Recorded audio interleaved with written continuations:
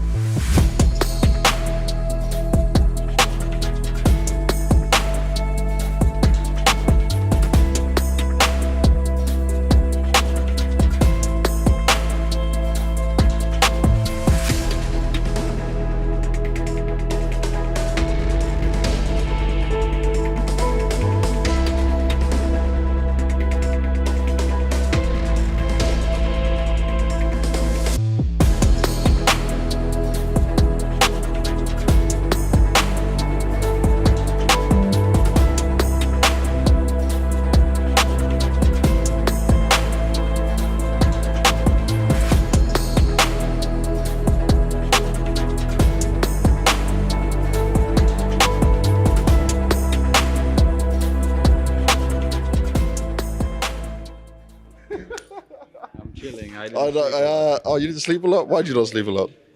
It was a late game, and then we had early media, so You love meaty snappy, right? I fucking love it. You love winning more though, and that was a damn good fun game last night. Yeah, it was a fun game, but it was also one where it's nice to have an off day, which it isn't really an off day, but it's like Wait. Off day? Where was it an off day? no, it was nice to have an off day Oh, the today, day, as in okay, like we have okay. media only, obviously, but I thought you were trying to say because you didn't play 2 games that day. no. I mean, I also think it was kind of off day but we still managed to get the win, so. What was impressive about the win yesterday, right, is that in the opening 2 games, we're looking at Nertz, we talked so highly about him, wasn't quite there right to where you need him to be. You still made everything competitive, you were still fighting there. But what are you saying to your team members during this point? Do you feel like you have a system at the moment where anyone can step up that you need? Yeah, I believe so. I think everyone can have an off game and we can still win. It's also what I always say to Nerds, if he's feeling a little bit sad that he's maybe had an off game, I always say, but it's good. Imagine what will happen if you play good then. So like having an off game is always fine. The only thing I require is that nobody is gonna lose to themselves, like as in bring the team down. That's the thing we cannot do. And then the result will be what the result will be. Now, I don't think you ever, I see you getting frustrated sometimes, but I don't think you ever have like a super down mood. So explain to me your mindset through these games, because obviously you're leading, you're looking at the rest of the team members, but you're an interesting in-game leader to me because I see others like an Apex or Wild and out there, Kaden the same. You're more stoic. Yeah, I believe having stability is the most important thing. They need to be able to rely on me always, and in the matches they need to feel that I am consistent. Like they need to know that my voice is consistent, my comms is consistent. So I try to keep everything as calm as possible, and yeah, that's what I think works the best. Obviously, hyping is also good, but we have some other guys that are also hyping. So before with the old team, I would say I had more responsibility in that department. I was hyping more, but now we have a lot of people yelling, so I can be a little bit more stoic and keep it stable.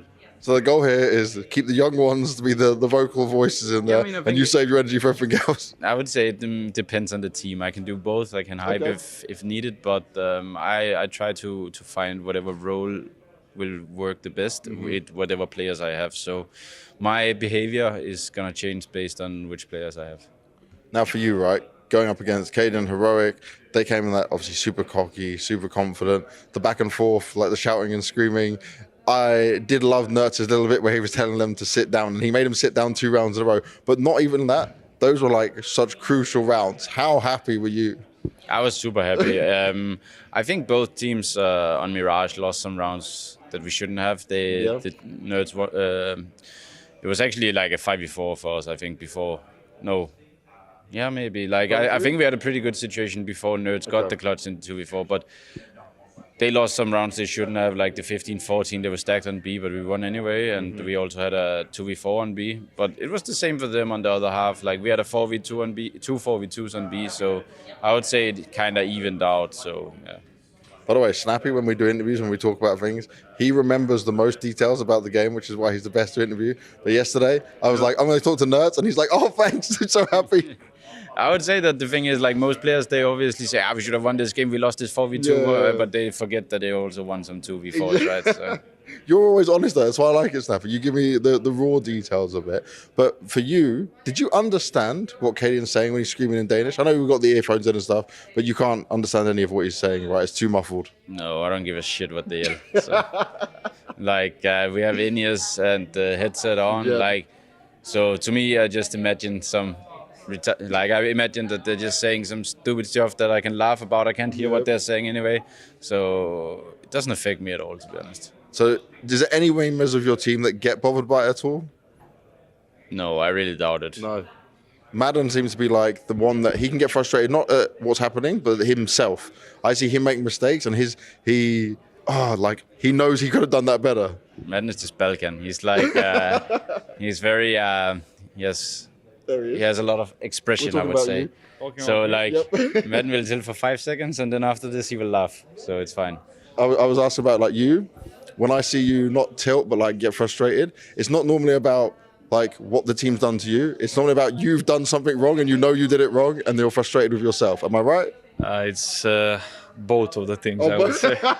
I tilt when enemy does something stupid, and I also tilt when I do something stupid. So it's combination, but I'm trying to recover as fast as possible for that. But it's Is this fine why he's because- sat next to Snappy as well? Nah, I think there's a difference because some players, when you see they tilt, you know, okay, it's over. But with him, it's like 5 seconds, and then you know he's fine let it again. happen. So that's why it's okay.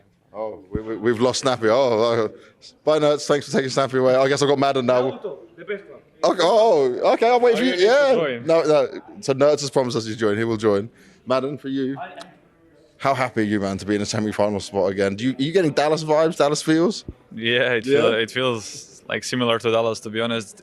Like in the team, kinda, the vibes are like really good. We are playing good CS, I would say, and also just outside the server, we are having a lot of fun, and it's just nice. And when you're talking about, we look at ENTs, and it's like all different nationalities, all different cultures, but you guys have come together really well. And obviously, you've been around on the ENTs project for a while. What was the difference when you're adding someone like Nertz in? What has that brought? What is the biggest change to the team chemistry? Not in-game, but out of the game. I mean, I would say he's kind of the same guy as me that outside the game. He's just crazy. He's joking a lot, doing stupid things outside the game, and just having a lot of fun. And I think it brings a lot of positive vibes into the team, to be honest. Now, I got another question because Mr. Dihar never does. I don't know where Dihar is. He never does interviews at all. He's always avoiding the microphone. Yeah, he's You right. do a lot. Snappy does a lot. Nertz is good. Some pious as well. Did you make an agreement with Dihar to not do any interviews? No, we didn't, but he's just trying to escape and hide from all the interviews. He doesn't like it at all, so he's hiding now also somewhere probably. I saw like you got rid of Snappy. Nertz has now gone as well. It's just me and you. But for you and in your current journey through your career, right? Would you say you are getting close to the peak? Do you feel like this sense is the one that's going to go to the best? I think, I think we can achieve a lot in CSGO while it lasts for, but I don't know, like now it's weird because CS2 is coming out and it's kind of different games. So, Yeah. I mean, we are kind of playing right now a really good CS and I think we are a top team, but we will see when CS2 comes out what is gonna change, how people will, how it will affect other people and stuff. So, yeah, I mean, at the moment we are really good. But you're very young. Do you still have this motivation? I know it's always annoying to change game. I was there when it went 1.6 to Source, for example. I just stayed on 1.6. I hated Source. But like, do you have this motivation to jump in and go, oh, it's a new game. I want to play it. I get excited. Or what's your thoughts? I mean, of course. Like, if we're gonna be sitting and crying about the game, how bad it is, how there is this bug, there is that bug, then we're not gonna improve in the game, and people will just take our spot, and there will be better teams than us. So we just need to focus, enjoy the game, and just play it as much as possible. Okay. And do you think it's going to come out maybe during Pro League, before Pro League? I'm in this mindset of like, before Pro League, they might just drop it, and then you're all playing CS2.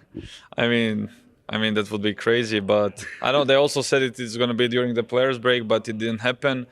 I mean, I said myself it's going to be somewhere in November, but Oh, okay. I don't know. It's just fully random at this point. We're all guessing, we're all hoping Valve let us know. We've had a few ENTS members, but Mr. Dihar, he always is very unhappy when I say it's time for interviews. But you're going to talk to me a little bit now, Mr. Ninetales. I first want you, can you show off your tattoos? Because people ask me to show off my tattoos. You have got he's got some sick ones, man. Look at this. Look at the artwork. And who was the guy that did this? It was Żychu from Poznań. Oh, damn. It took a long 3 days, but we did it. You said a lot of pain, right?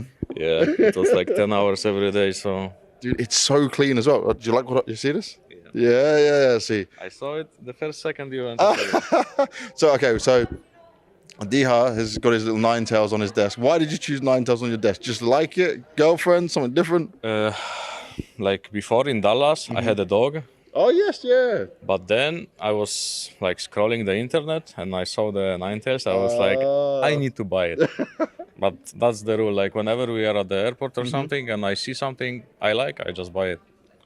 Good man. Good ideas, right? If I want it, I get it. Yeah. And you want the Cologne trophy? I'm not gonna answer that. Not yet. Okay, he's being very careful with this one. But we have these great conversations on Instagram. When I go shopping around different events, I find all these anime shops. I get a bit more time off than the players. They're very busy all the time. So I'm shopping, and he's like, "Where did you find this? Have you been shopping anymore?" No, I think No? last time it was in Antwerp, so it was a long time ago. Man. Yeah. We need an event in like Japan, and then what we do is me and you we go a week early, and we just go shopping with big suitcases. You down? Yeah, I'm down to do it. We would maybe not even make it to the event. We would just get lost in Japan running around. Anime fun from start to finish. But Ents right now, you Diha, you don't like to talk too much on interviews, I know, but your individual level, your performance is still so good. You're like the rock of the team right now. Do you feel like so important for this Ents roster? I'm not sure. I know that I'm the part like everyone else.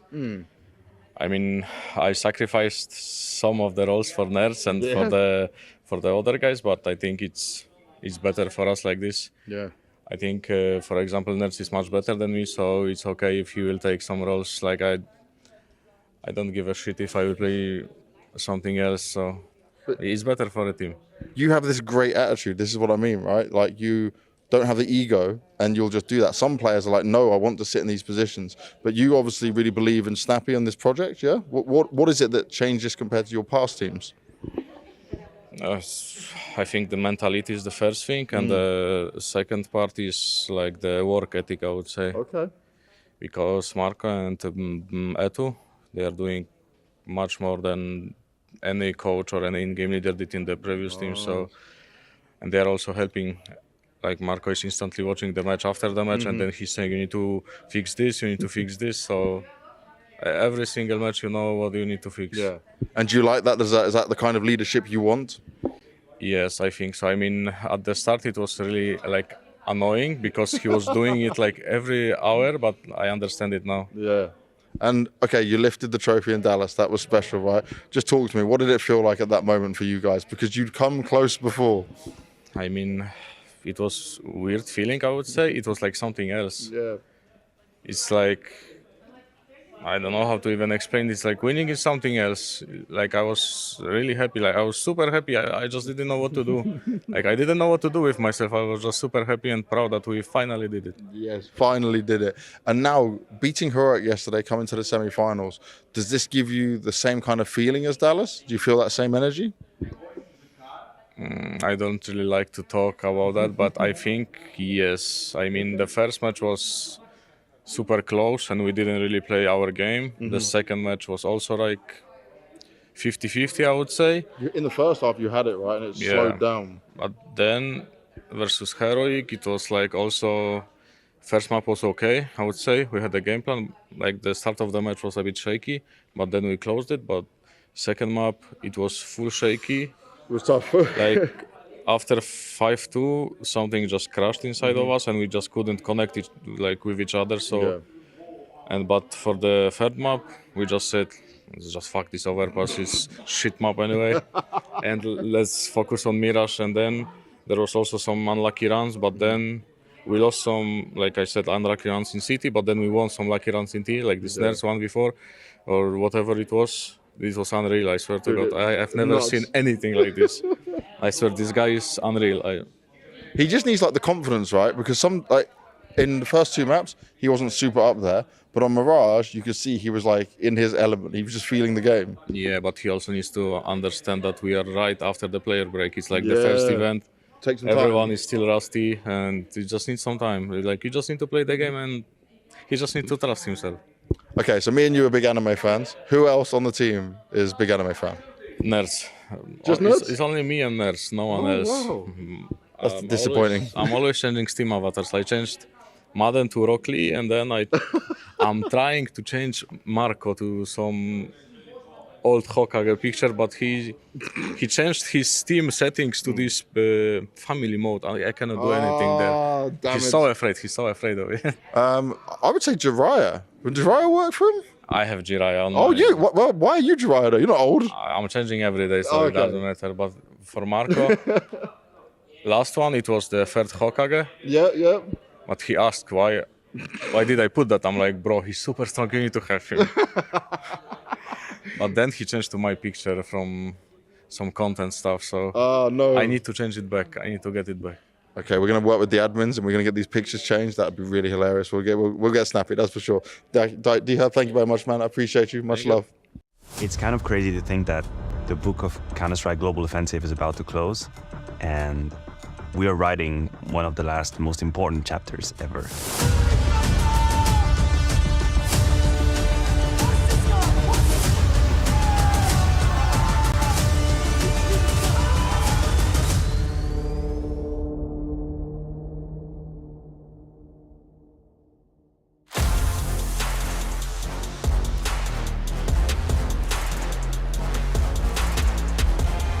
I think Vitality might be looking for themselves right now a little bit. Do you have a championship caliber team that is coming into a playoff, still looking for a couple of answers? I still feel like we have a lot to learn as a team, but I also know that if we go out and we play our best CS, we can go far. For a long time, Cloud9 looked like talented kids. With Electronic coming over, they might be ready to be adults. Shiro's on the bomb side, doing his best work. Monty cannot deal with Shiro. Oh! Makes Mouse feel foolish. Hits the no-scope as well. Already he's found them. You're so good at this game.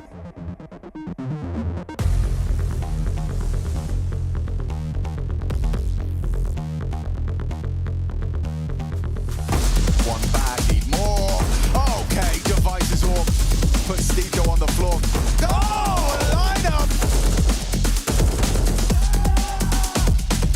And that's the kick gone. Patsy, oh, he's got one. And he's got no time now, no head either. Buzz closes it out for Astralis. I didn't dare to dream about qualifying because I know how much this arena has meant for my career, but now where we actually qualified is just a big relief. JL in the clutch, 1 on 3 then, denied! Astralis make it to Lanxess! It's amazing. The last 2 times we played this tournament, we haven't gone through playoff. Finally, it's our time. If we do everything that we do in practice, I don't feel like there should be any trouble.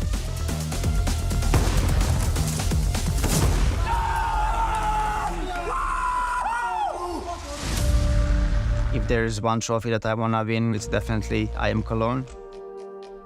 It's incredible. Like, that's kind of what we live for and what we dreamt of. For G2 to lift the trophy here as we're at the death knock and that change of game is going to be a big deal.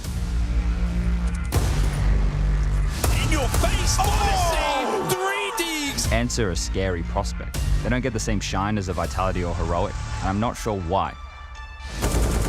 Oh, no! Have you ever seen anything like it? A trophy like Cologne, that's one that they're going to remember. That's one that some of these players have been coming to for 10 years without tasting any success.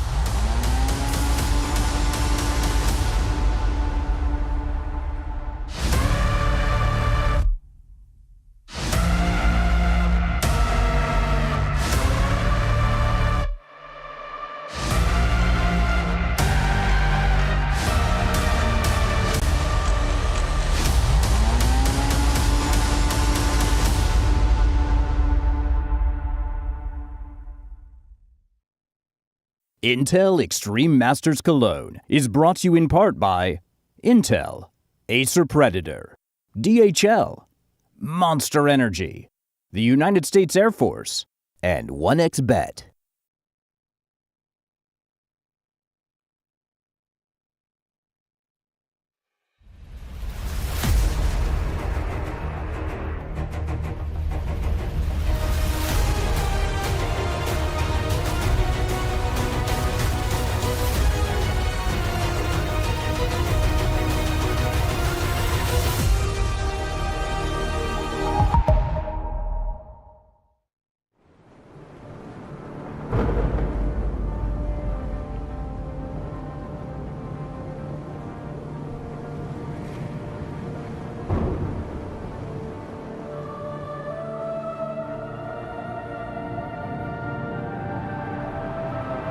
Rafa really making history.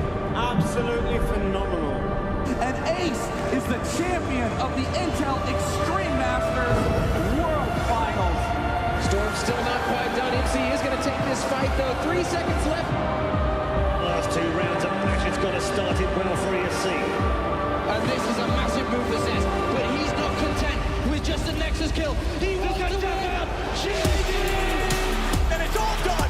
Astralis win it. Unbelievable Rogue with a 4-0 victory over Classic. And they did it again in the grand finals. It's Norby! Give it up for your Intel Extreme Masters World Champion!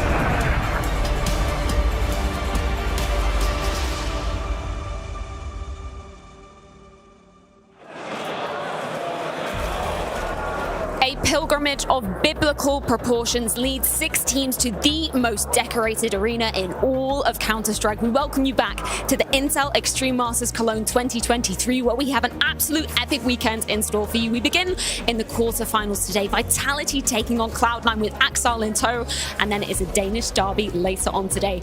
We have so much action to be getting into, so why not open it up with a few very special gentlemen indeed. We've got Jason, we've got Matthew, and of course Nav joining us up here. How are you feeling? Obviously, you'd have liked to be on stage, but it must bring back some memories coming back to Cologne, right?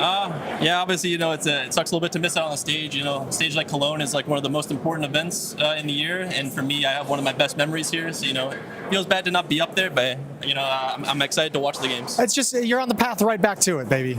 Yes, yeah, maybe. Thank you, Jason. I got him. I got my boy. Emotional support over here. Absolutely. Gentlemen, though, I mean, we're really excited to see all this CS going down today. We've been waiting so damn long for this moment. Yeah, listen, the hour before is my favorite part, is just let it soak in, right? We have players, we have people behind us, they're starting to storm in. There's already about 50% or more that's in the arena waiting, sitting. We had Mike hyping up the crowd, and I'm having a good time. These are the moments I was gonna say we live for. Yeah, I'm gonna say it, we live for.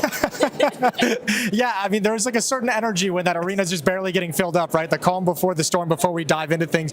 And I mean, the matches today are unbelievable. They're gonna match the excitement that we have growing inside the Lanxess. Yeah, they absolutely speak for themselves. We have 6 incredible teams. Obviously, we have G2 and ENCE waiting in the semi-finals. But Naf, I wanted to pick your brain a little bit. Obviously, we saw Liquid unfortunately getting eliminated in the play-ins, but you faced Astralis there. Did you expect Astralis to be making it to this arena? I mean, yeah, going up against Astralis is always difficult, especially, you know, bringing back Device. I think he was a huge piece to the team, you know. So, but I think throughout this event, I think if you look at Device's history, I think this is the only trophy in his that has eluded him. Yes, I think it's very important for him in this event to win. So yeah, he literally has every other trophy in his cabinet besides Cologne. So do you think they have a fighting chance against Heroic? Would you give them a chance? Yeah, I'd say so. You know, a little chance. There's always a chance. Yeah, playoffs are always different. You know, some teams pop up, some teams go down. You know, so we'll see. Can you give us just some insight onto your team? Obviously came into this new season with massive load of changes. Yakinda, now IGL, 2 new players coming into the mix. What's the new season been like so far for you? Is there anything you're going to be working on going towards like EPL, right? I mean, for us, it's just like playing with 2 new players that have no like international experience, playing on an English-speaking roster where, you know, they're not really used to it. Obviously, it comes with a little bit of hurdles here and there. So that's just something we need to improve on, is just our communication going into future events. So we'll just have to keep working on things. Did everybody stay here for the playoffs, or is there other members with you right now? No. We actually all just took a train back to the Netherlands. Okay. Back to practice, and I told my team, hey guys, I got some things to do. I got some t-shirts to sell, baby. Yeah, well, I mean, that's one of the beautiful things about this team. But what's it like now? You get to kind of chill and be one of the more passive players on this roster. You have Yakinda obviously crazy aggressive, Patsy obviously crazy aggressive. You just kind of get to hang out.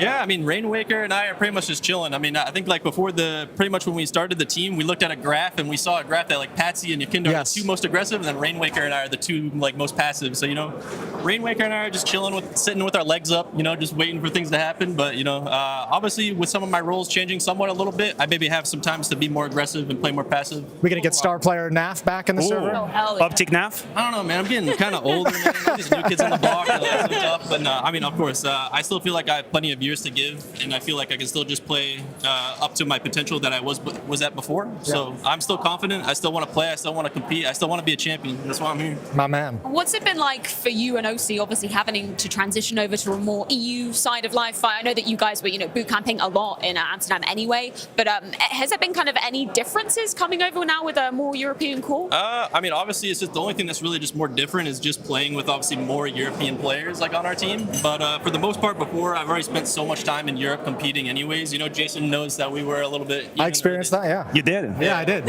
So let's leave it at that. Yeah, so not too much has changed. Maybe just spending more time here and just embracing the full-time European life, kind of, I guess you could say. But yeah, no, nothing for me has changed too much. Do you expect a faster learning curve because of that more of an EU influence and being more here? Do you expect any faster progress to be made? Yeah, of course. I think just like the biggest thing that was always like kind of annoying to deal with was having to fly back and forth, dealing with obligations at home, or having to go to like some qualifiers and attend events in North America, and then other teams are still just practicing doing their things in Europe. So now it just feels good to just always kind of stay in Europe, always stay on top of everything that's going on, and it just helps not to just fall behind dealing with other things they have to deal with in North America. Well, I know you personally must have a hell of a lot of memories coming back to this arena. So let's throw back to 2019, because this was the year of Liquid just absolutely reigning dominance. This is where you lifted your Intel Grand Slam trophy, right? Yeah. How could I put you on the picture? Yeah, I know. And to talk about it, we have Stewie. I mean, yeah. No, obviously, it was obviously one of my greatest memories in Counter-Strike.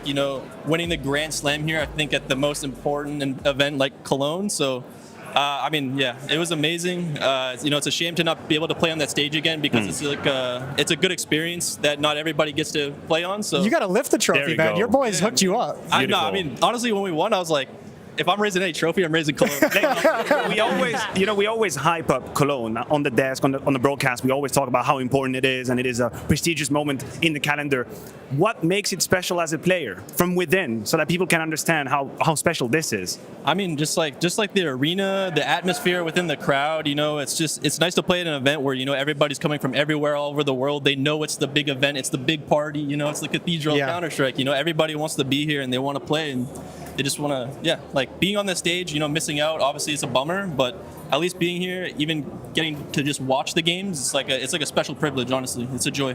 This has history too. Like Lanxess was like our first big arena in 2015. That was like the first time CSGO came into an arena and just sold out like 10,000 seats. So it's always held that special historical place for everyone who was playing back then. Like, I always have to get back to Lanxess. At the time we had, like in Katowice 2014, we had a quarter of the scene. Yes. It was a fact. Like StarCraft 2, I think, had like half the scene, and we were like the little brother on the side. They gave us a few seats, and it was a good time. And then Lanxess arrived, and we were like, okay, this is it. Counter-Strike 2015. Naf, can you describe that moment to us? The moment where you're all huddling after the win, walking up as well, because you get that beautiful catwalk to walk down where you see the trophy glistening, it's yours. Yeah. Were you nervous about falling? Nervous about falling? Yeah, when you were walking on the catwalk. Tripping over. When I went up to the trophy, it was like, we won, and I was like, oh yeah, this trophy's probably gonna be pretty heavy, and then I lifted it up, and I was like, man, I have so much adrenaline in my arm. I just like raised it with one trophy. I'm like, this weighs like nothing. And then the next day at the airport to bring the trophy back home, I was like, I can't even carry it. I was like, man, I was so pumped, but yeah, no, it felt good, and yeah, like I said, the trophy raise was awesome. I enjoyed it. I was like telling my team, I'm like, I gotta raise this one. I have to do it. This one's on me. I'll take the hit. Honestly, guys, the trophy's looking a little heavy. I'll take it. Well, we will be seeing somebody lifting the trophy at the end of this weekend, and plenty of reasons to be getting excited, not least because Axel is going to be returning for his first ever official with Cloud9 in this beautiful arena. So let's check in with him ahead of his arrival for this series. Mr. Axel, welcome back. How are you feeling? Good. What is it like to come in, fly straight in, and now play the playoffs game? What's your feeling? It's pretty good because I was on the sofa at home. It was okay, and I just dodged group stage. So now I'm on arena. How have you got yourself ready? How have you warmed up to make sure we see the best Axel when it comes to this event? Yeah, I hope we'll see it because it was a little bit hard to play at home. So yeah. and not a lot of practice, but I hope I'm still in form. You got a smile on your face though, and the mood in Cloud9 right now seems really good. How is this team feeling for you? We're pretty funny now, and we have, I think, a lot of energy, and everyone supporting each other, and it's really good. Do you feel any pressure? Me, no. As always. And the stage, you know, you're ready for that, you're ready for the energy, you're ready for be led by Electronic, and do you feel like you guys come in maybe as favorites against Vitality or not so much? We'll see, but I think we can overpower them. Yeah. Firepower, that's what we're talking about. I like it. Thank you very much, Axel. Good luck. Oh, how's the mood? The mood is good. I think everybody has energy. But wait, let's keep walking. Yeah. the mood has energy. Everybody has energy. There was good vibes in the morning. You know, maybe slow morning a little bit. But I think everybody's feeling great today. Okay, I saw them already smiling when you're doing the interview, so overall the mood is good. It's big shoes to fill for you on Vitality, always.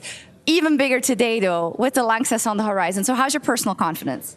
Well, my confidence is I really want to jump on stage right now. I'm like nervous, a bit stressed, you know, but I think the main thing for me is that I jump into it.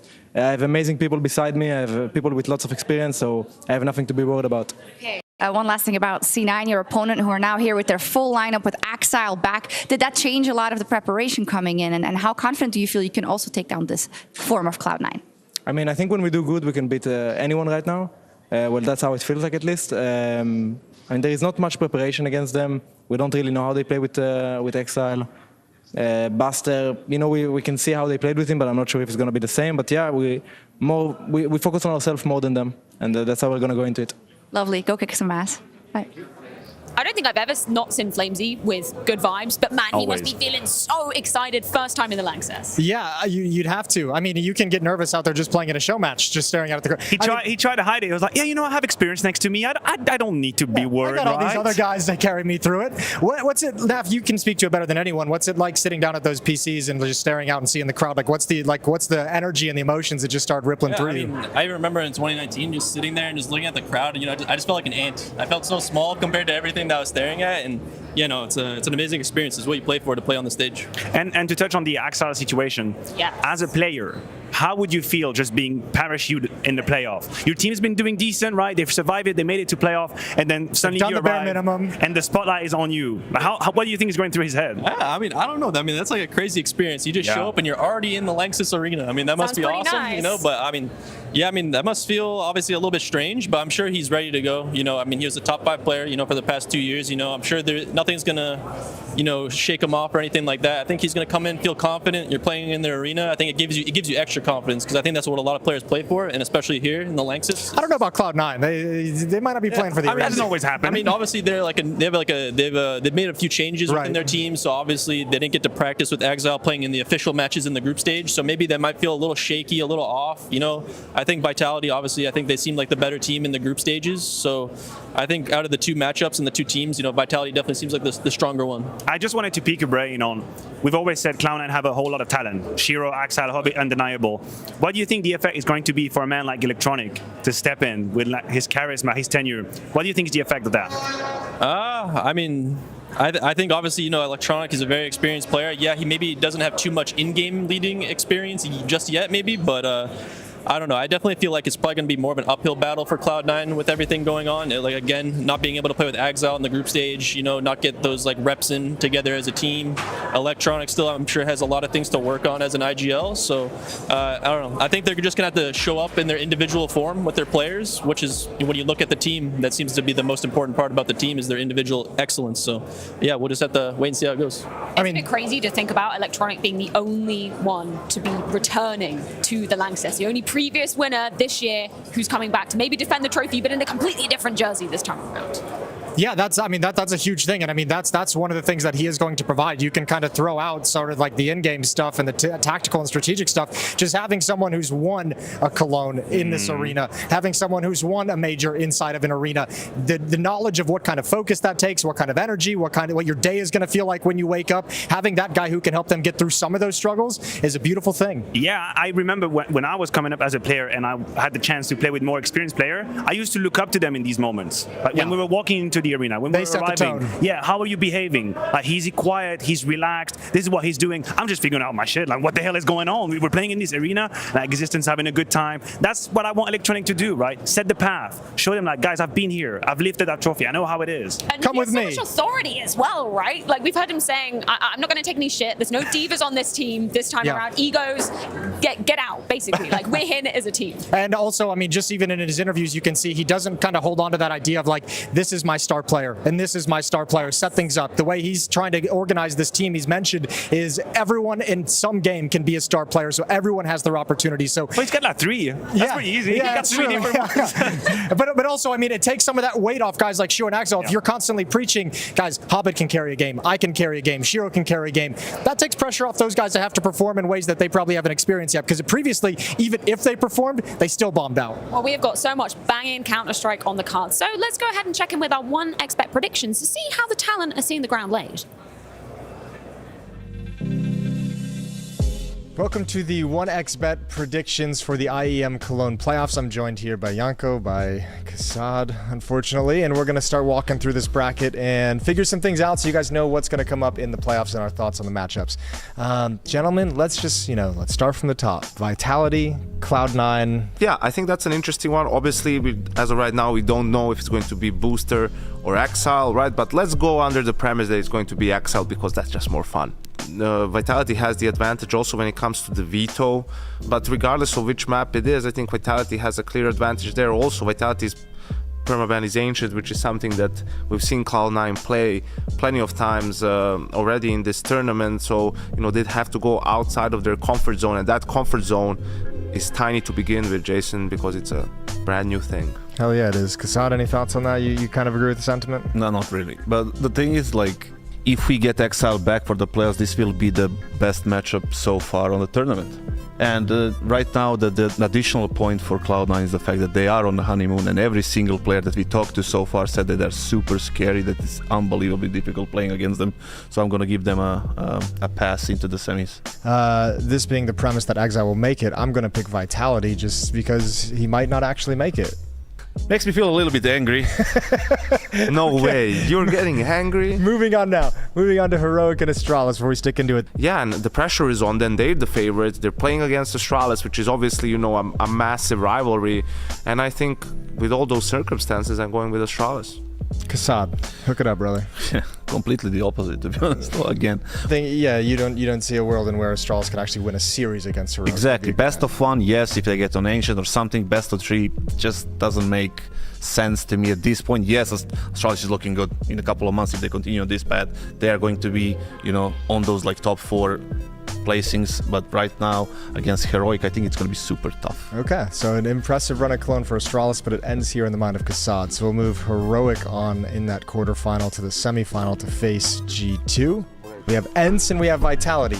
I think this is where ENCE continues to justify and prove their sort of merit and status, and I think they book themselves a spot in the final by taking down Vitality.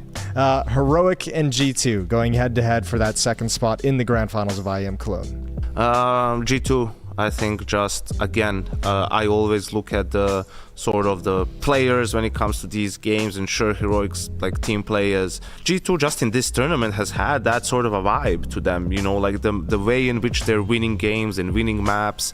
All right, so predictions, if this were the grand final, you taking G2 or ENCE? G2 still, yeah. ENCE. Taking ENCE. Ooh, spicy.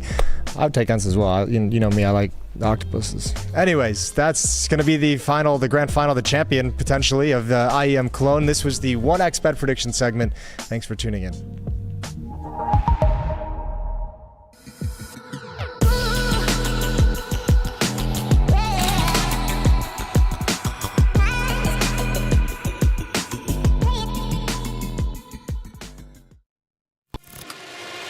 What is that reaction? This would be an ace clutch from Poland. Oh my! Oh boy! FaZe Clan, the champions of ESL Pro League. Poland's here. Oh my god! Girl, are you gonna be kidding me? What a map! What a map!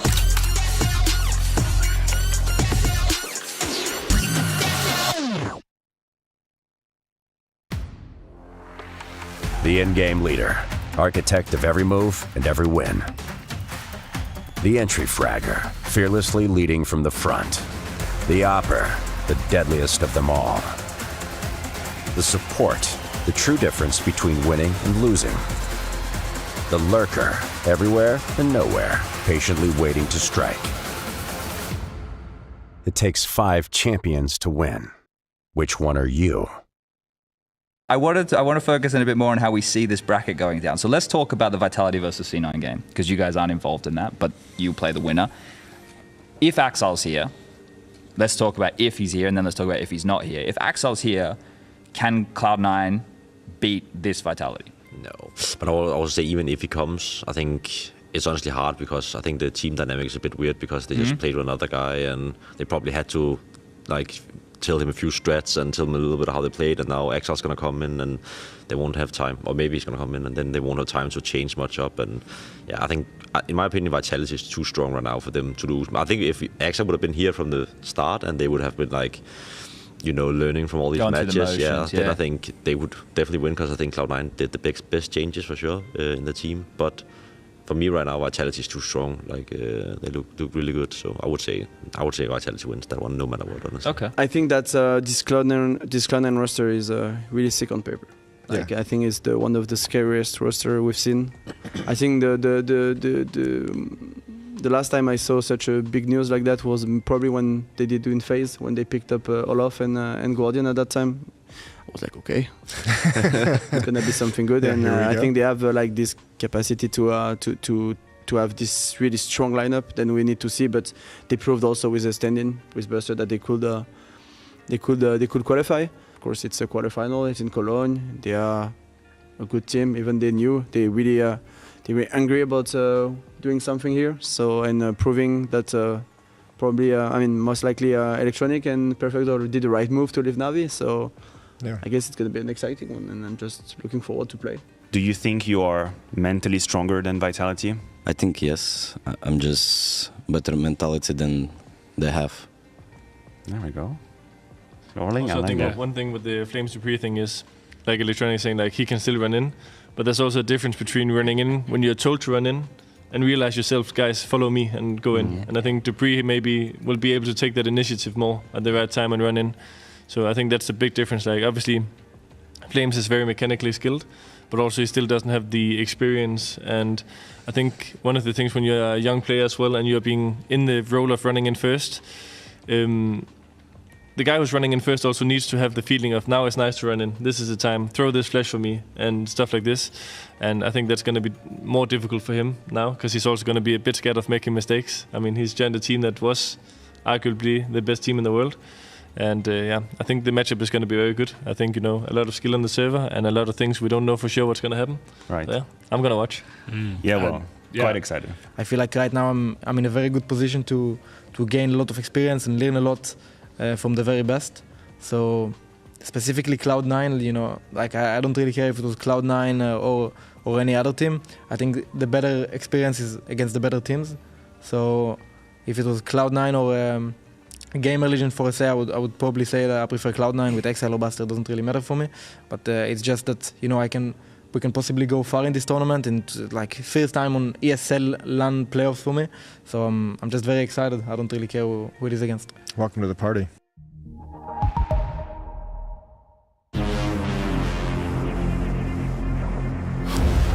What is your calling?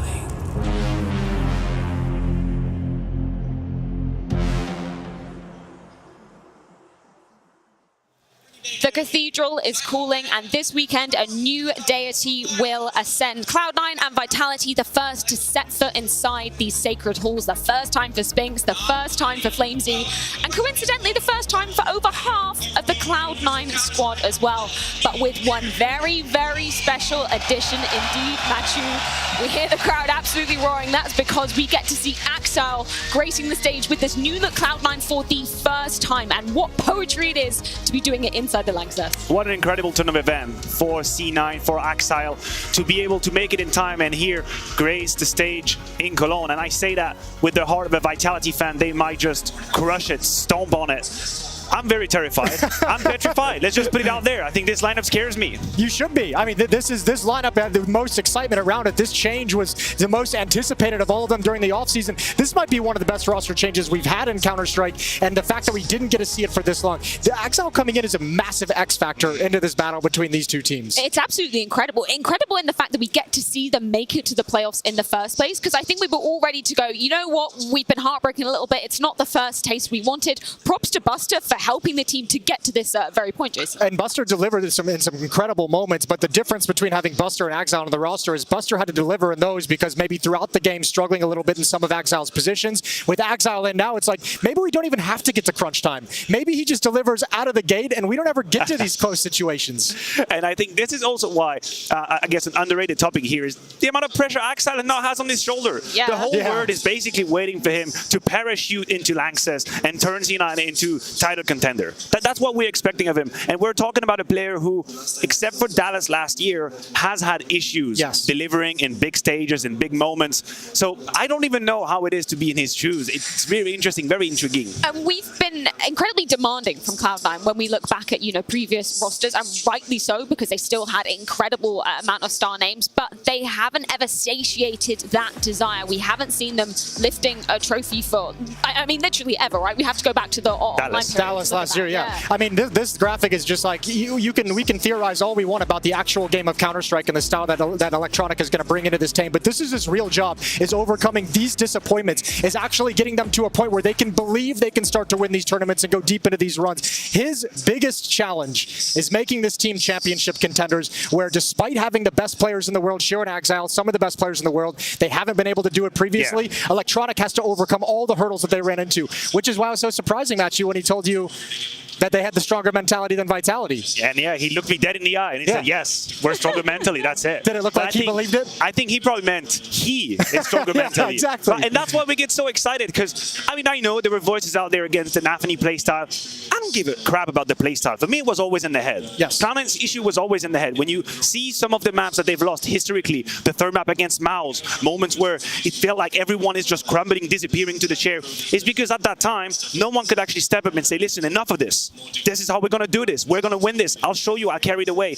And who else but Electronic to have this attitude? He's got such gravitas, such tenure in the way he speaks and how he behaves. I'm just like ready to follow him wherever he want to go. And he's taken control of it within his team. His communication is loud. He's forceful. The things he's saying to them, the things you hear from him in interviews, all of it is saying, I am the leader. I am the guy. And we just had the quote here, very interesting. Electronic talked to us in the media that he said, Hobbit and my job is to go in first. We have more experience. We can deal with the pressure. We can deal with the stress. We're going to create space and we're going to take these risks so that the youngsters around us can have the impact. You want your Shiro, you want your Axile to be in comfortable positions, to close rounds where their talent can shine through. But the hard work, they are doing it. And it's probably the most important factor if Cloud9 want to actually win this series against Vitality. Those two guys together are taking like 64, 65% of their team's opening battles. That is so much more than any other duo in the entire playoffs. And if they're not having, like, if they have success, right, then you get defenses rotating into the AWP of Shiro, who's just posted up. Then you get Axile able to challenge for some 1v1 heads-up duels. But if you're not getting those entries, it gets a lot more difficult. It gets a lot more dicey, a lot more sticky. So those two players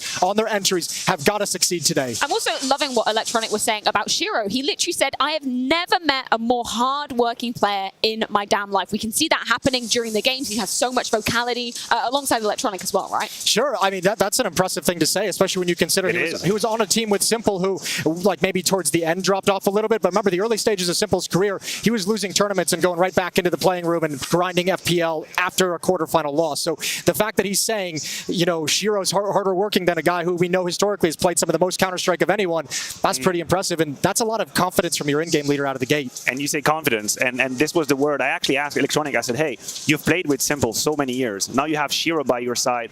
What is it that you would like to take from Simple, just transfer it straight to Shiro if you could?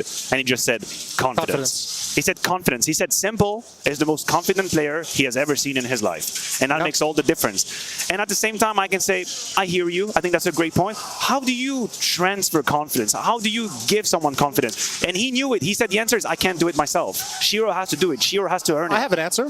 Win.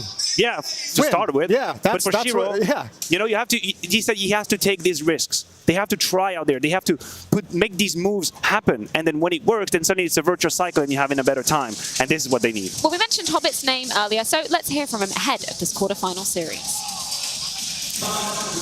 We're on the stage and we're ready to go. And Hobbit, for you, yourself and Electronic coming with the most experience. I want to say, do you feel like a bit of extra responsibility on your shoulders in this game?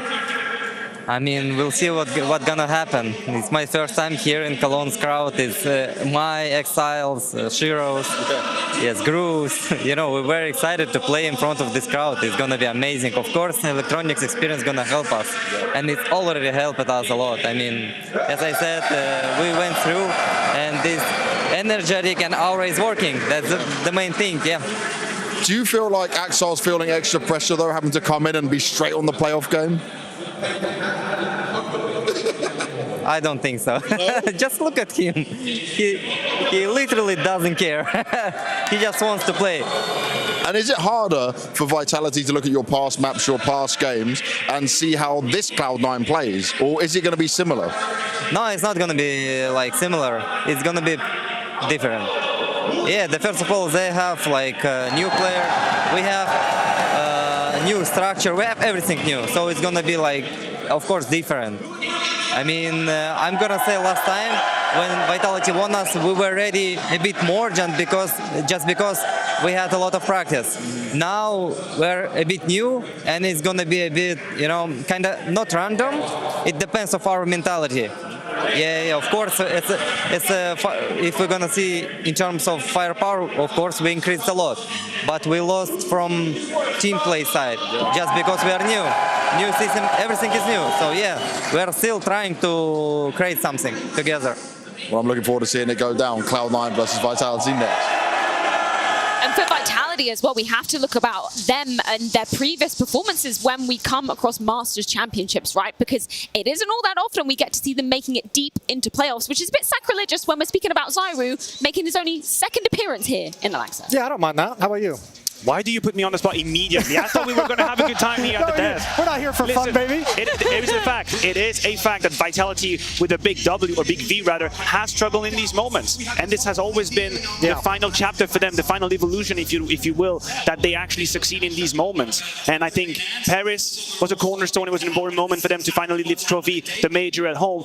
But the fact is, there is still the ghost of some of these moments. I can name all of the disheartening losses of Vitality out there. The Liquid comeback in Katowice, the ends falling apart in Pro League. I love it. All of these moments, as a fan, I wear them on my sleeve. I can't make it go away. You know, they're in my dreams, Jason. They're in my dreams. And if you're a ZywOo fan like Maniac here, these kind of performances in these Masters events are what gives Simple such a great edge over him in that conversation of who is the actual best, who is the GOAT of CSGO. So, I mean, for ZywOo, you want to talk about winning, building confidence, the Paris Major should be that turning point. Yes. This should be coming into Cologne now and really getting into it and delivering how we know ZywOo can. I mean, he's been delivering in the group stage so far, but the question is he going to be able to continue that in the playoffs? I think for my money, when we look at Paris, that was the example of, okay, he can deliver on these huge stages. I expect the exact same here. Yeah, listen, I hope it will. If I could manifest it with my hopes and dreams, I'll do it right here, right now. That's not the case. When ZywOo is in a positive circle, in a positive atmosphere, and the team is going well, he will crush you. He will absolutely disintegrate you from the server. That's just a fact. There's nothing we can argue against. But when Vitality is struggling and there is some tension, sometimes you wish you could have a man like Simple just jump in and say, listen, enough of the game plan, enough of whatever the hell we're doing. He doesn't have that hard carry attitude switch, does exactly. he? Yeah. I'm about to open, close, and clutch this round by myself. Yeah. I think ZywOo is just missing this last little step. And would be great to do that today. Maybe even this weekend, you know? Yeah, it could be, but also like we kind of know with ZywOo too, like that's just not him. That's been the conversation. That's not him. He doesn't have that attitude. He doesn't have that ego about it of where he's going to take over. The thing I always admire about ZywOo is the fact that you can feel like he's having a quiet game, and you look at the scoreboard, you know, 10 rounds later, and you're like, oh, he's got 25 kills. Oh, when did that happen? That's crazy. And yeah, you put the team around him. You put Magus performing at the moment the way he is. He's been absolutely wonderful. Spinks now being fully integrated into this team. Everyone's clicking for Vitality to be on an upward trajectory, even with this kind of a little roster change coming in. Oh yeah, you mentioned Magus' name. Let's get the Dane on the mic, returning to the Landsegs with Vitality. Magisk, how is it looking? Well, it's looking pretty good so far, I would say. Yeah. When it comes to stages like this, do you feel like you can always still kick into a fifth gear with all the experience that you have and the amounts you've played in front of crowds like this? Well, I usually say that I perform better on stage, so I hope that's going to be true today as well. I love the energy. I love being around the fans. I love feeling the energy every single round. So I think I'm used to it, but of course I need to prove it. So yeah. Yeah, you got to prove it every single time. When it comes to Cologne so far, you've had a great group stage, but then at the end versus G2, that wasn't the match you would have wanted. In a way, did that help you identify some things that you'll have to do better here this weekend?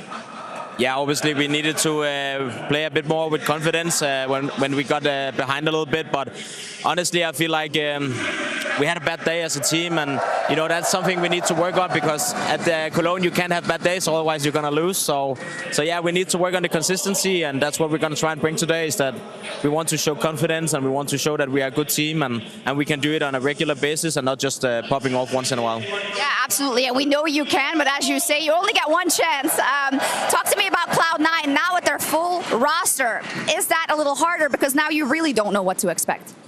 Yeah, I mean, obviously they could play the group stage without any pressure because they were a new team, but they lost their star player. So I think now the pressure is on their shoulders. They're talking about having errors and stuff like that. So, I mean, this is the first step. You know, they're playing the better super team today. So I guess this is the first step of the new era they're going to create. Love it. Thank you so much. Good luck. I'm loving the confidence, but yes, so many unknown quantities for the side of this new Cloud9 coming into things, not least the map pool. I'm not exactly sure where we're going to be heading in this. Yeah, listen, there is a bit of a situation for Cloud9, and that situation is called Ancient, right? It's been the pick for Cloud9 mostly throughout this Cologne event, and the problem is that's a natural veto for Vitality, so they're not going to have any of that. Whereas if you're on the side of Vitality, there is a very obvious candidate here in the name of Inferno. We've only seen Cloud9 once on it. It was a difficult game against Gamer Legion. Vitality have played it, won it a bunch. The question is, where is Cloud9 going with this? And I personally am afraid that the Vertigo could be an option, because we've seen Vitality struggle against G2. But do you feel like Perfecto and Electronic are ready to pick Vertigo against Vitality in Cologne? This is, yeah, the answer in my head is like no, but this is also the reason why there's the X factor. I think at this point in Cloud9, what, 3 weeks together essentially at this point, you got to go with what you're comfortable, even if it's maybe not your best pick, because another option they have, Anubis is the only other map they picked other than Ancient in the group stage. That's a great map for Vitality. So you go to this map veto process, Vitality's got all the edge in the world. Yeah, we got the answer here. That's a Mirage pick. Mirage pick coming out of Cloud9. They're probably also hoping that the whole Flamesy playing towards the Apex, playing towards Connector is kind of an issue.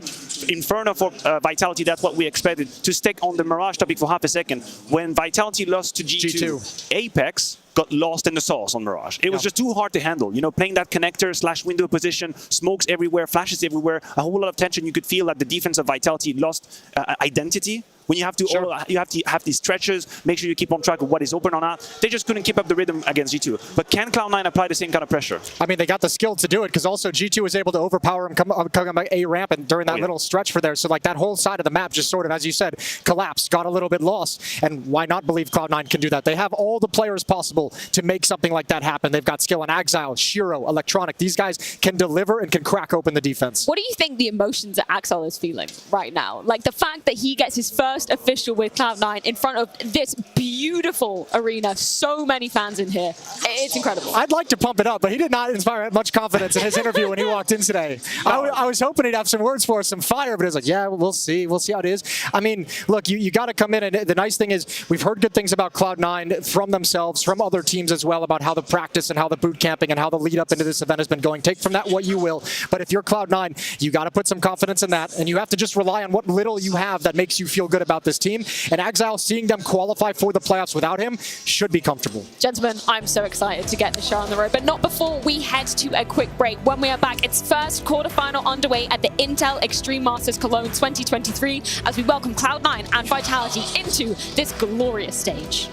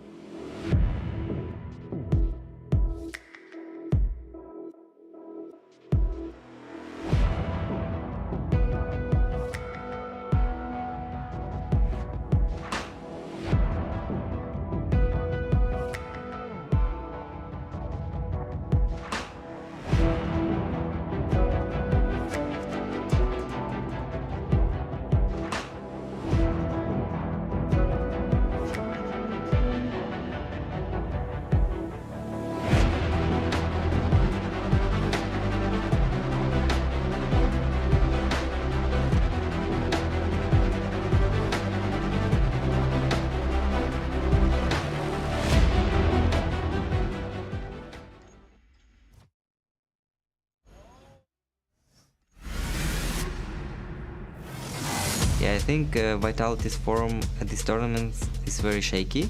They're still a scary team, and it's gonna be tough. I'm feeling a bit better than in Navi. It's a bit easier for me to call there. And the players make it easier, especially Shiro. We can just outplay them as individuals. They have to be scary about this one. Next goal will be win the tournament here.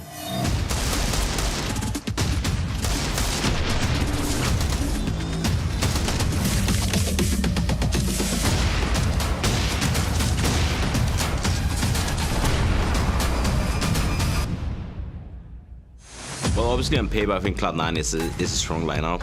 They have a lot of strong individual players, and obviously role-wise, it also seems to be in a good shape. So Perfecto, Electronic, Exile, Shiro, Hobbit, like there is no one that you see, you're like, this guy is a weakness, we can, exploit him. Everybody is really good there.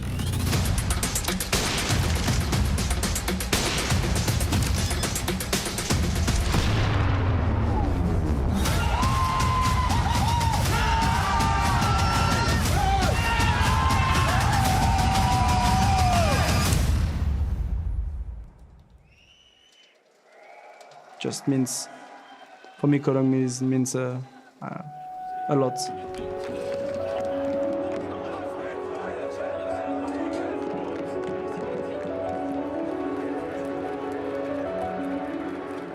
I always love the vibe in here. I've been coming here for ages now, basically, so it's always been fun, and I really like the place, the city itself.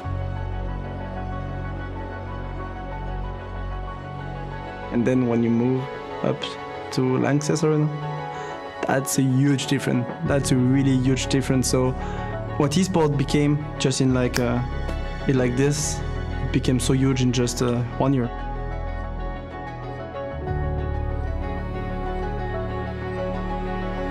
The event itself is definitely one of the biggest, and I would say that's probably one of the biggest goals for players to win as well.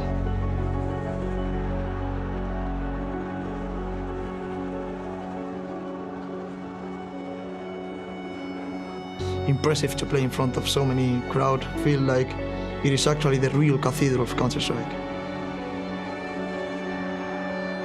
I think the crowd has been absolutely amazing here. The crowd is very like multi-international, and it's like just cheering for good CS. Lost to Fnatic in a semi-final or a quarterfinal, and then there was that interview on the stage with Olaf, and Taz came to the stage and made everyone respect the opponents. That was a really good memory. Guys, please respect for the second finalist. Please respect them. I remember being on the desk for when there was the knife situation between NBK and Flusher on Dust 2 on the B-bomb side. And I was like screaming so loud, I think that my heart and lungs were just being blown out. 2019, really securing the Grand Slam in the Cathedral of Counter-Strike. To be one of the players who won this title 3 times. Welcome to the Cathedral of Counter-Strike. 5 years we've been in this place. We call it the Cathedral. Stages do not get bigger than this. I think if this is the last time for CSGO, then I think it's a perfect place to say goodbye.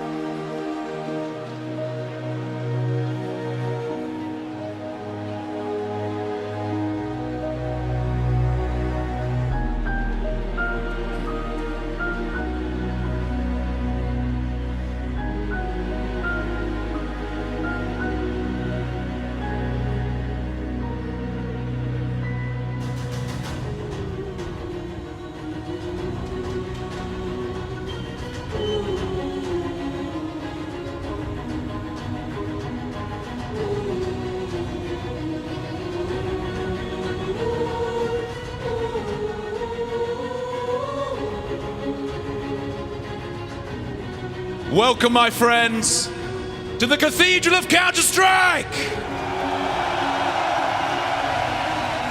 Welcome to those that have made the pilgrimage here to join their voices with ours. Welcome to those who join us spiritually from around the world to a place that, let's be honest, is just a little bit special. A place that has dragged fans and players from every reach of the world to come here year after year. And why? Why come here to the Lanxess, this cathedral of Counter-Strike? Well, because it is special. To taste the atmosphere, which is part dry ice, it's part fire, it's all emotion! And we come here for a special last one. The ending of an era, a game that has obsessed us. Players come here because they want one last campaign, one last chance to write their names not just into history, but into legend. To be the full stop at the end of one of the greatest books that has ever been written, one of the greatest games we have all ever played. Welcome to the Intel Extreme Masters Cologne 2023. And that is why we love it here. Should we get a trophy out?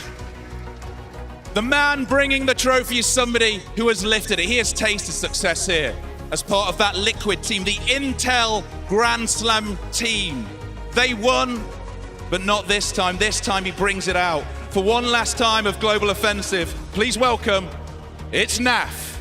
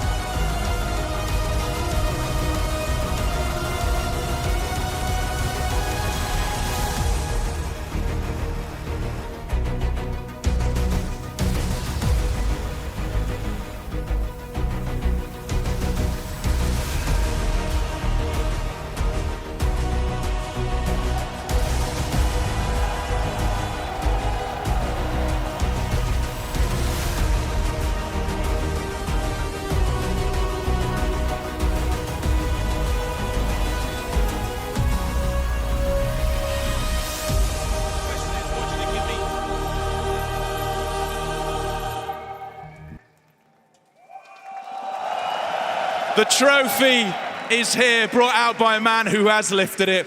What do you think it means to bring out this trophy, the last ever Global Offensive time that it'll be played here in the Lanxess? I think it means everything. I think it's the biggest trophy in all of Counter-Strike. You know, obviously people can talk about the majors, but outside of the majors, this is the biggest one. And what was it like to lift it? It felt amazing. You know, it's a shame not to be back to have a chance to fight for it. But, you know, good luck to all the teams here. I wish them the best of luck. And, yeah, this is an event you can't forget, so you got to win it.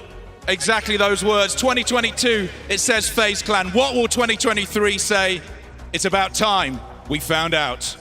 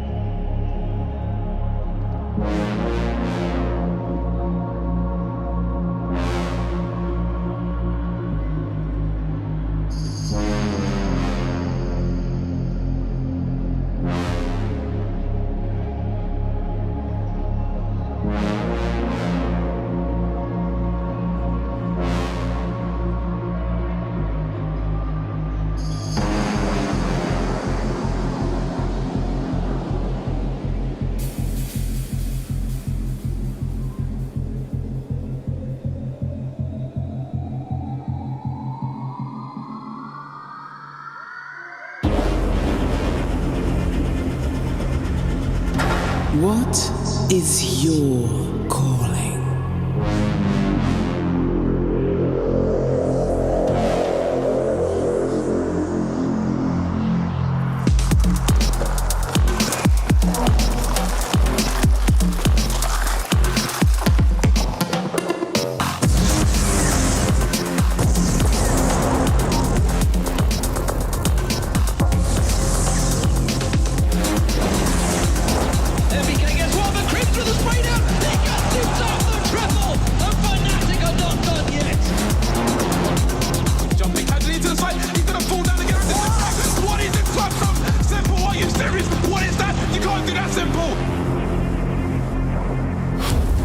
History calls.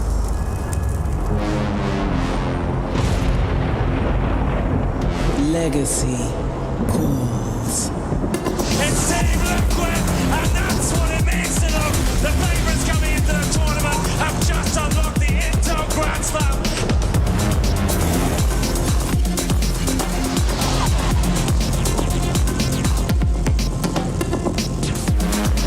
They walk into it and find out that it's done. And SK will take a second straight ESL 1 Cologne championship.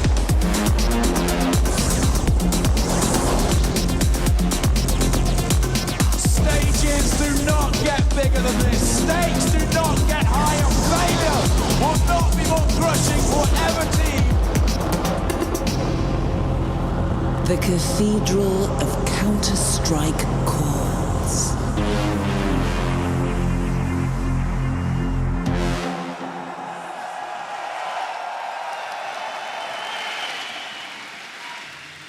We got a crowd. We got a stage. We got a trophy. Let's get some teams. Major champions, major badasses. It's Vitality.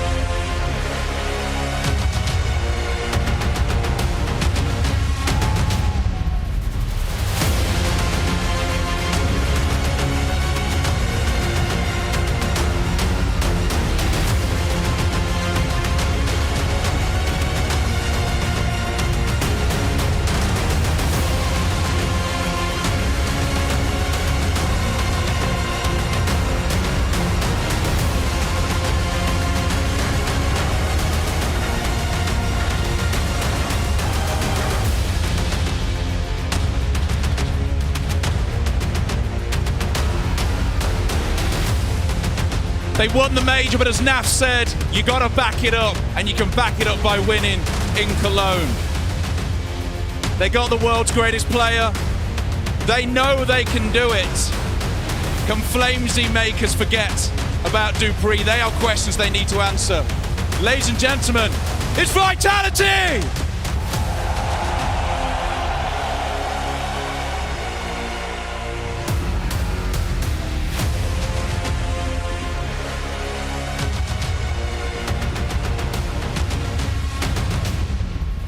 But there is a team they need to beat. Is the hype real? We're about to find out. It's Cloud9!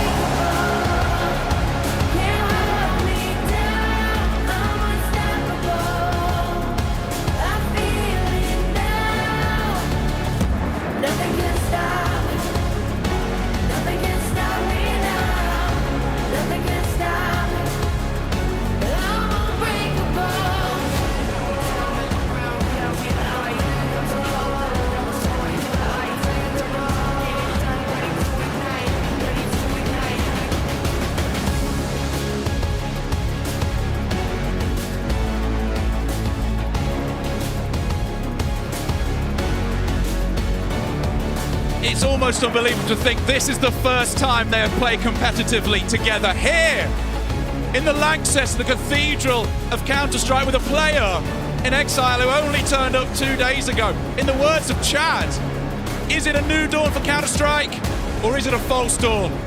There is only one way we're going to find out, and that is watch them here at the Lanxess. It's Cloud9!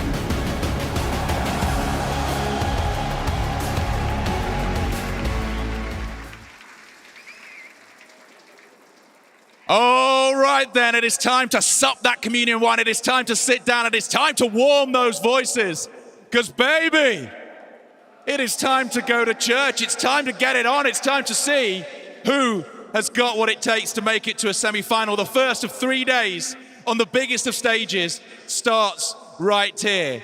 And it doesn't start until we get 2 people in the center. Come into the center. Go into the center. When we touch hands, who's doing it here? Come on, 2 guys in the center. When you touch hands, that is when we get it on. So, ready?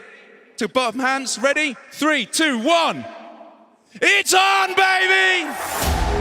Take your seats, take those seats. Who's winning this Lanxess? Is it Cloud9? Is it Vitality? You guys can be louder. Is it Cloud9? Is it Vitality?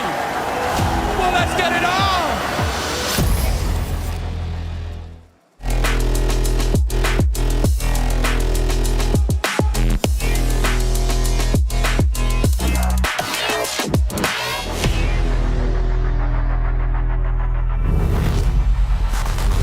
Vitality versus Cloud9 in Cologne. No more divided. fine ground than this, not least to be making your first ever official debut as a team. We could see the tension was palpable on their faces, but for Cloud9, holy hell, is this a proving ground for them. Yeah, it really is, especially with a brand new roster. And I'm not even, when I look at this, I'm not even thinking of Shiro. I'm not even thinking of Axile. I feel like so much of this is going to be on Electronic as a leader, because you can call a game to get your players into it. You can call a game to build their confidence. And Electronic is going to have to muster all of that experience. A year in-game leading Na'Vi, winning this trophy with them, winning the trophy inside the Lanxess back in 2018. He's got to draw on all that to get this team over the line. You know what Jason is doing here? He's not relying on Axile and Shiro because you can't. And that's why he's trying to gas it up. He's trying to gas it up talking about Electronic, because for all we can scrutinize ZywOo and how he hasn't done it at this stage, Shiro Axile, neither did they. You might be some of the best players in the world, but your resume is small. You're a footnote in history right now. You're nothing yet. You have everything to prove. So yeah, rely on Electronic. That's all you got. Yeah, got a champion inside the arena. What have you got? I have ZywOo. I'll take that. Who's never won here? Who's never had a good performance here? What do you mean he never had a performance? He was the best. Yeah. He was the best player 2 different years, 2019, 2022. What are you talking about? How they do in 2019? They lost to Liquid, right? So what? Are you going to take that win for you? Absolutely. Okay, you can have it. I'll give that to you. Do I even dare ask predictions for this quarterfinal? I think we've made it pretty clear. We made it pretty clear where we stand. I have Vitality. Listen, remember how 2022 changed for Kerrigan? Maybe that's it for Apex right now in 23. He's arrived in style. We have got to get this game underway. Our first quarterfinal in Cologne. A fantastic introduction to an event very close and near and dear to many of the hearts gathered here in the Lanxess Arena. Players, fans, casters alike, we are all united in our excitement and anticipation for this tournament to take place. And we are moments away now, Chad. Yeah, an unshakable intensity here. The fact this Cloud9 roster, a monster on paper, has the opportunity to debut with one of their stars back in the saddle against reigning major champions. This could be a defining moment for the roster on your screen right here, right now. Perpetually the bridesmaid, rarely the bride, and here in the cathedral, perhaps things will be different. Shiro, Axile, these young guns, the next generation, stand in front of Vitality. Now this is a roster built for one thing and one thing only, and that is championships, Chad. Yeah, the process of an arena is something that this team understands well. Lifting that major crown, making a bit of an upgrade, bringing in Flamesy. There's a lot to prove for both of these teams here today, and with the best player in the world in the server, ready to entertain thousands of Counter-Strike fans here today in Cologne. This has the potential to be an absolute barn burner of a match. The anticipation, unrivaled. And one of the many reasons we are full of that anticipation is because of the game itself. Counter-Strike, ladies and gentlemen, can I hear it for Counter-Strike? And what makes this game so beautiful is the fact that this game happens now. It's never happened before. It will never happen again. This is our first and only opportunity to see these teams in this moment do battle. A first look at Cloud9. People are talking. People are talking about what this team looks like, what they feel like in the practice. But what better way than putting them head-to-head with Team Vitality? Let's get it on, Cologne!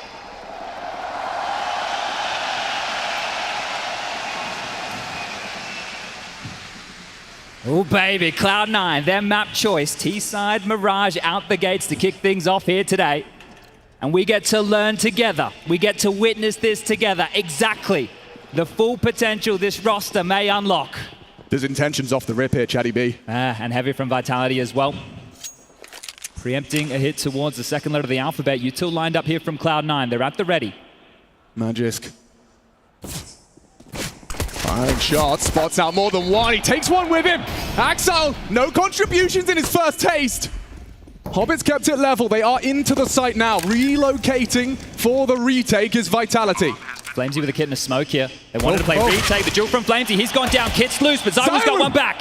He fights back. They know where he is, and now they're playing scared. Not looking to take that fight, are you? Electronic, he wants a double swing!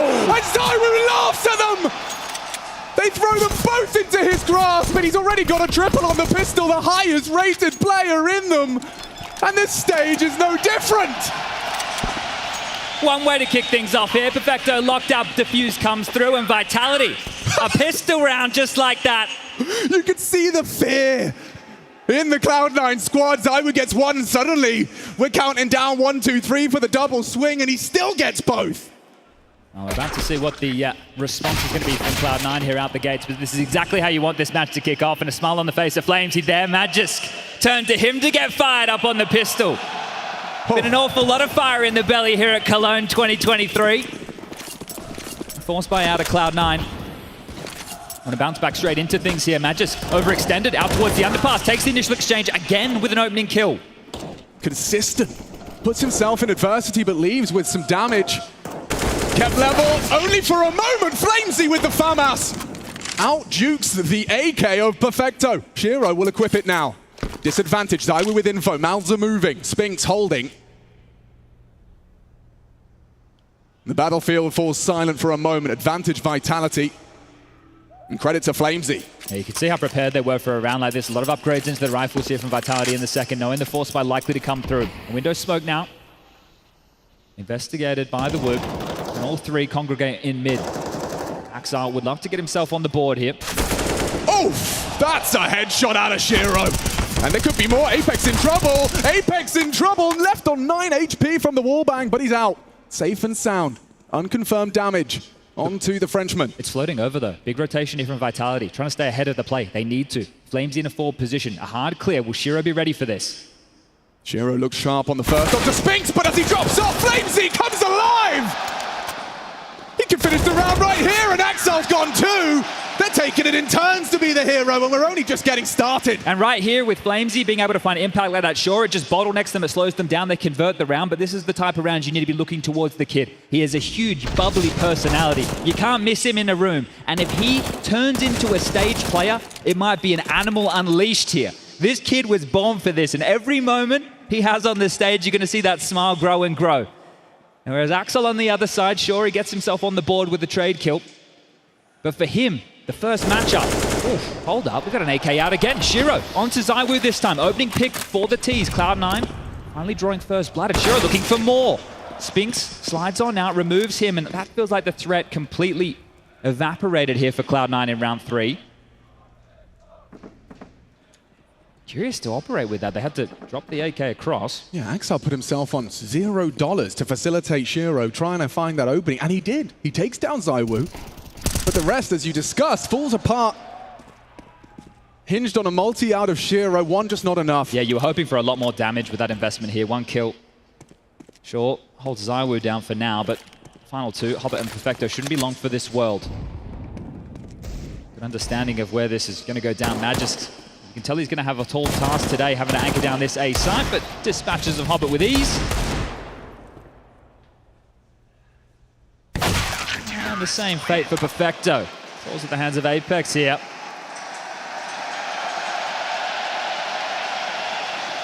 Seems to be a popular sentiment around these parts.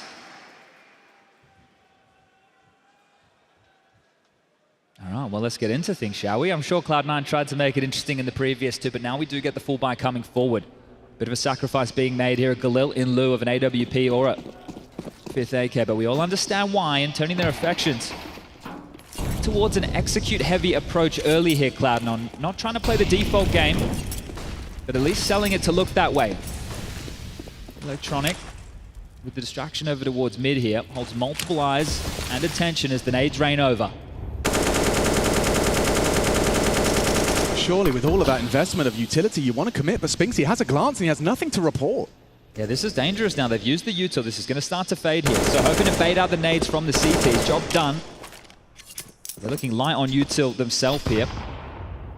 Now it's just going to have to be somewhat contact if they want to hit this site. Util being dispatched to Hobbit here. So retooling, with about a minute left on the clock. The decision from Electronic and Co needs to be made soon.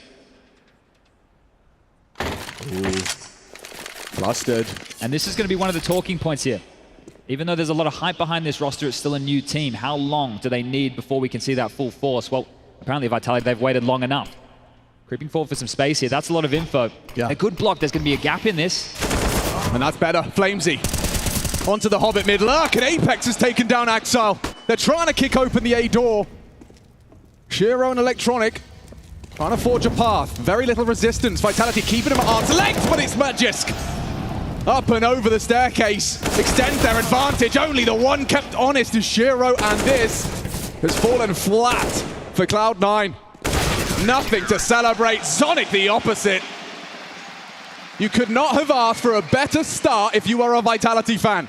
And seeing Mirage come in, this was one of the maps that they didn't have an awful lot of opportunities to play with Buster. It was just in their final game to get them through to the arena against Gamer Legion, and same with Inferno. Those two maps came up late for Cloud9 throughout their group stage run. They didn't have to show their hand on a lot of maps. The problem for them is, even though they were playing with Buster, they were getting LAN reps on Ancient, and that's the permaban of Vitality. So the map that they're most practiced on is this team, or the closest complexion to in a LAN environment. They couldn't go to that comfort zone. It was interesting to see them not pick into an Anubis, but Vitality also enjoyed that map. So you can understand the decisions in the veto, but I can't understand this calling early. Clearly something they want to try and target here.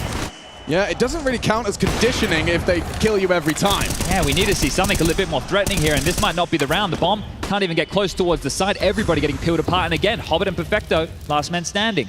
I mean, take this moment as we watch Perfecto and Hobbit try and maybe manufacture a kill, their dream of a plan. But take this moment to discuss that the conversation of Axile. No one has had to show up to a tournament and your first game with a new complexion of roster. You've only scrimmed with them. Your first official is in the Lanxess Arena quarter-final. There's two sides to this coin. One being, hey, you get to come in here with a team that... They still did it without you, just about. Yes, but the anticipation for this roster before was already huge. So going into the event, even if he was with them in the group stage, our expectation would have been high. That was alleviated by him not being able to make it. Now that he's here, the question is, okay, is he going to be swallowed by the stage, or is he going to embrace it? And right now, this early start for Cloud9, nobody showing up. Still no frags for Electronic, the in-game leader. As we're back into play, might have to operate with something a bit more default spready here.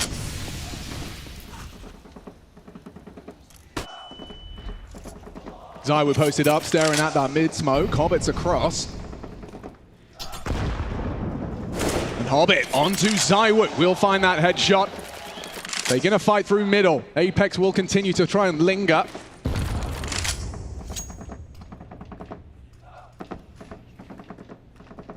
They've got a lot of space into the second letter. Bomb not with them, but Electronic is already taking kitchen control. As that con smoke blooms, surely this is their best bet for a round, not only with a man advantage, Jad, but look at Electronic's position. Yeah, are they gambling here for the retake, or are they just gambling to give this one up, hoping to hedge their bets? Well, either way, waltzing in for free here will be Shiro, taking his time, making sure all that corners are clear, but bomb will go down. A short plan established, and now Vitality know they're out positioned, but once you've given up the site like this, if you're going to operate with this type of a gamble, you're more than happy to concede the round. So a bit of a non-starter here, and not the most exciting way for Cloud9 to get themselves on the board, but it will be their first round here as Perfecto with an exchange, trying to make sure they can't save. Palace jukes up, Magis down, and more bodies being offered up to Perfecto. Ooh. Close. Close to another. 3 to save, and it doesn't look like Electronic's interested in letting Flamesy get away with everything. Hard adjustment for the Israeli. Yep, he's got two. Lined up. TK as well.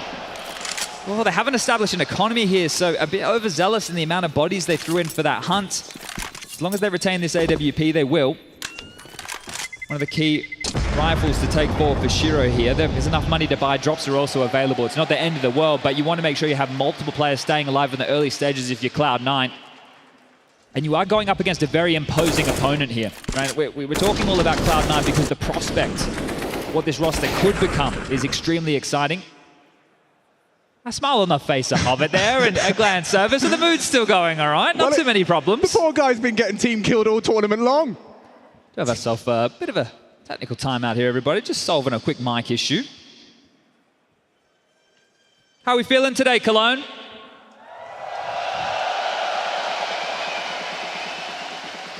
It still kind of blows me away how full we are on a Friday. I mean, we are up to the rafters with Counter-Strike fans here to witness some Counter-Strike history. Who's got CS2 access? Yeah, That actually sounds about right. About 3%? Yeah. Okay, okay. And who's here in the Lanxess Arena for the first time? Wow. Welcome. I love that. Welcome. Welcome. Willkommen. Okay, we're back, baby. Problem solved. Did I speak too soon? No, it's a tactical timeout now. A discussion to be had by Cloud9 here. Well, let's recap what we've seen. A lot of A executes. Yes, AXX, AXX, and then they win the round on B. I told you, conditioning, Chad. There you go, it all worked. It was all part of the plan here, but that's going to get them going in the early stages of the match at Counter-Strike. So plenty of time to pivot here. Pick this map for a reason. Let's get things back underway. And now the B bomb side, you've got Flamesy playing over there alongside of Spinks. So there's questions of, do you want to try and isolate mid, which is where Apex is playing over towards Connector, right? There was a whole conversation about how Flamesy's going to fit into the team, where he's going to hold. Is Apex going to take some of those more in-game leader style positions? Well, apparently not. Flamesy's been tasked with, oh, hold up a second. They're trying to make a little bit out of the box here. If I was AWP, towards one of the extremities to lock down a site single-handedly. Allow them to play 2-2 for mid. Oh, they might get early answers. I don't know what their Q may be, but they are investigating early towards the ramp position. Understandable, considering what we just discussed. Look at the angle by which Axel's holding for that push, though.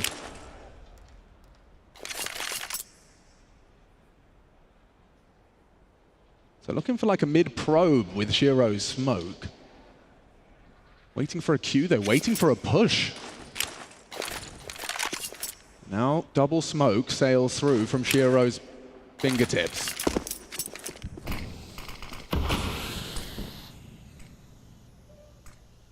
Magisk and Flamesy looking for answers, but it's dead silent.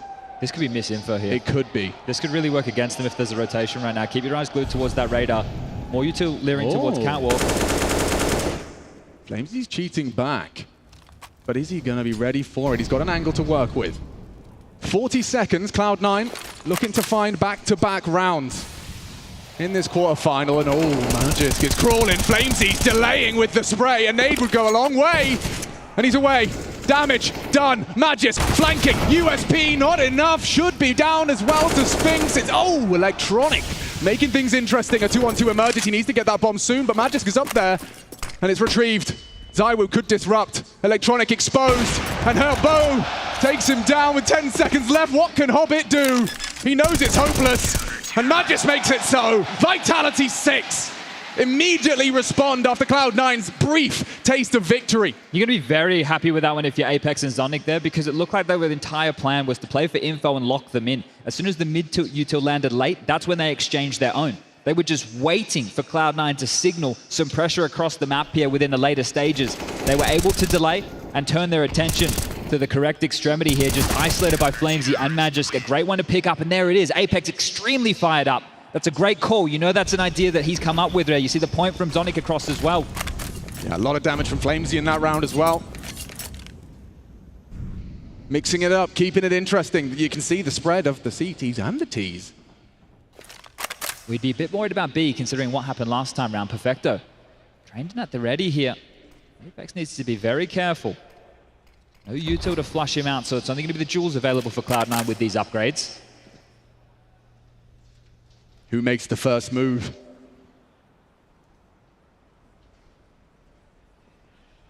Electronic.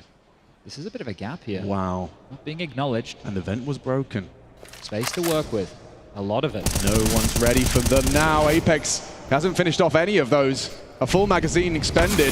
And now from behind they strike. Cloud9, they poke. And they rip apart this defense. It's only Magisk on the A side. ZywOo's rotated through, but Electronic, he catches ZywOo. Perfecto good for it. And what's Spinks to do from the B site? He gets the first, sure, but Perfecto and Shiro looking to lock this one down to secure number 2. He just picked up an incendiary here. Kit should be available. There's a kit right in front of him. Shiro tagged up now. The nade. Oh, he's going to catch it right on his nose. Shiro's gone. Spinks, can he come up clutch? Perfecto on the bench, good for it, holds his own. Holds his nerve in an exposed position, takes that duel, and Cloud9 will leave with their second. Yeah, that's why we got Perfecto in this team to close rounds down exactly like that. So huge from the Clutchmeister right there. And that's the perfect opponent to do it against, a man that you're hoping to joust with in these late stages.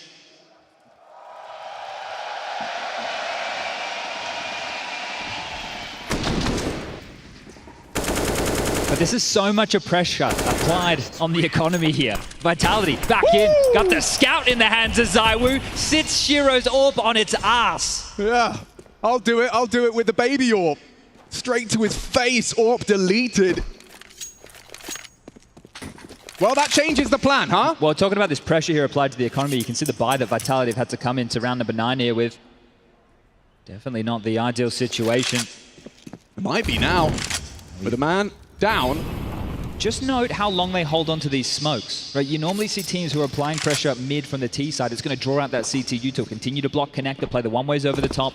Yeah, that's not the case for Vitality. And now together, grouping, playing for information, staying active. And this is one of the things that you were telling me is a marker of a Vitality CT side. You don't want to allow a team like Cloud9 to be able to set up either. So by going for plays like this, you're able to force this default, which you now know has holes in it. They're down a player. There is a gap, and they have found one of them. Ooh, or have they? Axel, this is some serious awareness. Attending to the potential, but Flamesy also on the jiggle, gets the info. He's making Axel look foolish with an MP9. Nade first, and finally Axel leaves with just 6 HP. Important kill for Axel there. You can see he's wobbly. Discussions about nerves on the stage. First match under the big lights. In the big crowd, they're coming for Spinks, and he doesn't feel an ounce of pressure. Smoke, reposition, aware. The potential! Oh, wow, that's a quick headshot back. Perfecto. Time's a problem now. Yeah, he has the bomb, and he's caught another from the deagle of Apex. ZywOo's scout started this. It could finish. Look at their HP. 10 Apex, seconds. He's taken down the bomb. He may have won the round.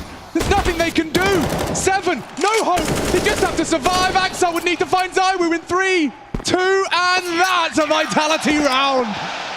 Right down to a one-on-one with scraps of health. Absolutely ground them down there, didn't they? Just held them at bay at arm's length. That opening frag made such a big difference. You're looking for the... Mein Deutsch ist nicht gut. He's working from home. Ah, das ist wunderbar. Yeah, man. Hey, they just held them at arm's length there, didn't they? It was so jarring with that time. Just siphoning through the clock, it felt like Cloud9. I bet their comms were hectic throughout. When this is the thing, you lose your AWP, who can establish you a lot of map control early. You can't just park the bus and allow him to hold an angle. So Shiro removed it. Hurt them an awful lot in that round as Vitality are the ones to take a tactical timeout here. Is that their first? That's their first. Things have been going so well for Zonic and Co. This has not been a necessity until now. 5 round the difference.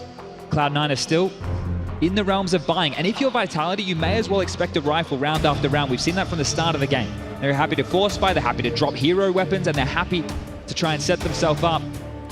Another hodgepodge purchase. 3 AKs, a MAC-10, a scout for Shiro. Let's see how... We're into round number 10, and both the AWPers have scouts. I told you, every game of Counter-Strike is a little bit different. A unique slice of Counter-Strike for us all to indulge in. Feels like Cloud9 are very light on as far as the playbook is concerned here. Late defaults hoping to be able to squeeze into sites late after finding picks, and now just leering out towards A. And Magisk, another opener. He has no issues, and in combination with Apex, the round feels almost done. That's Axel's 4th opening death in 10 rounds of play. And in stark contrast, Flamesy, he's 3-0, Magisk 2-0. Between the two of them, yeah, 5 rounds have opened up with a Vitality frag. They're not making Vitality squirm too much into these decisions, right? They've definitely been able to limit them and have close rounds to keep the finances tight. But in terms of, hey, where are we coming? It's felt more often than not, other than the round that they gambled away from that B site, that Vitality have been reading the play. So they are 1 or 2 steps ahead of Electronic and Cloud9 right now. Well, they'd have to do something special in this one, Chad, for me to get excited for Cloud9. Gonna get tossed around, torn apart through the smoke. ZywOo switched on today. This just feels limp, and again, they're just reading the play here. Look at the rotation. Apex is having no issues. Spinks is already here. One's out, though. Maybe there's something to be said. Can Axel have some impact? Ooh. That's a snappy Tech9 headshot. But it's all for naught, unless that Deagle or Tech9 from these remaining 3. Unarmored. And he still gets a headshot, 2 from Electronic. He's got Kevlar and a rifle now. This feels a little different. ZywOo and Magis to try and keep the win alive. A tag still from Giro's Tech 9, an even exchange. Electronic knows he has to be the hero here. Or not. Giro's done some more damage and Electronic swings out. Doesn't know where the last is coming from. Magisk trying to hold his nerve. He's got time as he got the Electronic! New in the colors, but breathes life into Cloud9's Mirage. Looking like a man recharged, a man that we've never seen before. Out of Na'Vi into Cloud9, smiles on the face, the attitude's there, the fire's there, and now a stunner. What a massive round. He was the only one that could do it. 1 is crazy, 2 is ridiculous, and then winning the round with the recovered rifle as well. You could see how uncertain he was. He had no idea where Magis was coming from. I think the teammates were firing in. You heard the flash. You know where he's coming from. Steadied the aim and got the job done. They can run with this now, Chad. Vitality, they're wobbly, they're battered, they're bruised. And this could be the difference maker. They are armored to the teeth, geared to the 9s, and Axel looking away, wrong way! Vitality takes down 2. Giro gone, Electronic the same, and this is limp from the T side. The rounds that Vitality are picking up, they're able to just swat them away. Multiple kills, not looking in the right direction. Cloud9 have to fight tooth and nail. And Hobbit goes down as well, just ready for every duel. Magistrate's his head off, and now it's just Perfecto. Oh, and just as he unzooms, still nails it with the quick scope. Not known to be an AWPer, and oh, some housekeeping. Yeah, seeing if he can throw that one away. Don't let that get into the hands of ZywOo if you can. Perfecto will find his AK, still has plenty of time on the clock. His bigger issue is Magisk and Spinks right now. They'll cut him off at the pass. And that bomb currently not in their line of sight, but it's about to be. Yeah, and that's going to make things even more difficult for Perfecto. Yep, hey, Magisk mouth are moving. Information flowing for Vitality.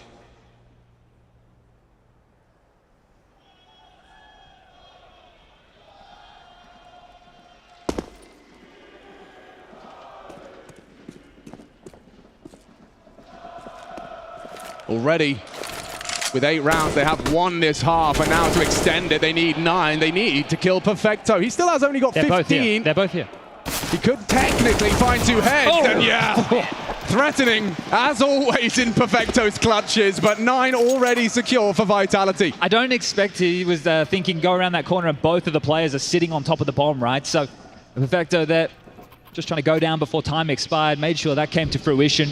And this is it again. They're just trying to walk out on contact here. And you mentioned Axel going down time and time again. Not great for him on debut. We knew the nerves would be a bit of a factor here. He seemed like a bit of a non-factor so far, but this is the T side. This is them on the attack. Let's see if they can muster together 1 or 2 more before halftime, because Vitality are looking much more dominant in the rounds they're able to convert here. Well, that's for sure. Electronic the exception. Oh no, have they lost a smoke? Got it. Been happening to them all over them. But just look, Vitality aren't stressed. They're not worried about fakes. They're not addressing to anything too crazy. Peeking out a Mac 10 to the head. That's something. What is going on? ZywOo, he's surely a dead man. Look at his HP. Team Flash getting awkward. Hold on, Axel's into the site. Half health, sure. Good spray from Flames. He's still got bullets, but the flash is perfect. They're going to run him down. ZywOo still contributing despite that low HP. Perfecto finds the penultimate frag, and it puts it all onto Flames. I feel like this has to be a bit of a save situation here for Flames. $0. Yeah. He would love to give this one a crack, wouldn't he? Clutch on a big stage like this, but the decision and the call should come through. Now, that was a big impact from Hobbit through middle right there. Axel and Perfecto both contributing as part of this. And if we talk about the way that they're at least attacking in a round like that, they're seeing if they're playing aggressive middle. They're luring them in, and they're fortunate they got that kill. If Hobbit doesn't get that kill, there might not be as many eyes over towards the mid corridor, and then they can't just waltz out on towards that A site. You saw how well the up-down smokes towards stairs and jungle worked. But very just simple Counter-Strike from Cloud9 here. And I think that's one of the keys. They don't have to play anything too fancy. Well, consider how little time they've had to develop the nuance required for fancy. So after time. Okay, well, Flames, who will get to hold on to his rifle there. Doesn't go down. Something for Vitality to carry through here into round 14. Yeah, it's something, but it's not much. No, but it's been spotty for Cloud9. It hasn't been consecutive rounds here. They've only been able to just dot them across the round timeline throughout this first half of play. But good impact considering the finances, and both of these teams haven't really been able to build a big bucket of cash in this game. And again, scouts to signify exactly that. Apex and ZywOo wielding those. If he gets another one with that scout, look at this buy. Vitality, this would be full-on thievery to take a round with what they've brought in. Well, this is the difference between a 11-4 half and maybe a 9-6 for Cloud9. If they win this round, finances very light on. Oh! Excuse me? Just the rule breaker. I thought we nerfed the jumping scout. Yeah, I don't think ZywOo got the memo. Nice adjustment. I don't know if Electronic's looking for this. Not looking. And Flamesy contributes. That's that AK set up for success. Team play from the Israeli duo. And we've seen them lose picks before on this T side. They've just limped into action here. Staying silent about this. Shiro has an awful lot of space to work with, but he's being tagged as well. Oh my gosh. All of these scouts chipping away at Cloud9. They're limping and walking a little funky, a little wobbly. That's a miss. That's a tag. Perfecto, though, with 2. Zips up the body bag and stabilizing into this round. Now, there is damage done. That scout, that deagle, lethal miss shot. Hobbit profits. Can Flamesy have a second bite of the cherry? Perfect flashbang. And a nade for good measure. How is Flames still alive with just 12 HP? What's Spinks to do as well? Yeah, get out. Hold on to what you have here. All of that damage, all for naught. There might be another gun that Spinks can pick up towards mid here, but trying to take a jewel and wins it. The deagle does get him something. But now it will just be Flamesy to hold on to this AK-47 yet again. So there's 5 for Cloud9. They've whirred into this half. They've had to work quite difficult to get into things. Perfecto, they bowed them out with the double from Palace. Without that, they saw so much pressure, and you're talking about the tags. We can reflect here at the end of the round just to see how low can you go. Well, Axile down to 18. Peppered up, but not enough. Yeah, it was that double from Perfecto, the difference maker. Now do we see a pace change out of Cloud9 here? They know they've got them on the ropes. They know they don't have a whole lot of weapons to work with. You know that Yuto's going to be light on.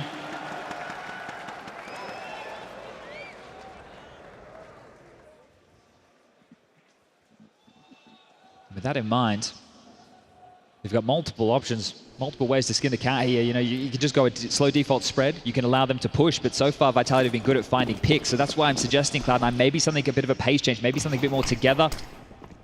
And this is it. 4 out mid. Oh, and Flamesy. He's been spotted, but the flashes keep him safe. Power position for him. That might delay this mid crawl. Chip damage. Unconfirmed, but Apex swallows it.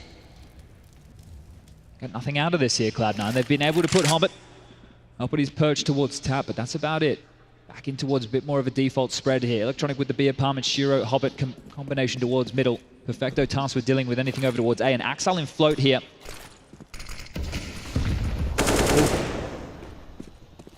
Both poking.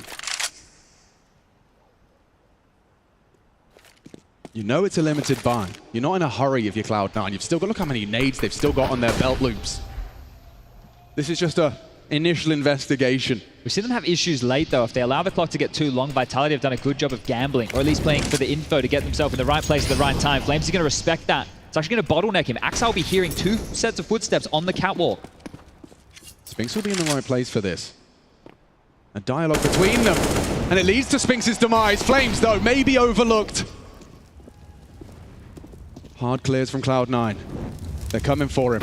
Flamesy catching a timing upon the descent. Shiro doesn't know. Okay, ZywOo contributing, and the spray connects onto Hobbit with just 6 HP. That bomb now loose. Now the molly's finished off ZywOo, but Electronic, his flank does nothing. Apex aware of the gap, but it's Flamesy still racking up headshots. A second, maybe 3. Hobbit with 6 HP, 1 on 2.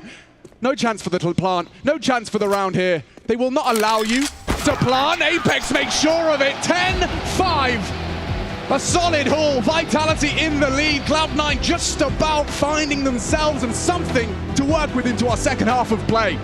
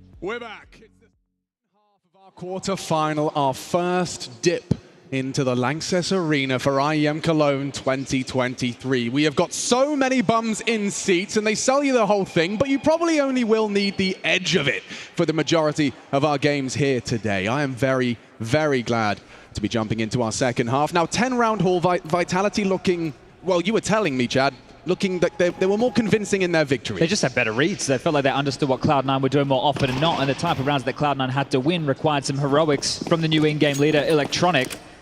Shiro also hasn't shown up yet here today in the Lanxess Arena. 3 kills so far. Would love to get him on the board, and the pistol round would be a great way to kick that off. Oh, perfecto. Yeah, he's got to get out of dodge on that one. Shiro is pushed up. Now noted. Committed. Yeah, full commit to that. This means he's going to need Electronic and Perfecto to hang around. This makes the extremities in the interim a little bit weaker. Hobbit as well as Axel are those two individuals tasked with the A and the B bomb sites here. Vitality want to really deal with Shiro. They can't leave him here. Smoking regardless of Shiro's forward position. Or maybe they can. Path of least resistance, why the hell not? And look who it is waiting on this bomb site. No support, fast rotation, not going to be fast enough. Widely regarded as one of the most proficient mechanical riflers in this video game. He's on his own. And Axile. Hands, flames, a quick bullet between the eyes. Hard to track for the second. Well managed by Spinks and the Glock. Electronic next on the scene, but that bomb now ticking. Oh, and Shiro. Precise headshot onto Zywoo. He has nothing to do, but they triple swing into Perfecto. And Shiro coming to ask questions of them as well. Spinks is doing an awful lot. A double kill as well. A 2-on-2. Bomb ticking away. Perfecto next, down, and Spinks to close. And that must feel fantastic. Just 5 away from taking away their pick. Cloud9 picking Mirage and now down in the dumps with 5 rounds to boast. Both pistols here. Both pistols in the favor of Vitality. This is the recipe for success. It felt good. Axel got the necessary kill. You're thinking maybe it needs to be 2 because he's the only one on the site. But once Zywoo on the lurk, on that flank, gets removed, you think they can just turn all of their attention. It wasn't together. It wasn't crisp. And Cloud9, they've got to stomach another pistol loss here and concede 12 rounds. This is them just operating on the lightest of buys possible. A little bit of util invested upon here, but that's all you have to note for Cloud9 into round number 17.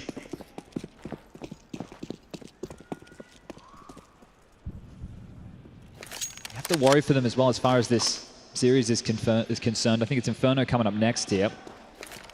And that was a map that we saw Cloud9 with Buster play against Gamer Legion, and well, maybe one we'd rather forget.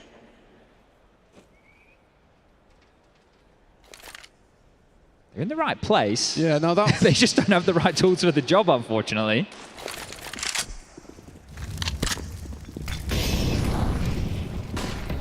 Flames.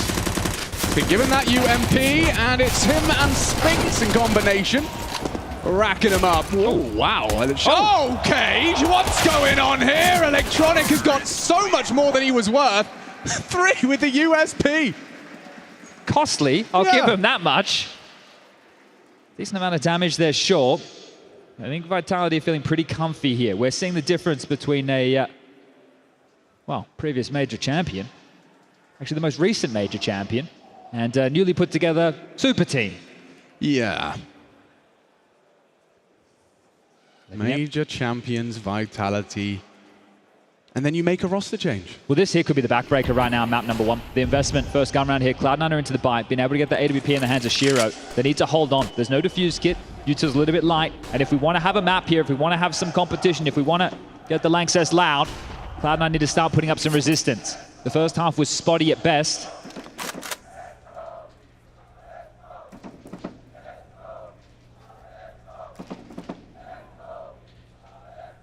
It's very fluid. Look, they're constantly moving together, right? It's not like Apex is waiting for his players to just go for fights on their own and then make decisions. He's constantly corralling them. All right, we're here, we do this together. We didn't get the reaction we wanted, maybe we did. Let's keep moving. They're just as a unit right here, Vitality. It's not just pack roll, it's not 4-1, but it's definitely well thought out. And Apex has a clear idea of how he wants to finish this round. Yeah, it's always been a signature of his Apex calling, from entry fragger to leadership to winning a trophy. A major trophy at that one. And Magisk, he draws first blood. Shiro gone.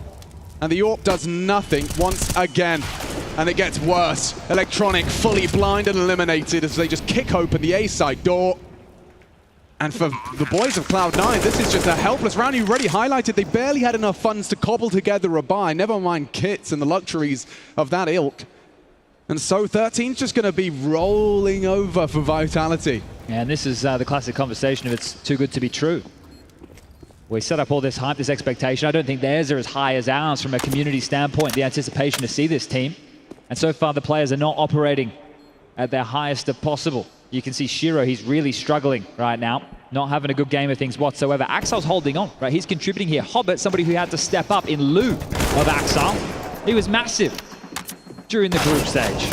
Yeah, and to just explain a little as to why expectations were so high.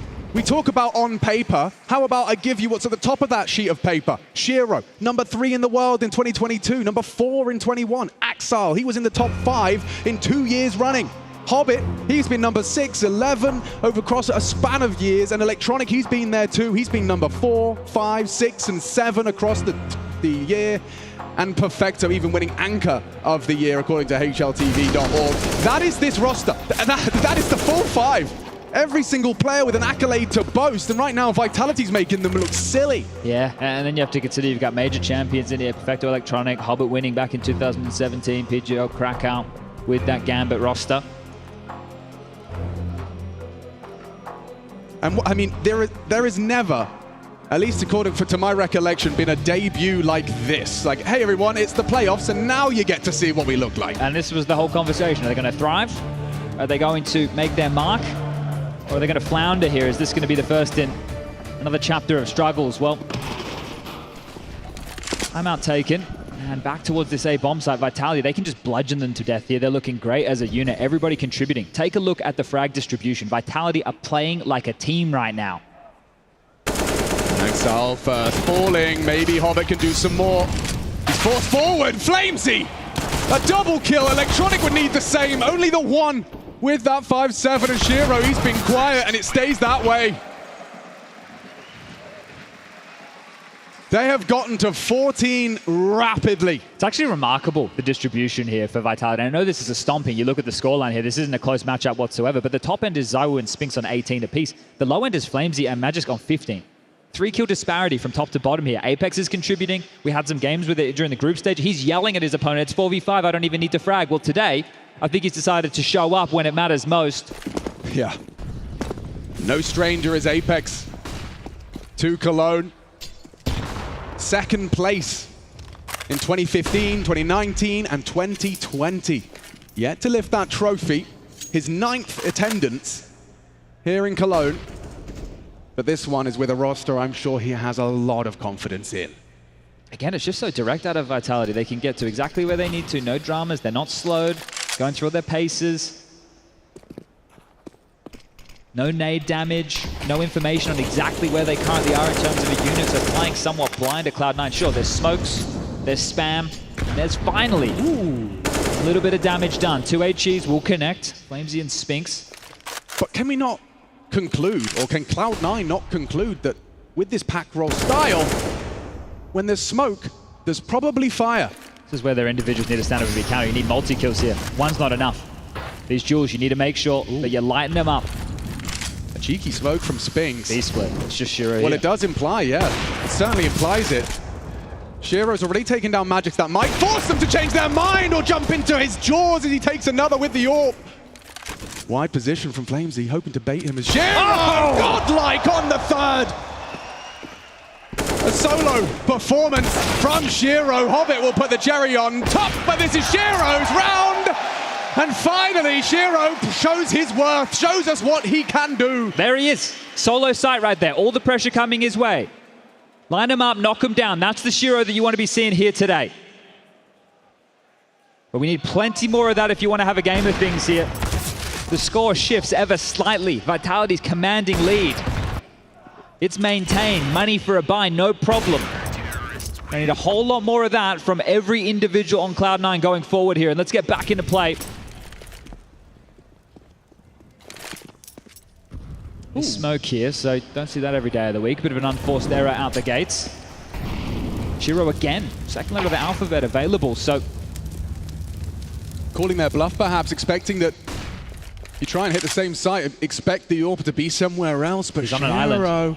Alone, and it doesn't matter into ZywOo first. Do they call it off or do they go for this? Apex doesn't have to throw his teams into the lion den here. Flamesy's got the space, was spotted now, can't get it done. Big from Axile as well, a two-man advantage for Cloud9. In the 11th hour of their map, Pick and Shiro leaves with another. Still the bomb site lost though, they will get that bomb down, a 2 versus 4.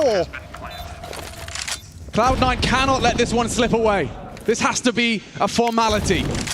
Apex, proactive. He's going to push. He's bringing He's going to push towards Cloud9. Do they overlook it? No, spotted out. Repositions, trying to delay. Spinks as well. Finds his final position, and it's Hobbit good for it. Spinks would have to do something ridiculous as 3 barrel towards him, and Perfecto set for success as Cloud9 will make a 7th. And with these 2 rounds back-to-back, Chan, I've seen just enough to expect a closer scoreline at the bare minimum, a competitive game at the high end. But this is where Cloud9, a team who, sure, it's some big names and names that we love to watch, don't have an awful lot of big stage experience. Sure, we're talking about the trophies and the accolades, but in terms of being in an environment like this and being able to convert, that's something that has eluded the majority of these players. So when you have a Shiro, you have an Axile, and they are meant to have such a large output, we need to see if they've got the gusto to give us a comeback in an environment like this. Maybe this is temporary. How far can they really push the issue here? 7 more rounds necessary to tie things up, and an opportunity now as Vitality will have to stomach something a little bit lighter here. But Shiro again, they really don't want to let them into B. And what happens when he gets this again? Surely you feel like you're banging your head against a brick wall. Flamesy this time, Shiro's first victim. They're feeding him now. You're giving this kid confidence. We were talking about how 3 or 4 kills not that long ago in the last 2. Been able to find some big contributions here. Well, that's that X factor of having an AWP player like Shiro.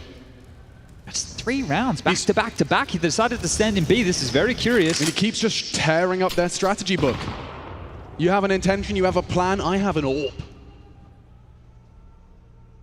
ZywOo has an AK. And Electronic turns his back. ZywOo demonstrates his prowess. Spinks with the deagle, not so lucky as Axile's double has likely secured the round. Yeah, look at the damage. Perfect from Axile. That's his round with the triple. His first heavy contribution. Here's a theory. Maybe they wanted some more CT side rounds to allow him to warm in. Yeah, it was all part of their master plan. Wanted as many rounds as possible here on the stage, huh? Well, that is a big one to win, and it's finally put a bit of a dent in the finances here. I'll take it a level further, Chad. Psychological. So, yeah, the psychological warfare. They know Apex likes to wear his heart on his sleeve, likes to go through the full spectrum of emotions. Well, why don't we give him 14 and then watch as he helplessly witnesses that gap close. Pressure's on Hobbit here over towards A. See Cloud9 exploring across the rest of the map here, and it's very, very quiet. Deviation from the norm. Oh, okay, hold up a second.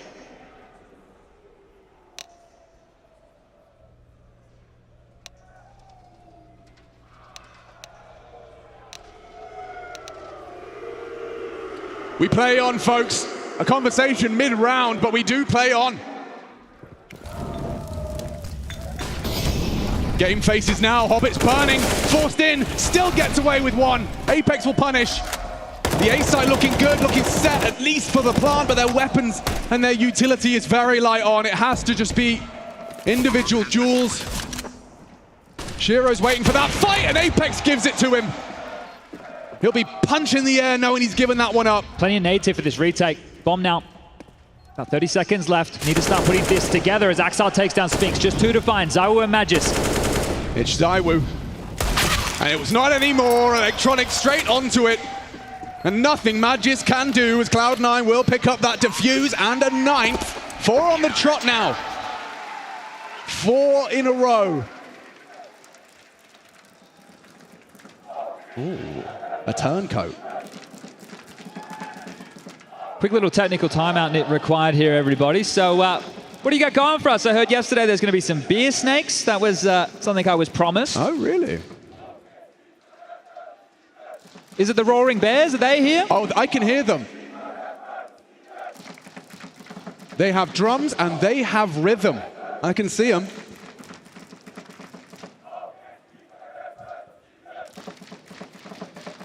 Keeping the energy up. We got Heroic versus Astralis a little bit later today. We got any Danes in the house?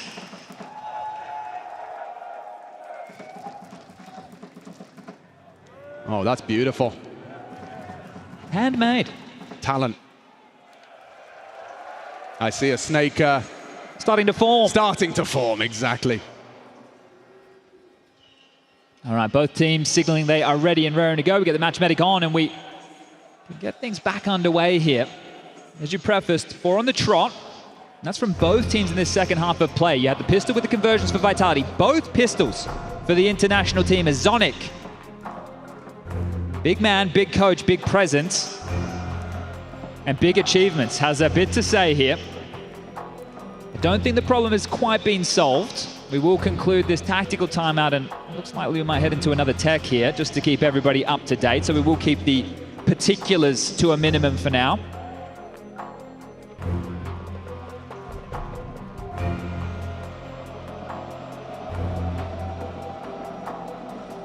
I see fist bumps being exchanged.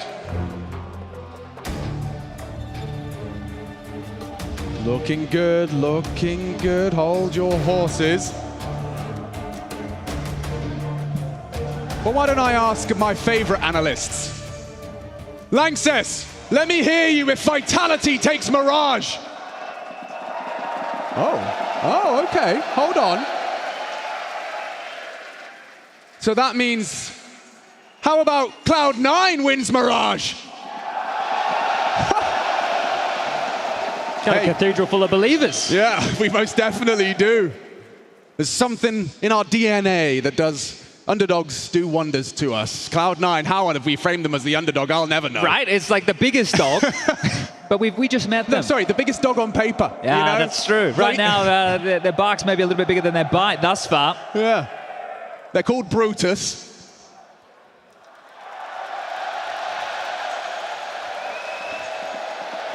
But they're really a sweetheart.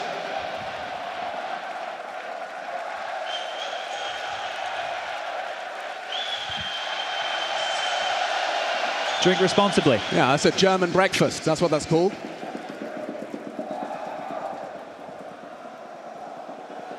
Well, we've got some good news. Problem solved. Back underway. Here we go. 14-9, round number 24. Will this campaign of Cloud9 continue here? Will Vitality put a silence and a stop to this and take us to Inferno? Quick, smart. Guns are out for both teams. Zywoo and Shiro. AWP's equipped. Oh, and an interesting ploy. Out of the gates from Electronic. Now Shiro eats that flash, but gets away from the spray from Flames. An activation and a head-on collision of leaders as Apex has taken down Electronic on his walk. Aggression punished. And Apex, he is at the top of the scoreboard alongside Zywoo and Spinks right now. Someone from Cloud9 has to respond here. 4v5 down a man, they need to fight. Who is it going to be? Look at this. Posturing. Axel, the one to do it. From the short side, and Shiro will rack up another as well. Looking for info, looking for another scalp. The Vitality, operating at a man disadvantage, will look to regroup. It's just got very static here for them. Apex getting that pick, though, hopefully waiting for the regress. You see Spinks get caught off guard, not ready for that fight, probably wanting to get out of dodge. Between two mines here. So 2 frags back in the favor of Cloud9, a one-man advantage. And with Zywoo still alive, joined by Flamesy and Magis, there is a real opportunity for this still. Window obscured. They might have to go in here, sneaky beaky like. Silence at a premium now. It's the crowd, they want blood. Well, it's coming, 30 seconds. Shiro might even make it over here in time as well. Oh, they threw the molly into each other. They've whiffed it through the Flames. Flames gets one, and maybe they can get something done here because Zywoo's in the clutch, but Shiro should have him.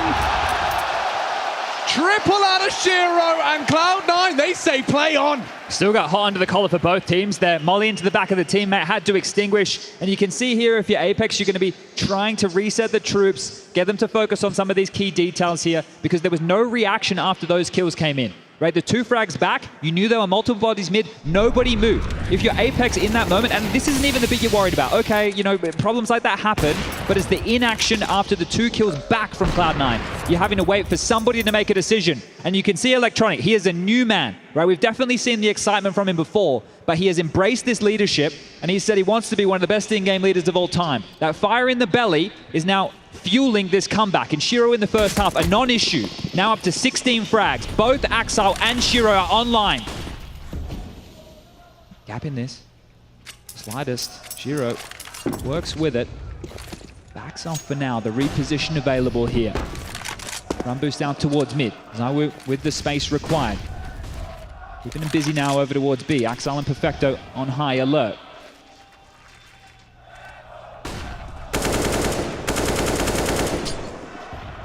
Big nade there, flak damage done to Apex. A follow-up as well, so just tickled. Dealing with Mr. Mattersclair towards the underpass. They're not playing for mid here though, Cloud9. You can see just this passive stance. They're trying to funnel them into either side. It looks like a B split once more. This time Shiro's AWP isn't home. Axile and Perfecto, the test is yours. Oh, and Flamesy's passing his with flying colors. Perfecto now knows something. They know where he is. Electronic from all the way on A has caught Apex. The tail of this assault, but it's Flames into the site. He's got his lineups. The flashes are perfect too. This is going to be a real mountain to climb if Cloud9 want to avert 15. Kits on the site, plentiful. But do they go for this? They're having a look, but Zaiwu, he repels the first look out of Electronic, and now, on their 6th time of asking, Vitality will find a round. And they've got Flamesy to thank on the way in. It doesn't look like he's a fish out of water here by any means, Flamesy. Some of his aim has been a little bit shaky, traditionally a bit crisper of a player, but the nerves are here for everybody. Ashiro hanging around to try and do some damage on the way out the door. Oh. And if you're a newer viewer, we call that one timing. Counter-Strike is full of it. Sometimes it favors you, sometimes it doesn't. Well, now it just got a whole lot more difficult for Cloud9. And the legacy of Pasha Biceps lives on in the Lanxess. That is some shot, isn't it? He had 2 targets as well. And he didn't fumble. Speaking of fumble, Shiro fumbled his util on the way in there, trying to throw that through the smoke, right? Didn't get his lineup so you can see some of these moments, these details that we see these players getting right more often than not. Wobbling here. Timeout to be called, the 3rd expended from Cloud9, and it might be the final opportunity for Groove to call this. Does he want to go back-to-back? He has the liberty to do so. Cloud9 are going to be cognizant that they didn't win either pistol. You know, this was a 14-5 game. Now the 15th has been secured. Is there any more fight in Cloud9 here on Mirage? Their defense has looked strong. It has looked stalwart. But it has to be perfect from now on. And Flamesy is going for an early fight. Electronic eats the flashbang. Spray is a bit messy, but the headshot's found, and Flames falls to his namesake, the Molotov of Shiro, to tie us up at 4 each. Ooh. Thinks better of continuing that fight. Axile hits the warning shot onto Zaiwu, and we look like we're going to be retooling for this upon the fade. Shiro doesn't hit the flick. And Hobbit's burning down. Apex will finish him off, and Axile's already low as well. It really does fall to Shiro if they want to commit. Big find. Zaiwu down to Axile in mid. Smokes are up. Shiro missing. Apex charging. Plan on default. Apex. Whoa, he tagged him through the box. Shiro, he's doing so much damage. Look at their health. Only one man slightly healthy. It's going to have to be Magisk. Maybe Apex and Spinks can just distract, contribute in any way, shape or form they can. A 3-on-3 for Mirage. Now Magisk is gone with this HP. They should be dead men. This should be Cloud9's round. Perfecto's there, does get the first, and he will ensure we play on. Labored retake right there. Wobbly from both teams. You can see the pressure at the moment getting to them here, but they get it done, Cloud9. Hobbit caught off guard, just completely smoked there. And Shiro with a couple of misses as well, but that util, you see this just landing. Oh, perfectly placed. Gets away! Yeah, and a moment sooner, that bomb might not have gone down. But holding on. Whew. And Apex knowing just how close they were to picking up map number 1 here. But Axel, we have to highlight him. 20 kills to his name. He's keeping up with everybody. This is his debut in the Cloud9 colors here with the new roster. A new team, a new smell, and he's up to his old tricks. The question with Axel was, can he come out of his shell? Can he flourish in the big moments like Shiro? In the last year, we've seen the development of this talent. We've seen Shiro become a player who takes the risk, who plays with confidence, who will shut you down. Axel, that same conversation has not happened. Mechanically a monster, sure, but he cannot grasp these bigger moments with both hands and change a game. This could be his chance to do so. He's contributing. He's doing what he needs to do for the team. He might be able to find himself a monster moment very soon because we're back into the bias here. Vitality take the timeout to talk this one through. Getting close now, just 4 rounds the difference, just 4 rounds separating us from overtime here. And the demands remain the same. Perfection asked of them, but look at this. Apex playing contact. Hobbit's got info. They'll have to adjust the setup now. Look at the space! Look at the headshot! Apex 21 and counting! As Flamesy's with him, even exchanges Shiro, a problem for them. Trapped on Tetris. Trying to bail themselves out, flash out Flames. He's not scared. Trying to make the space as they do actually manage to fall away, smoke, flash, and evacuate. Axel hasn't really moved a muscle here. Still playing off towards his position. Sound cues at a premium here. Rejigging the setup at Cloud9. There's so many unknowns. Where have Vitality gotten off to? We saw this one before and we're about to see it again. Grouping back up. ZywOo, Flamesy, and Spinks this time. In search of round 16 here. And it is really just Axel to contend with this for now. It's going to be way too late to the party, Alex. If this turns into a retake, it favors Vitality. Oh, he's given it the consideration, but still concerned about middle. Vitality are in. Axel now confirming his suspicion. This is scary, Cloud9! Impossible retake. What are you supposed to do now? The bomb ticking as your map hangs in the balance of just one man, Perfecto alone. Every second that passes a condemnation of your mirage. How does ZywOo and Spinks lose this? I just don't see a world where this happens. They'd have to really throw this one away. Look at the time. 16 is coming in Vitality. One step closer to the semi-finals. Flamesy's going to feel real good about that one. A great performance for the young kid. This is the stage that he's been dreaming of. Makes his way up to the big leagues with Vitality. And a statement 21 frags as a team effort from Vitality pick up map number 1. Cloud9, sink or swim now. Do or die now if they want a chance to voice concerns, to show us that we are not excited for the wrong reasons and the wrong team. It has to be the reverse sweep.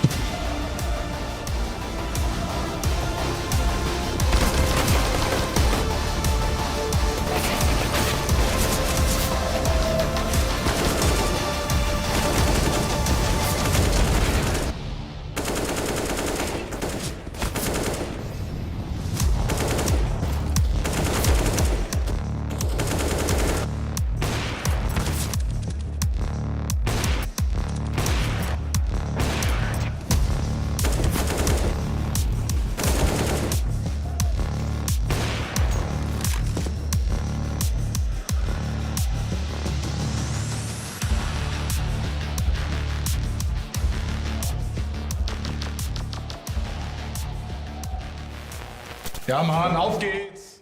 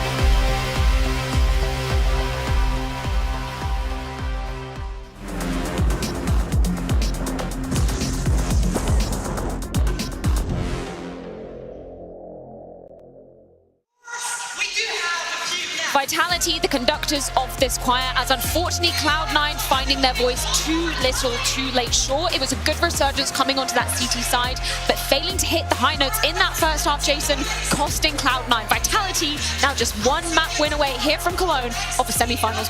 Yeah, it was a little bit of an awkward start for Cloud9. I really didn't enjoy the game plan they came up with. It was very slow, very not active on the map. The double pump in the first gun round to try and get into the A bomb site. Here's a big thing for you, because we highlighted Electronic and Hobbit as entry fraggers, as space creators. Electronic took one opening duel in the first half. Hobbit took, well, I think it was 2 for 4, he took 6. Axile was the one who picked it up. He was 1 for 5. So you had nothing to start these rounds for Cloud9, and Vitality chewed that up all half long. Yeah, listen, that cold start is the only reason why Cloud9 lost Mirage. As simple as it is. If you just look at the last few rounds, it's very clear that they've woken up and they were ready to fight. But I agree with you. I think some of the Cloud9 players, a little jittery at the very beginning of this game. You could see Shiro took a very long time to warm up into the game. And then I think Electronic found himself in a maestro position because he felt like he had to dictate what was happening. I think the players were not taking the responsibility. They weren't making the moves. And as a result, you end up behind the music. The numbers, they paint a very clear picture when it comes to Shiro. 3 and 13 on that first half. A non-factor, non-existent at all. But then he came to life. And I got hella scared. Yeah, I mean, you should. You could see he can power a comeback really, really nicely. But obviously, against a team like Vitality, you're not coming back that often. G2 was able to do it in the group stage. It wasn't going to happen here today. Yeah, should we take a look at one of the rounds from Vitality's hot start on that CT side? We've got round number 7, which just shows how much pace Vitality were able to dictate. Pace, proactivity, information gathering, all the themes, exactly. Assertiveness. I can use all of the thesaurus out there because round 7 is a very good example. It's about processing the map and coming to the right conclusion. Here we have Flamesy and Magisk, 45 seconds left, pushing onto a ramp, and then they know, they put the puzzle together that AFs, the A split is coming in, Flamesy is in perfect position, Magisk is already coming in the back, and then just from positionally speaking, you've completely lost the round if you're Cloud9. You feel like you've boxed in, Jason, you feel like you've been read. Yeah, and this is one of the issues that Cloud9 had in the first half. They tried to attack A in so many different ways. They have this round, this little palace walkout that they did. They had a fake execute into a delayed actual execute that failed. They tried walking contact up the ramp, failed. Vitality's A defense was absolutely fantastic. And you got to say, too, some opportunities for Cloud9. They lost that eco round, or that force buy round, right, to the scout of Zywoo, which was really, really painful. That was a chance to gain momentum. Cloud9's T side just fell really flat. It's actually admirable they were even able to get 5. Yeah, it's kind of crazy looking at the jitters from both sides of the equation, but one man we really got to give prop to, Apex, coming out hot on this very stage, and there's such a depth of history with him. He's been in a grand final not once, but twice here in the Lanxess. Lost out both times. He knows the pressure of this arena better than anybody. He's been on the bad end of a graffiti as well. He has indeed, yes. That peaks toward middle. Yeah, listen, if you're Apex, I think 2023, what you hope for it to be is Kerrigan's 2022. That's what we're talking about. We're talking about a man who in 1 year could grab some of the most impactful, meaningful titles you've ever had in your career. Major, Cologne is on the same line, and I think he was instrumental in this game. Honestly, as a captain, you have the duty to put your players on track. You have the duty to showcase that insurance, that assertivity, proactivity we were talking about. And hey, some of these highlights are on the CT side. He had a bunch of multi-kills, I agree. But if you're looking on the T side, when Vitality started to really shit the bed, that's Apex who's running first. That's Apex who's creating space. Here, some of these examples, 14-9, entry kill onto Electronic. He was finding these very impactful kills. Bro, I don't even care what side of the map it is. Apex over 20 kills. You're taking that all day, every day. You're taking it to the bank. That's wonderful. And look, I mean, it's not even just, there was another player on Vitality that stepped up massively. It wasn't just Apex, because one guy, with Axile's return, we didn't really touch on, Flamesy, having his first kind of big stage debut.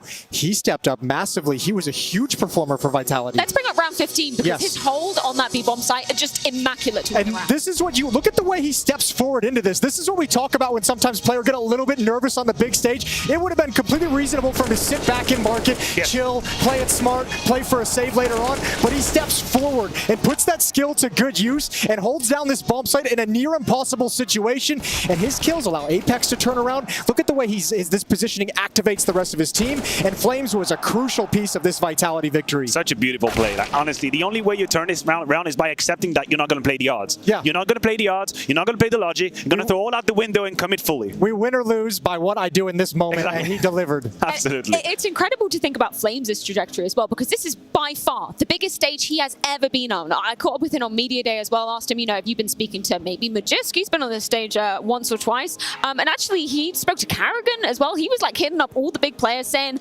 how do you prepare for a stage like this?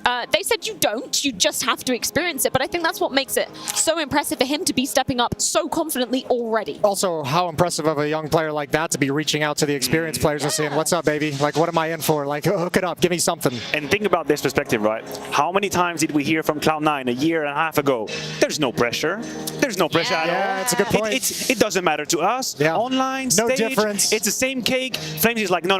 Like, I realize, I embrace, I accept the situation. I acknowledge this is going to be hard, you know? There might be a bit too much sugar in that one. It's going to be hard. I like that he's going up and really ahead of that pressure, and he takes it in, acknowledges it. Give the cake respect that it deserves. Respect the cake. On the flip side, obviously, we did see Cloud9 trying to take their bite out of this monumental cake on that second half. Sips out of their fingers, right? Look, I'll say this. You have to imagine the group stage for these teams coming into Cologne that made a roster change was invaluable. You get to play through struggles, you get to play through obstacles, you get more time in officials with the new players in your roster. Cloud9 didn't get that. And that's not an excuse. Axel had a great game, Shiro had a slow one, but you could see some of the differences. And you got to hope, if you're a Cloud9 fan, really what you want to rely on here is you say, that second half team on Mirage, hopefully that's the one that carries over and starts Inferno that way, because that second half Mirage Cloud9 team was scary. It sent a really horrifying message to the Vitality fans out there. I think we have round 24. We can show you guys some of the mishaps that Vitality have fallen victim to towards the end of that half.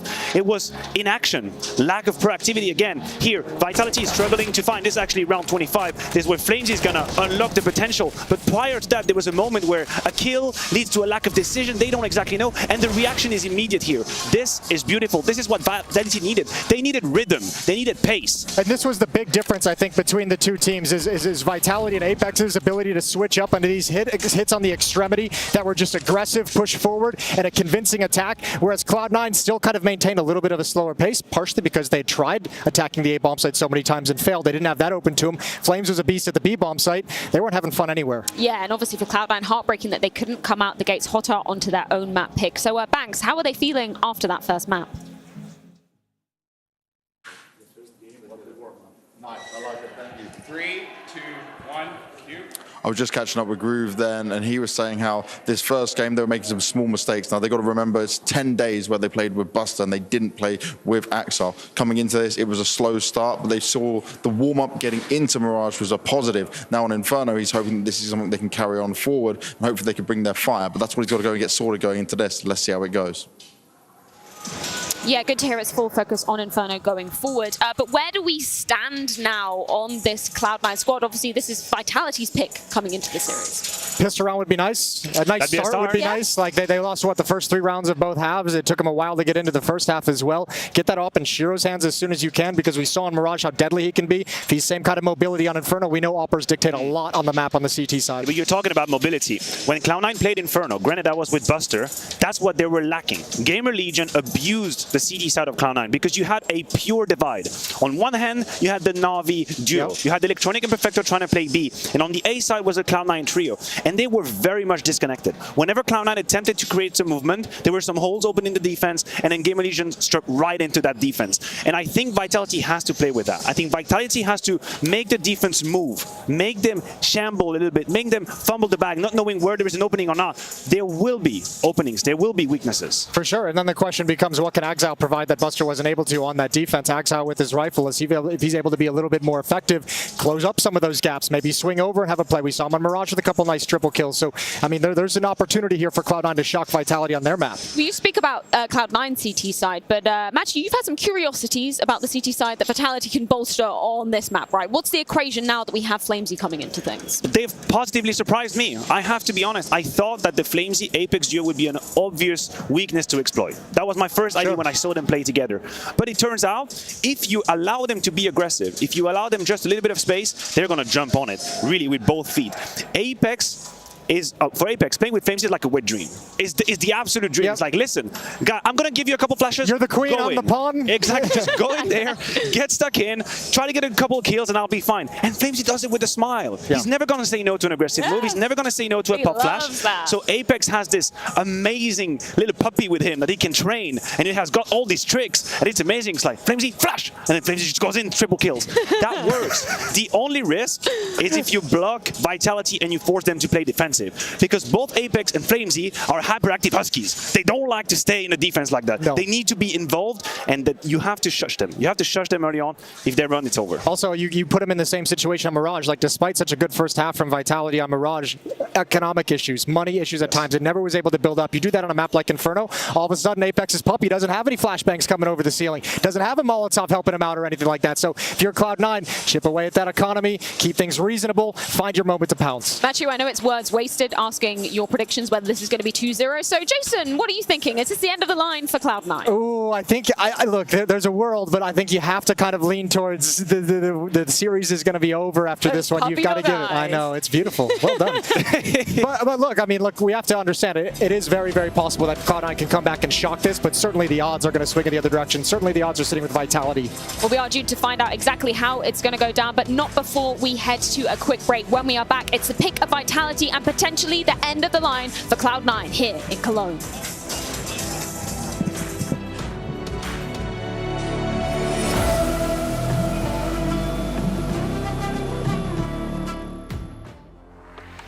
The in-game leader, architect of every move and every win. The entry fragger, fearlessly leading from the front. The opper, the deadliest of them all. The support, the true difference between winning and losing. The lurker, everywhere and nowhere, patiently waiting to strike. It takes 5 champions to win. Which one are you? It's time!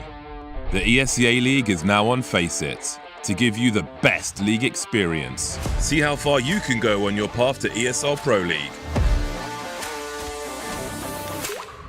Join the world's most competitive league now on Faceit. Win your share of $214,000 in Season 46. Don't miss out, register by August 10th. Sign up today at faceit.com/ESEA League.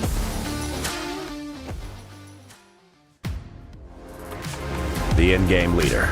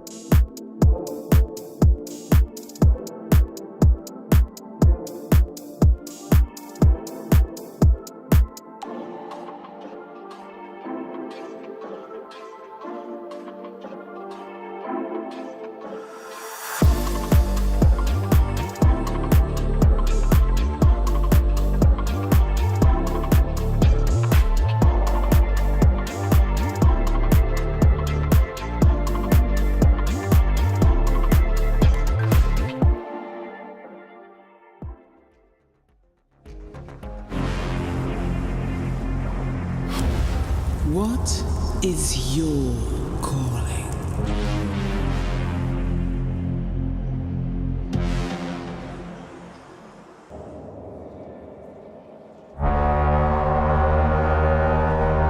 Reigning major champions. One map away from a semi-final berth to meet ENCE. Picking up where they left off before the player break.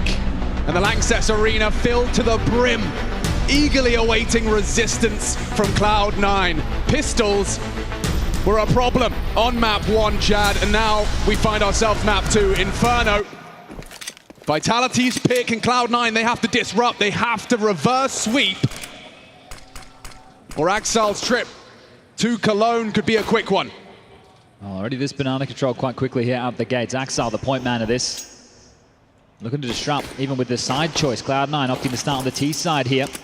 Util raining over towards the B bomb side. Apex with Util at the ready and Magisk in combination, but both players vision obscured for now. He's got more where that came from. Nade could be well placed and just a bit of chip damage. Axal's already cleared the back of the site. Electronic has a re-smoke here for CT spawn. They can lock them out here. There's a kit in play on Magisk, a smoke and a flash available for Apex, but the bomb goes down. 5-on-5 retake. Hobbit is loose. He's in the wind.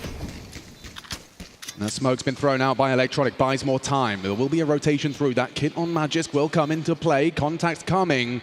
And so is Hobbit. Apex flash through. Boost over, connects onto Axile. Perfecto on the pull, the next target, I would say next victim, but Shiro has hit all of the shots, and it's Hobbit and Perfecto for the cream on top. That's the way to kick off this half here for Shiro, to kick off this map for Shiro. And that's the beer snake we were promised. So a pistol for Cloud9. And a beer snake for the Lanxess. Oh, well, this is a better way to start your campaign here. A P250 in the back of the site, mowing them down, and Hobbit's flank even comes into play here. The last piece of the puzzle. This is what you're looking for with the T start. Now, if you can deal with the force buy back from Vitality, you set yourself up pretty here for a 3-round conversion. What does the international squad have to say about this one?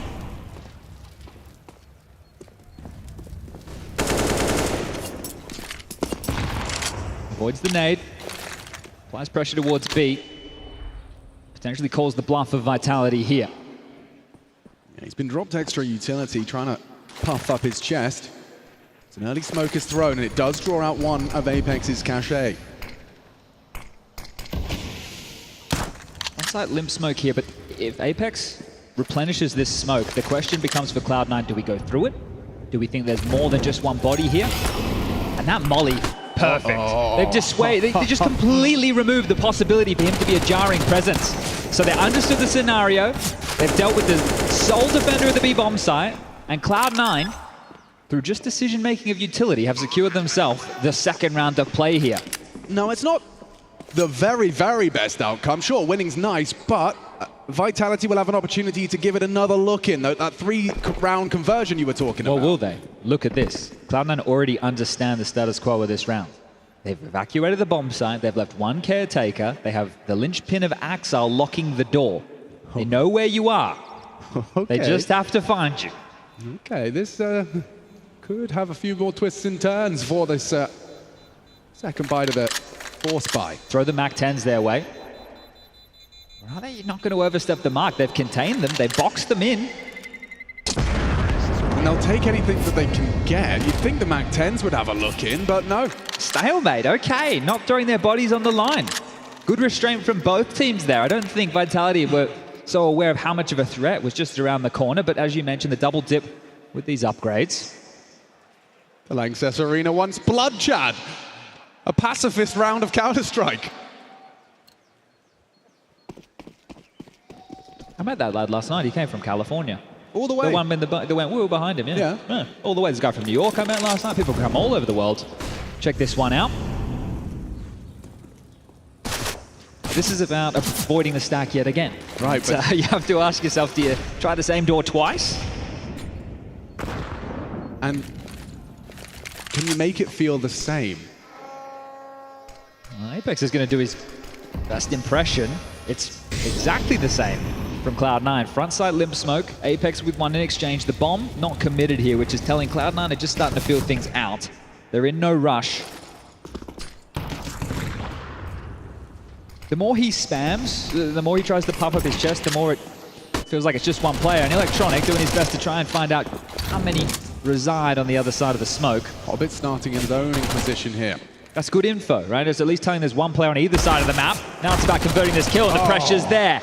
Axel and Hobbit in combination, clamp shut on the A side. They open the door. The bomb now can be ushered in. Brilliant play so far out of Cloud9's T side here. Yeah, you're just cooling out Vitality. Right? These stacks, they're trying to catch you off guard as Electronic will be traded, but information is great for him that can funnel through. The rest of his team can understand the situation. Now it's Perfecto's turn. Ooh, pre-aimed that jump up. Still making a bit of a meal of this. 6 bullets, and the help is there. Shiro will deal with all 3. So the juice is flowing. Cloud9 first pistol, conversions, and a 3-0 start on their opponent's map pick. And it was pretty cold for Cloud9 to start things off over there on map number 1. But as we got into the later stages, especially the second half, they were looking more like themselves. Axel was online, Shiro was having some multi-kill rounds. It was Hobbit who was actually probably having the weaker go of things. Perfecto was great in the clutch. Electronic, he had his moments. That Tech-9 round over towards B within the first half. So if Cloud9 are just slow starters, we might see a whole much better look here on Inferno. Already that is the case. Fast up Banana. Shiro aggressive with the AK. Banana control swiftly taken here. No dramas, and Apex has no idea, Alex. He's just going to walk into this. Barrel spotted and dead. Simple as you like. Shiro, the entry frag, and takes down both on B. Just moving with intention. Destruction of the defense.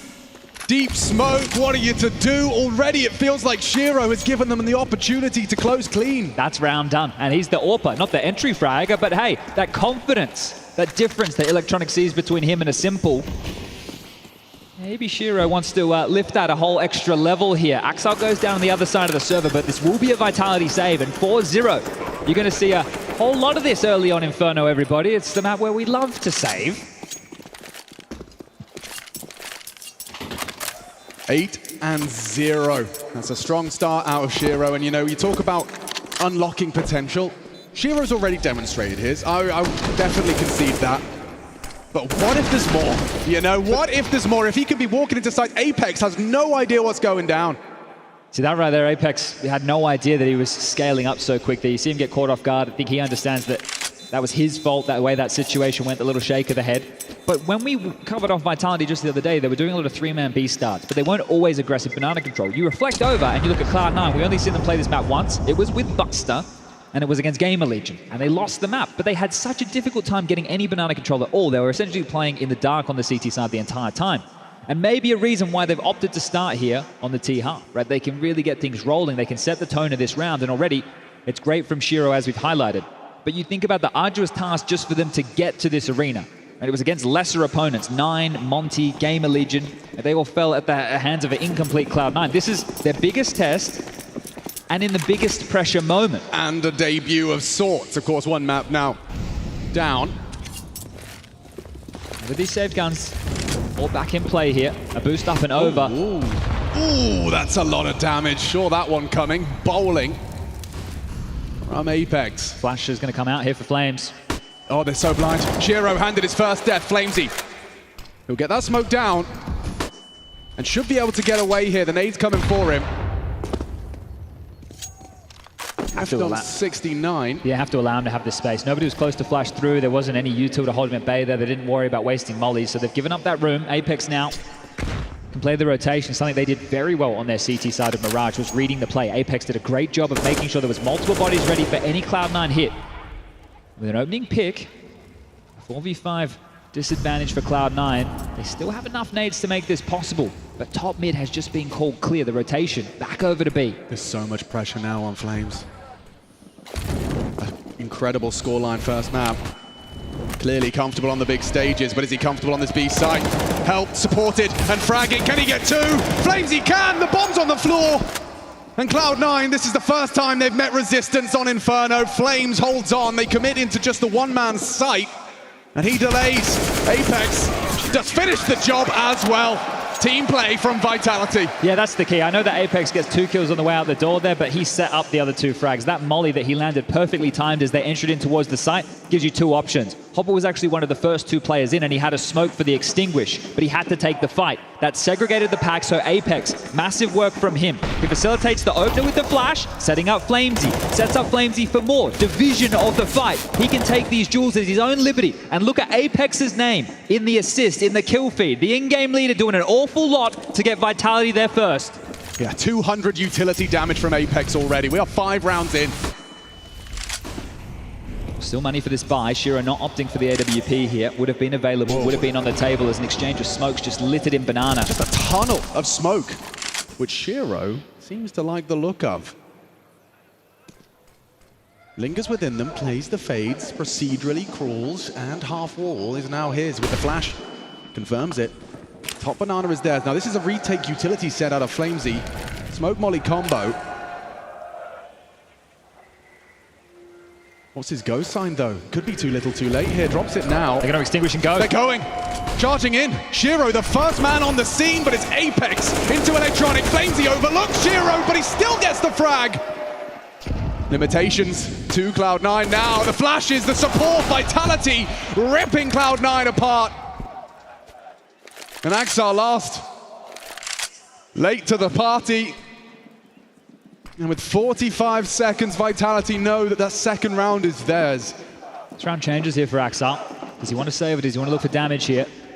I'm sure he'd love a kill or 2 to come his way as we see him parking the bus right now. Plenty of sound cues on the other side of that wall, sure. Absolute worst case scenario for him would be going down after time. So with 20 seconds left, we return to how that all went down, and there was a decision made. That util you pointed out, they had to have the go signal. Cloud9 had everybody in banana. They didn't get top mid control. They didn't have anybody in boiler to deal with the lurk. There was no way back. You would have been rotating into the unknown. Right. So they had to commit to that. That was the decision, and I like the call. It feels like Shiro probably should have killed Flamesy over towards first oranges, but it was good flash work again. Apex, once more, setting up his young star, and he was flourishing to grab them now their second round. So this is a really good showing out of this B bomb site, because it's clear to me, Cloud9, they like what they saw in the demos. They want to test this new little setup between Apex and Flamesy over towards B. And here it is, that util set. So you see them coming in again. They're already committed at this point. Coming out of the flash, Flamesy onto Shiro, and then following up even Zywoo there to support. And Shiro going to be feeling a little bit hard done by there, thinking he should have got the better of Flamesy, but he's in a difficult role, right? Being the B anchor. Right? There is going to be a lot of pressure applied to him, and it's in scenarios where he has to sit and wait, which doesn't go with this kid's personality. He wants to keep moving. He's got ants in his pants, but they've plugged him in, and he's still so young that with his aim and his skill set and his mentality, he can become the next big thing. You got it, man. You got it. Take your time. Round 7, map 2. And it's our first taste of the AWP on Zywoo.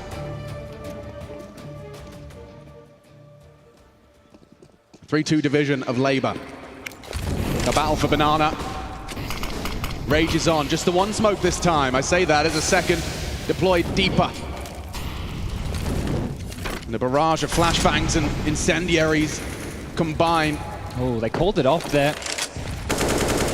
I think their smoke landed exactly where they were hoping for, either to obscure vision. So the early gambit from Cloud9 to try and contest with this banana control has been halted for now. Electronic's moving with some serious intent. Yeah, because he wants his team to take some space. There's inaction. They've lost banana. We need to put some pressure elsewhere on the map. If they're playing 3B, A is susceptible. And Electronic knows this. He needs his players to wear into action. Now, even this is just sound cues. There's no full commitment, but you need to keep Vitality moving. And Electronic understands this. We're not playing sit and wait Counter-Strike. We need to bait out this util. We need to try and create a gap, create a mistake.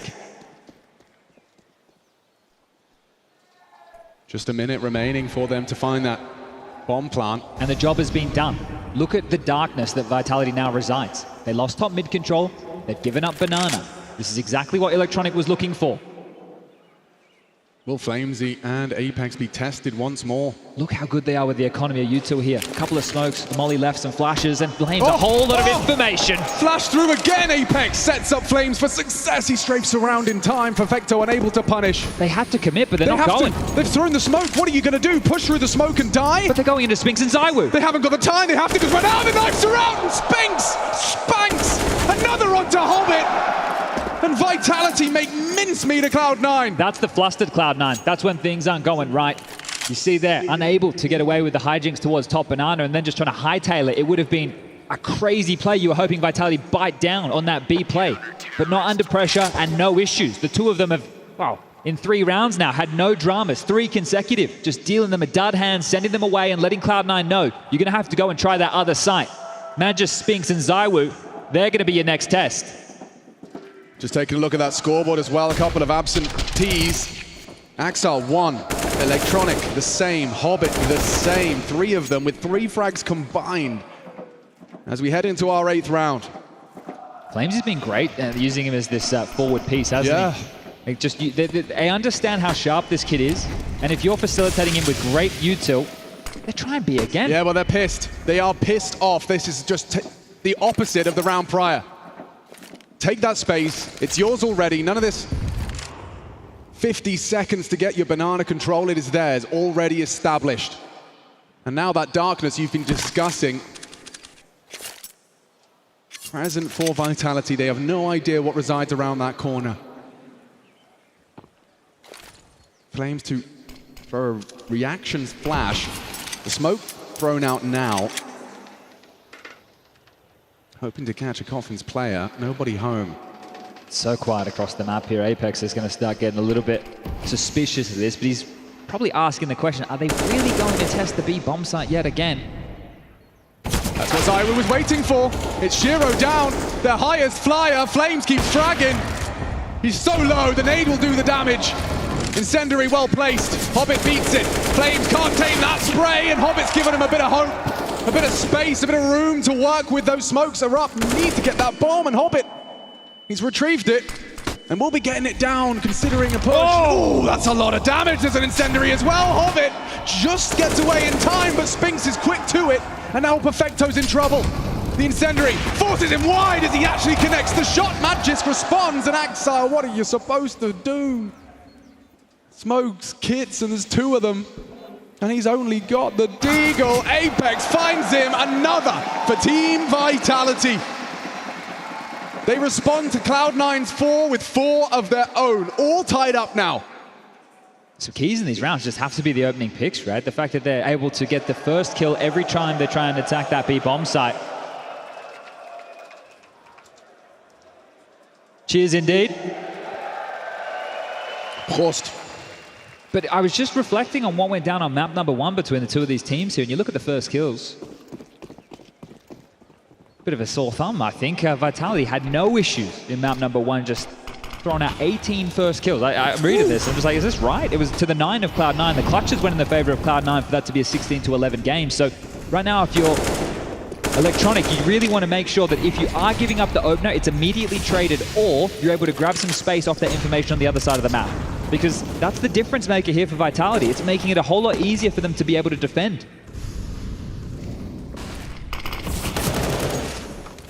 Incredibly deep banana smoke. Look at all this A pressure here. They've got a lot of action here on Magisk. And oh, he's been spotted out, but a very snappy adjustment. Info off the drop-off. He's doing an awful lot. But exposed to Axile, claws him back into it. Spinks to be tested. He has Zywoo in support, and Axile handed his ass. Big one from Spinks. No trade available. And Shiro down 2. That's what you got to avoid. You can't be getting multi-killed in that fashion. And Vitality more than ready for this fight. They've gone B 4 rounds. We've denied them every single time. Of course they're going to try something over towards the other side of the map. And this is where you still have to deal with the likes of Spinks, Magisk, and Zywoo's AWP to finish things off. Vitality are taking control of this. Denying the plan again. And it's a team effort. You know, exactly the same as map 1, Chad. It was ridiculous how close that scoreline was across the board. Every member of Vitality contributing heavily to their victory. It's not the Zywoo show, 1v9, as the forums may indicate and suggest. This is the thing, this Vitality roster, it packs a punch, right? This isn't just a team flashing for Zywoo anymore. Maybe that was the last time they were in the grand final here in the Lanxess, but this is a team that has some monsters through and through. Definitely the team to beat, and a very different kettle of fish from what Cloud9 have played so far with Buster to get them to the playoffs. And Axile's arrived just in time. But will we see A resilient Cloud9. This is the gap. Spinks acknowledging it short. This flash isn't going to do an awful lot. Magisk, who's got Spinks as well. Up and over. Nice one from Spinks. They're into the ace site, but Spinks still has his head on a swivel. Still considering. Perfecto gets away, spots out ZywOo. Big one back with the Tech 9. Bomb's going down here. Axel has a power position, deploys a smoke here. Obscured for 20 seconds now towards that arch side. ZywOo Flames in combination. Apex puffing up his chest, making some noise, but look at the nades here for the retake. They can take their time and talk this through. We've got so many nades, so much equipment. And the opposite could be said for Cloud9, but they have Axel in that position.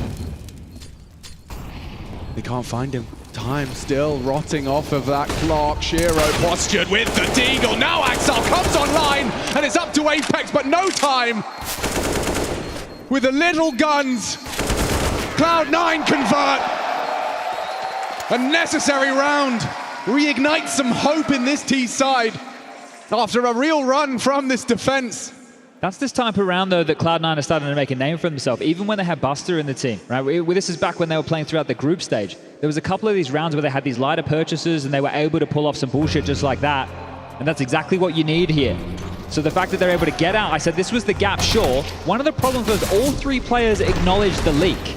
Both Magisk and Spinks looking towards apartments and pit. ZywOo left mid as well, and that's how exchanges went down top mid to hurt Vitality. Once you have the pit space, once you have that site control, you saw the crossfire that they established. One graveyard, one headshot, one site. A little trifecta of doom, and they played off of each other. They get lured in, Shiro takes that first fight, everybody activates. Perfect team play there from Cloud9 in the post plant. And around to give us a little bit of excitement here in this match. Still plenty of money for Vitality to get another buyback out here. They've even got cash for a residual. Loss bonus into the next is going to be at that 1900 mark. For Cloud9, even if they lose this one, with 2900 coming through, we should see them in the remit of just another buy. Especially considering they're happy to wield Tech 9s and Mac 10s and still get it done. It doesn't have to be the AKs for this unit. Yeah, did on Mirage as well, you're right.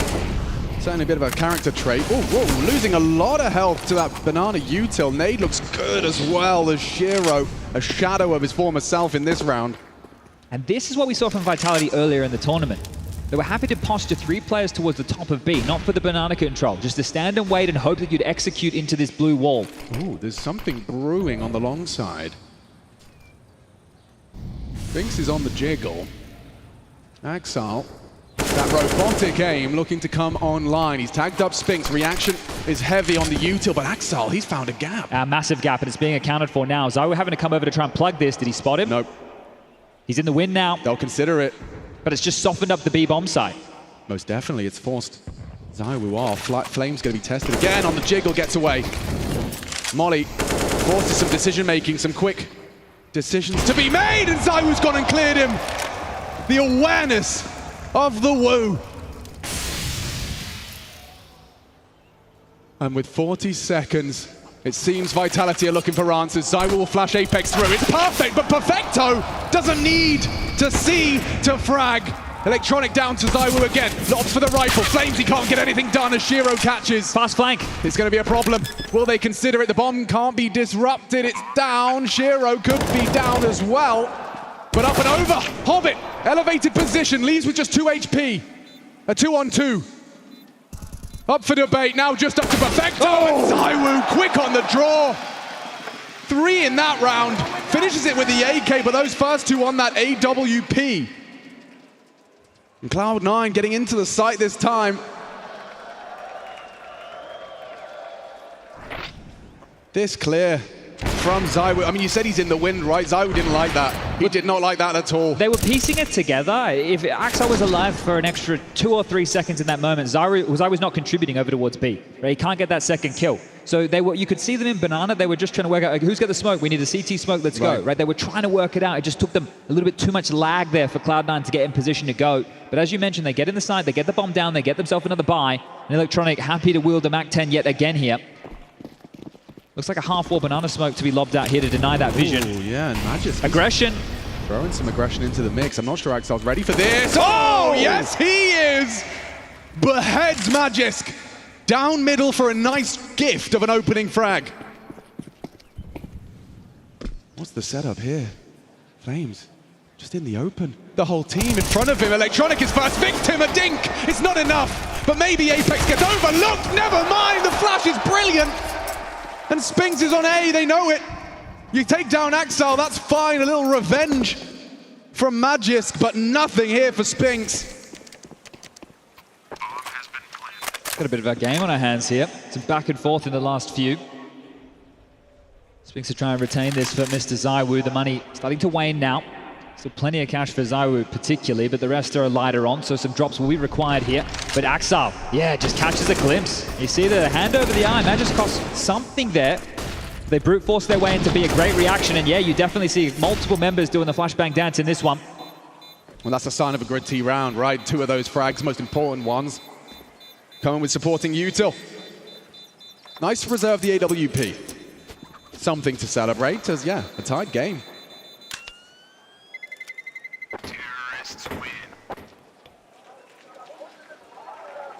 Electronic still on the bottom of that scoreboard here, only 2 kills to his name, but he's the one who's having to get a bit more focused, right? This was a conversation with star players and then them taking this role of in-game leader. It's going to take a whole lot more mental power to have that focus on being able to control the macro, being able to micromanage your players when necessary, to make calls against a team who have what it takes to win a major, right? This is the difference. You're now against the big boys. You're not against the Gamer Legions, the Monties anymore, right? This is the upper echelons. This is the top tier. Right now, there's a debate in Counter-Strike. Who's number 1? Is it Vitality? Is it Heroic?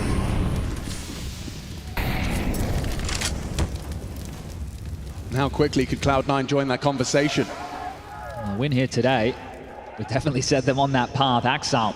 Well, this is a tough crossfire to break. This is... You need to do it together, right? Hobbit and Axel need to pick in unison here. They don't. ZywOo will profit. Electronic comes a knock in and they found the gap out of there. ZywOo's got another. 2 so far from the Frenchman. And posted up for more. They are slipping through into CT, but Apex and Flamesy are ahead of the curve, are well aware of what's going on. These angles, so hard to clear. As Apex, most down 2, make it 3, Vitality. They are so in tune.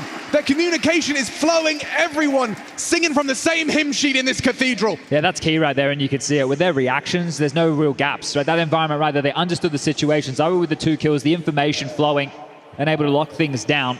And once you're in CT spawn, if you're Cloud9 and you have nobody across the rest of the map, you see they're boxed in. Where are you meant to go? You have to fight your way out of that.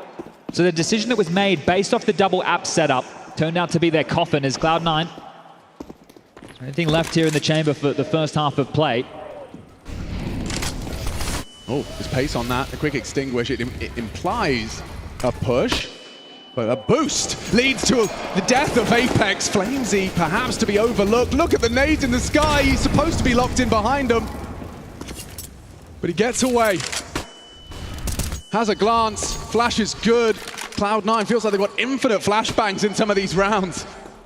Whittled down now to just 3. Make it 2 as another pops in mid. ZywOo, he's actually going forward. He's investigating, he's pushing the limits. And it costs him his life. Electronic hyper aware, only his 3rd frag, but it means an awful lot if this translates into another round. Doing it the hard way now.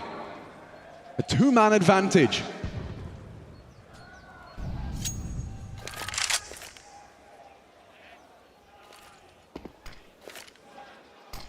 The last of their util to get him into the site. A smoke and a Molotov from Flames. Hard to disrespect that, but they give it a go. Extinguish, flash, push, and they're in. But Spinks has been overlooked. The trigger discipline can't tumble. And the Shiro nade to secure it. What can Magisk do? Nothing but save as a 7th is in the bag for Cloud9 now. But they had everybody there, right? Magisk got there just in time. This is so threatening. Even though there's the man advantage, they execute in towards that site. There's some trades. That smoke on the extinguish, it helped them to actually get past Spinks' line of sight there, but he still had a deeper angle. Hobbit with the trade, integral. Yes. If there's a double up from Spinks there, Magisk gets another one through the smoke, that round is on. And it takes a seriously cool head, if you're Spinks, to hold your nerve and hold your spray while you go for that multi-kill. Hobbit may have saved them. Well, Magisk, he might lose everything here. Axel very diligent on this hunt. Spots a leg, or did he? Well, Magisk sees him and gets to hold on to this AK unless Shiro has something to say. Pinned in towards the graveyard, down towards the pit, and on his bike, son. See you later, Shiro. Lovely shot. Cool, that's an important little save there for Magisk, because money is tight. Money is real tight for Vitality for round 15, but the same to be said for Cloud9. They really wanted to remove that, but at what cost? They gave up an awful lot of their economy by going for that. 2 deaths while trying to just hunt 1 rifle. Has that guy got a stat track hat? I'm pretty sure that hat was stat tracking beers. I'm impressed. Big round. Oof, they've overbought here. There was a Galil on the floor in spawn, Yikes. and we're lacking on Yuto for Cloud9. So a little bit discombobulated in the buy there within freeze time, but they've still got something that is pretty tidy to work with. Yeah, limited though. Couple of flashbangs. We were just talking about how it felt like they had a ton of them. Not this time. No kit here for Vitality if we do find ourselves in a post plant. Pressure's going to be on for round 15, and well, this is how Cloud9 started the half. Front sight smoke. A lot of communication here. Audible. And they're going straight in. Flattened one. It's Electronic with a double up. Flames alone on the side, but he stands strong for the one. They're into the site, the bomb to be planted safe. Hobbit responsible. Perfecto in support, and Exile for that finishing touch on the flank. It's the final round, no reason not to go. That flank could be perfect to seal the deal. And Hobbit's got the dream angle and the headshot to boot. Zyru in the 1v3, not anymore. And they leave with 8. A lead for Cloud9 in a must-win map if they want to keep that semi-final dream alive in the Lanxess.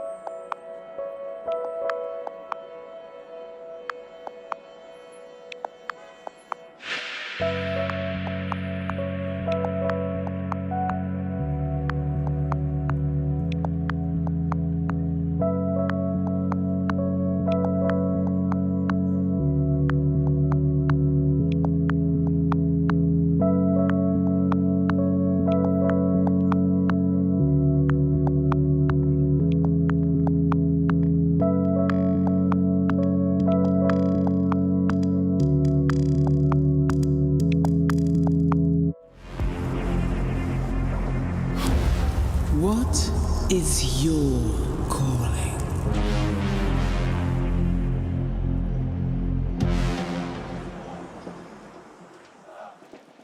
Practically inseparable at the half. 8 to boast for Cloud9 on a must-win map. Inferno, the battleground for this second map of our quarterfinal, live and direct from the Lanxess Arena of Cologne. And now the stakes starting to look a whole lot hotter here. Cloud9 are here to play. We've got a match, and we're about to get the second half underway. Cloud9 looking to pick up both pistols.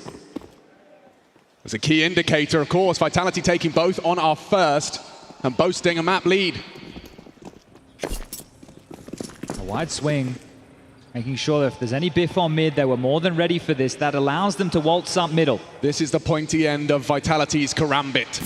The Zaiwu armored P250, perfect in these long-range engagements up against those USPs.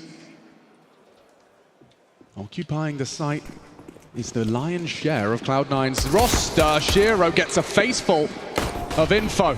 Will Electronic pop out of his hidey hole in time? Zaiwu, his victim, but it does adjust. The Frenchman good for the first. Axel, though, in that pit, trying to pull Cloud9 back into the pistol. Flames on the side, bomb now down. They're close, though, and Axel's still going to be overlooked as Zaiwu's taking everyone else. Come on, Axel's hit another head. And now Flames is in trouble. Just 7 HP. Can Axel do more? Perfecto helps, and Flamesy's quaking in his boots as Cloud9 take the pistol. Even Groove happy with that one. Axel showing us he's made for the big stage here. That is a huge pistol. Not only did they have the stack that got blown over, he was under so much pressure here. Set up to thrive. 2 kills come in. Electronic and Hobbit down. The third piece of this puzzle kept on peppering away. Massive stuff for Axel. This is the man we were happy to see step into Cologne. And so are Cloud9. They've got themselves a 2-round lead now, and this is great work if they want to see overpass that third. If they want to take Inferno away from Vitality, a team undefeated on this very map since the addition of Flamesy. Undefeated on this map since the addition of Flamesy. All right then. How's that? Second round, Shiro on the Zoom banger. Yeah, and that's one person, as I mentioned, very happy to have Axel here. Those kills, that defuse, that equals an AWP, and that equals a difference maker here. That's not a possibility for Vitality. Sure, some AKs and some Galils, but are you ready for this? No, they are not. Zaiwu, his victim. The AWP now known. Flamesy doesn't seem deterred. He still wants to try and kick up a fuss over here. Might be a flash and go. Flamesy loves this type of stuff. It's called for it. He gets it, but can he get in? Perfecto in support, perfect in combination. Now the AWP is there as well, added to the mix. And the flavor, way too spicy for Vitality. There might be a way in here. There might be an opportunity for Spinks right now. Oh. It is a 2-on-5 situation, but they are knocking on the door of the weaker side. Spinks has got a bit of a gap here. If Apex can brute force his way in, and Spinks can find a kill on the rotation. Information flowing now. Spinks has an awful lot of it. This is a free kill. This is a free kill, and it could be a free side. Axel's dead. Electronic now realizes he's got a lot to do. And the rotation cut off by Spinks' position. He has to clear the side as well. Oh, no, Apex! It's got into the bomb site, hits the Deagle. Now the bomb is down in Cloud9. What they thought was a guarantee, no longer. Smoked off, rifles recovered. Apex and Spinks putting their heads together to do what no one saw coming. And I don't see a kid anywhere. This could be a problem. They threw the AWP in. Don't forget, Shiro had the AWP. They've thrown it to Perfecto. They don't want to lose it, even in the worst already halfway case. gone. You got to get a move on. His angle. He's taken another. They're going to save. They have to. Apex nails it. This is a Vitality round out of nowhere. Just the two of them against the world. Spinks and Apex come up clutch. What a gap. What an absolute gap. I'm saying it. I wasn't believing it. Sure, he's able to get the way undetected in towards CT spawn. A free kill, just the crowd. The rumblings. Axel knew something was up, but Spinks and Apex make the difference. I really thought Electronic would have one there with the MP9. But Apex, this shot, bang! Oh, the Deagle to the belly. Oh, and they close it out with style. That AWP comes back to haunt them. You're sitting there wishing you had another rifle. And Shiro sees it all falling apart. That is daylight robbery here, and Electronic He's not going to be liking how this one went down. You've got to calm it down now. Your horses. The AWP was preserved and Shiro no slouch. He hits Magisk through the floor.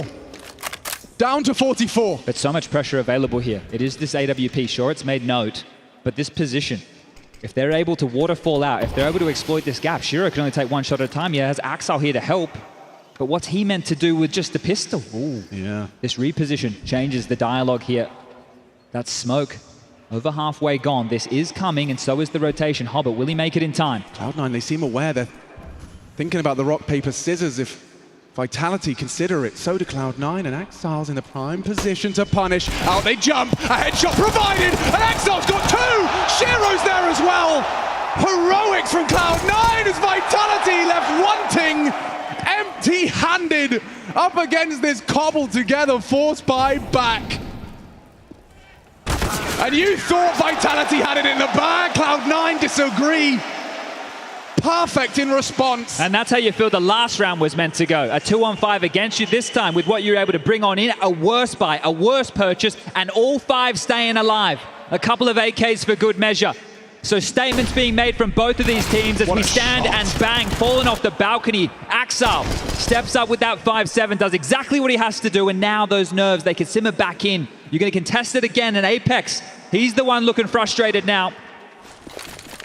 How deflated, how dejected are Vitality? Maybe take a bit of a French tactical timeout here. Take your time, have a breather, have a chat. You're in no rush. Allow Cloud9 to use this util. It's starting to heat up here. Those are the blows that you're looking for these teams to throw at each other. The multi-kill potential in the server here today is through the bloody roof. And you have to put yourself in the position of Vitality. Sure, they have the group stage map of this to watch. They are learning on the job just like the rest of us.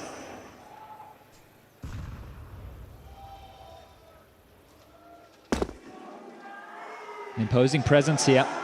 Smoking a flash and a go, here it is. Perfecto's incendiary, well placed, and Electronics bullets the same. He's on his own now. ZywOo though, he's already taken down one, and with Apex's help, they have got access. Weapons recovered now. Threatening presence. And that smoke really screws the pooch for Shiro's progress. Fading in towards the mid side though. Repositioning for the smoke and go. Flash is high. 3 versus 3, back into B. Kit present. Apex dead. Executed by Hobbit, and Magisk in the open. It has to be ZywOo. One left, and out! From ZywOo, no less! 4 in the round, and he sits them down. Back and forth we go again. Let's keep going. Buy again, Cloud9. What do you got now? They're just taking it in turns. Trading blows, trading rounds, watch ZywOo go! The headshot to Shiro, a stunning set of kills. And Apex gonna be happy with that one. And you say Shiro, ZywOo and Shiro locking horns as far as the frags are concerned here. 17 apiece for the two of them, heavy hitters. Out to play here today. Shiro absent, or somewhat, in the first half of map number 1. But Cloud9, it took them a while to warm into things, but they're here to play now. The question on this CT side, you've gone back and forth, you had the pistol, you lost the force fight, you win one back of your own, you lose again. How deep does this rabbit hole go? And the Laxus likes this, finally. A bit of love for the Counter-Strike in the server.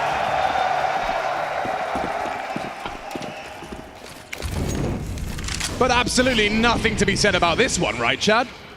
Just a Desert Eagle.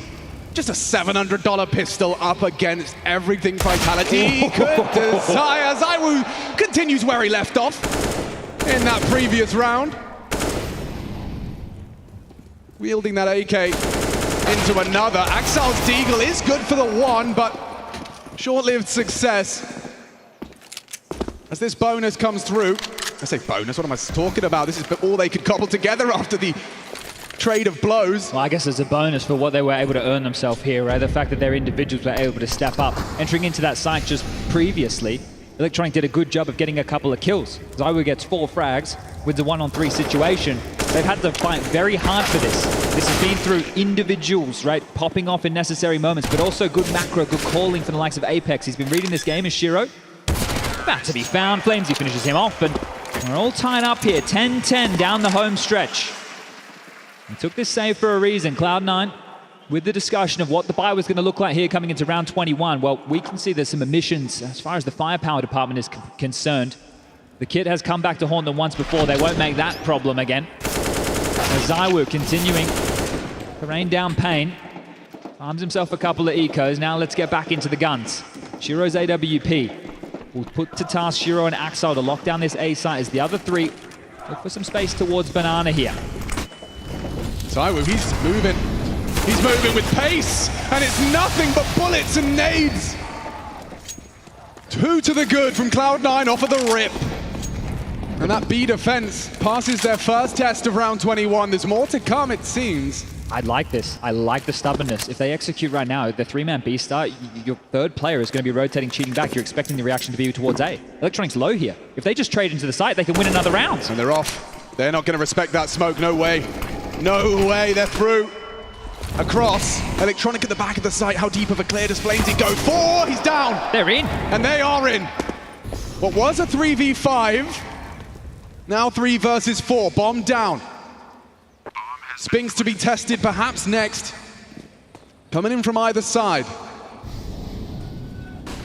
And Spinks, he actually brings the fight to them, turns the flash as well. He's ready for more, but Hobbit good for it on the FAMAS.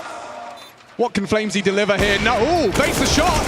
Holds the spray, caught by Hobbit. Apex, an impossible 1v3. They got smokes, they got kits, and they smoke him off. But should be nothing for the Frenchman here. 1, 2, if he could just aim the spray, they defuse under his nose. A valiant attempt, all things considered, but Cloud9 leave with an 11th. That's so much damage right there from Apex. He's going to be disappointed in himself. He probably feels like he could have won that round right there. Could have put Vitality up to 11, could have put Cloud9 down to financial squalor yet again. But the damage he did was massive. The AWP, not retained, not brought back in. That means the CT setup, the CT complexion will have to be different. Again, both teams somewhat touch and go in the finances. Spinks gets a kill in Banana. He kills Axel and Hobbit. That's the kit. That's the kit stuck on the other side of the map. Wow, didn't catch that wallbang from Hobbit. We saw it from Flames' perspective, but it was a lovely wallbang to trade. It did secure Cloud9 the lead. Tell me who won the last round. Look at this buy, Cloud9. The walking wounded in that department here. MP9s are plenty. It's just 2 rifles to boot, Shiro and Axel. The 2 to lock down A. This is not an easy round, and Vitality know there's blood in the water. Banana control completely theirs, all 5 with enough util to overrun this site. Smoke sails through the sky. It'll be a fast flank again. Certainly. Vector and Electronic, the 2 new names. Hobbit's coming. Will he make it in time? Vector relocates, hoping Coming to jump out of the smoke, and yeah, Flames has opened up the account. Magic's good for 1, Hobbit though another. And now the site is theirs. Vitality successful. They leave with a man advantage. Do you even have a look? No, you don't. The finances are the biggest problem for Cloud9 right now. With a game that starts with the forced by wars and the back and forth nature, you're not able to establish an economy. And this is always going to plague the CTs. If the Ts can keep getting in, keep getting that bomb down, and keep you just a few players, they've got you right where you want you. Right? You can't move. You don't have the full weapons. You don't have the full guns. There's no way you could have normal setups. You see the desperation there. Hobbit understanding the only way that we can make these MP9s work is if we are in the thick of the smoke. All 3 of them trying to just be that nuisance. But it's not enough here as Vitality will bounce back yet again, and we continue this rally of rounds. Sure, Vitality managed 2 on the trot, but this has really been a back and forth half of Counter-Strike here. From an 8-7 half, and now we find ourselves 11-11. You should see Vitality extend this lead, potentially up to 12 or 13 rounds here. It will all come down to the choice that Cloud9 make right now. Into the next round of play, they only have 1,900 loss. 11-11, make a wish.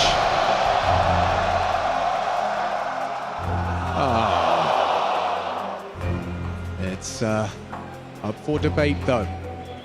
Still uncertain as to whether or not we require our 3rd map to separate these 2 teams in our quarterfinal. Overpass. With Vitality removing Anubis, Overpass was left, and a 3rd timeout burnt by Cloud9. Groove on the mic, Zonic the same. I'm just taking a look at the finances here. Perfecto could try and bring out an M4. It depends on if he has big M4 or little M4. He could drop it if he has big M4, and then someone else could buy armor. They could wield at least 3. That would be better than the previous round. They could take a save now behind this, try and get the most out of these 2 guns. You don't really have a buy into the next. That's the problem. Electronic only has 1,500 now. Plus 1,900, he's still not going to have himself a rifle. It would have to be SMGs again, and we already saw how flat that fell. So they have to get a lot out of these guns, and they really have to save them as well. An interesting little look on the boost there, available to try and make the most out of these M4s. And Axel's posted on towards the other side of the map here as Vitality are in absolutely no rush. They're aware that guns were saved. They're aware of the potential that these two players have. It's now just about being diligent with your util, making sure you can take this map control, and then when the information is relayed, reacting as a unit.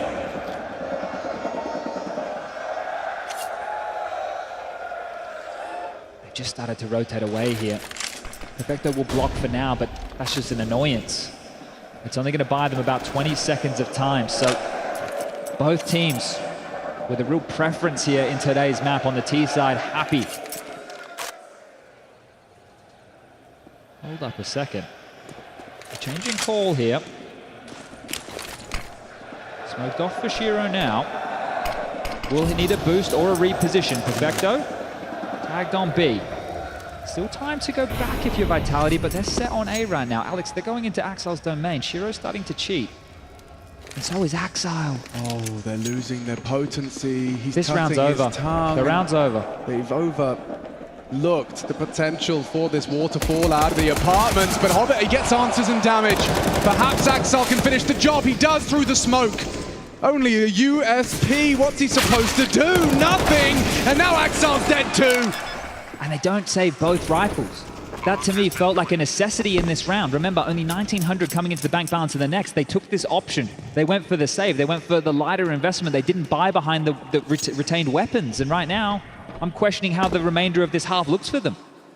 They really buy into the next, considering the state of the nation. It's going to be touch and go. I'll tell you what's not, though, is Apex's individual form. And this is it. Like, this isn't the same guy we saw during the group stage. He, honestly, in certain situations, he had players dead to rights. His crossover was in the perfect place. He just pulled the trigger too late, or he wasn't paying attention. He was too busy controlling the macro. Today, this is it. He knows his focus is there. This is somebody who has been in the grand final stage of the Lanxess before. And when you play so many games of Counter-Strike, when you know what the tippy top feels like, when you know what it feels like to lift that major trophy, takes a lot to get you out of the bed in the morning to be dropping 17 frags here against the monster Cloud9. He is doing a great job here, Dan Mattisclair, the in-game leader. What an arc he has been on an individual form. From entry fragger to in-game leader. Nice of those dudes to show up, arriving today on their UAP. I've been hearing an awful lot of that from the government recently, so good to see it's true. They took an eco last, and they've gone for an eco again. This is interesting. This is interesting. Magic's been having a tough time, and now he's been met by Shiro. The trade from Apex would do everything, but Shiro, he needs to go. He's dead. Surely Zollywood clears him. Wait, Hobbit, undetected. Undetected. God. Flames has already gone past. Sphinx won't clear this. Surely not. I don't think so. There is grounds. A conversation to be had. Oh, no! Look at the health! Both left on 20. Both with just 23 points of health, and Perfecto, does he give it a look? He should. They're buying into the next. As mentioned in the previous, they took a bit of a save. This, they only had a light investment again. They were saving for a rainy day, and that's going to be round number 25. Perfecto, great in the clutch. His biggest issue is lack of kit. If he was 5 seconds ahead of this, a real attempt, damage most likely here. Yeah, his time is greatest adversary. Nothing to be done. Now the bomb will blow. You want to do damage. I think the bomb radius on Inferno might be set for it, but they are scarpering. They find that safe exit route. I know the score right now with the 2-round gap, it feels very strong for Vitality, but Cloud9 by, well, I don't want to say their own hand, by the flow of the start of the game, found themselves in a very difficult position financially. We talk about the economy an awful lot, but it really, for the last two, it tied their hands behind their back. They had choices. We could go for a force buy, which would mean the next gun round we have doesn't have all the bells and whistles. They save for the rainy day, which is round 25. Now they have the AWP, now they have the U2, and even a kit in play. If there is any fight in Cloud9 left here in this quarterfinal, we need to see it now. This will be one of their last attempts here. Let's see it. Game plan. Oh, and Shiro's giving it up. Misses chance, and Electronic's gone too. Oh, they're moving, they're shaking their way to that semi-final now. Cloud9, they need a hero, and it might just be Perfecto. A clean one onto Flamesy, but that was not the names in the feed on the way in. As Magisk, his next victim too, may still not be enough. As Apex and ZywOo have taken B. Hobbit ahead of this, and ZywOo's been caught out. Hold on, a 2-on-2 emerges. With it all to play for, using his util. We talked about Apex. He's playing a strong individual game. That spray. Damage onto Axile. I love this move out of Hobbit. There's no way Apex is ready for this. There's no way! He's ready for Hobbit! Oh! Apex is the Apex Predator in this quarterfinal. Look at that, Apex knows what this means. Individually, round after round, his impact is being felt here on Inferno. And that might just be enough here to shatter the hopes and dreams of Cloud9 fans around the world. 9 times he has attended this event. Just once in 2019 did he see that final. Team Vitality returning to it now in 23 and trying to go the distance. And look at this from Cloud9. What an odd-looking purchase here to defend their honor against round 15. It's not the all-in, but it's still got something to be admired. Axile and Hobbit, you're being tested immediately. ZywOo, 26 kills, a quiet 26 from ZywOo. Sure, he had a big clutch on that B site, but all in all, it's talking about the team vitality, not the players, because we're impressed with what we've seen here today. This is the form of a squad who wants to make that run for the trophy, and doing so with Flamesy. Making a change after winning the major, and still looking good for it. It's gone through that long volley, so there's lots of pressure here. Yeah, they do flash. They're aware of the possibility. The trajectory may give up Axile's position. Yeah, Flames is staring right at him. One between the eyes. Hobbit in the open. Pops the head of Flamesy. And ZywOo, hold on. That bomb retrieval hinges on this fight, and Shiro's giving it up. The AWP's gone. Bomb's still in the open. Perfecto strafes out. ZywOo's ready for everything. Finally, Electronic gives Cloud9 something to hold on to, something tangible. With Spinks and Magisk left, and look at this.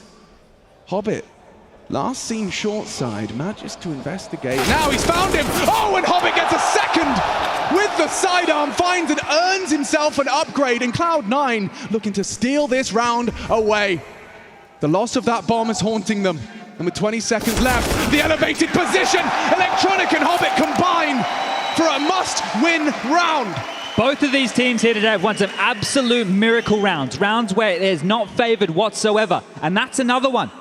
Huge impact from Hobbit there. The fact that he was cognizant enough to realize there was time for Magisk to go all the way around the world. This is where it got wild. It was like blood offering to ZywOo. I know he's the god of the game right now, but offering him body after body, it felt broken. It felt like Cloud9 didn't understand the situation.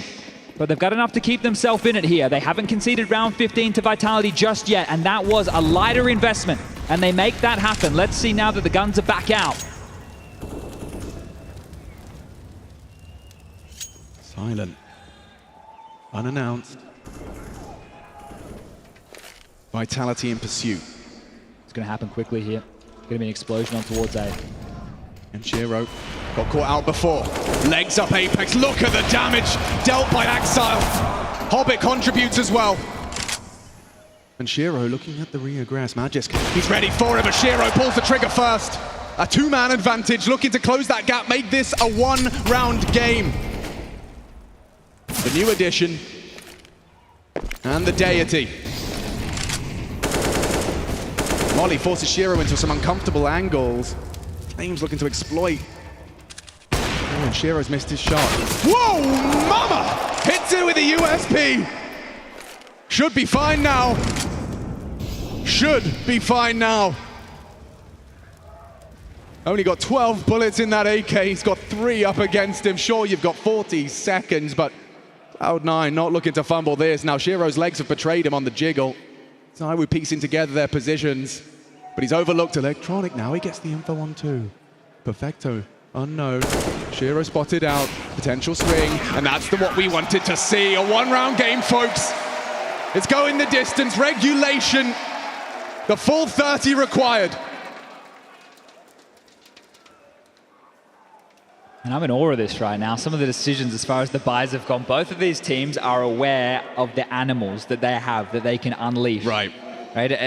Looking at the cash, I'm about to say Vitality are broken. We're going to see an eco, 24 loss bonus into the next. Well, sure, that's all true. But ZywOo has purchased straight into an AK-47 here. And this is a bit of a classic. ZywOo with an AK looking to win yourself round number 15. Let's see how much damage he can really apply here. Cloud9 have had some slip-ups. They lost a 2v5 situation to Apex and Spinx earlier in this half, and I'm sure that's still rattling around inside of their head, especially when you turn your attention into a round like this, a round where they can level the playing field. Cloud9 feels like they've been playing behind for both of these maps. Sure, they won the half 8-7, but this team is having to do it the hard way.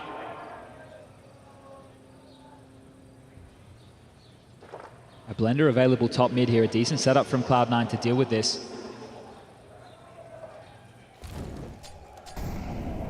Makes sense to have Hobbit. First contact with that MP9. Bait. Plays. And ZywOo gets nothing as well. Apex at least recovers the AK, but that bomb now in enemy territory. And a clean conversion out of Cloud9 seems imminent. He has some Kevlar, but he has no head. Magis, the exception to stop the clean round, but that Deagle does nothing more. 14 apiece. I see those Cloud9 jerseys. There's a lot of people eagerly anticipating to see this debut of the full 5.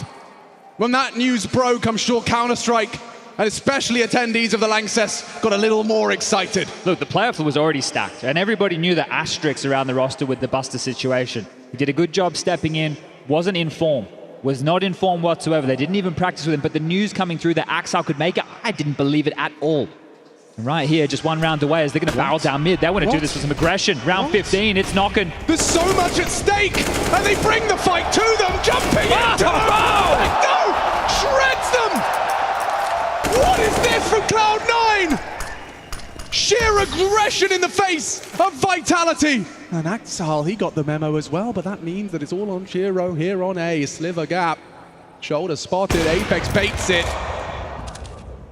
And mid now is theirs. But it's these two. Last time round they found the perfect gap. This time, Apex has a plant for free. Little does he know it, but liberties have been given. Axel's still alive. You think Pit? Axel's still alive. He's a team. They're in now. They need to get this bomb down. Shiro posted up on the line. That's the bomb. Oh, no! Oh, what is that? The smoke just plumes and Shiro slaps Apex with an AWP shot. Bomb retrieved. What can Spinx do? They're coming for him. 3 different avenues of assault. Spinx overwhelmed, overcome. 15 on the board first. Game face is on. And I cannot quite believe the call. Perfecto says, I'm running it mid. And that's the attitude you want to see with new look Cloud9. A team that are more than happy to take it to you. They know they have heavy hitters in the server. This aggression, we saw it earlier in the piece. Shiro got away with it once. Well, Perfecto, he gets away with it again. And here's that shot. Just a flick of the wrist. And that's Apex in the bin, the plant. Fantastic work from Spinx there. If we're going to highlight the details for Vitality, the fact they even get that bomb down, they wouldn't have a buy that resembles this whatsoever. So something to take us to potentially overtime here. Will Cloud9 pick up Inferno? Vitality's map choice. A map they're undefeated on with the addition of Flamesy. 4 scalps, including G2. A team who are straight through to the semi-final here. You said the playoffs are stacked, and it starts with this quarterfinal. Cloud9 have come to play. Can they do what no one has done before? A pretty good read here to start off proceedings. Third piece of this puzzle and one of the heavier hitters. Yeah, Shiro's sharp, but so is the Woo. He's coming in first. Final round of regulation. Can they force overtime? Or will Cloud9 start this reverse sweep off by taking their opponent's pick? Util sails through. Significant chip damage unconfirmed. Shiro hasn't moved a muscle. Has Electronics gone? What is that? Shiro pulls the trigger. He finds the trade. Flamesy's low. Perfecto cowering in the smoke, trying to pepper them as they're pushing in. Bodies on the site. The smokes will fade. And the lights in Perfecto's eyes. Snuffed out. Spinx pushed up. Finds one. Oh! And another onto Shiro. It puts it all onto Axel. Spinks is ready, and Axel the first. This would be quite the clutch from the late arrival. His first official game in the Cloud9 colors, and it's for all the marbles to take us to that third map. He's got pace on him. He's got 2 to find. This French duo looking to force overtime, and the clock is against him now. They're playing it perfectly. Info, damage, ZywOo down. He needs them both right now. No time. Is there time? He doesn't think so. He doesn't think so. Overtime it is. We need more of Inferno. Oh, you see the speed wobbles at the end there, the shaky aim. He's got him lined up. The clock at that moment ticking away, but Spinks the difference maker. Woof. On the front foot, takes the fight, flatlines 2, and practically secures the round. It was in vain here for Axel, but we play on. 12,500 MR3, first to 19. You see Vitality's Inferno is pretty hard to put away.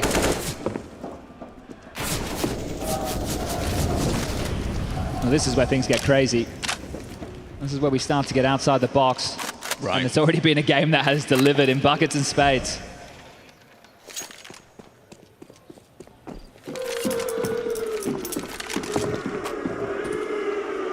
Moving and a shaking. Flames, he's just going. Off of the flashbang. A single flashbang, and now Flames is knocking on Axel's door. It's ZywOo in the feed first from the apartment. Spinks builds upon it, wrapping into the site. His only Hobbit here, trying to kick up as much of a fast mollies aplenty, found by Apex.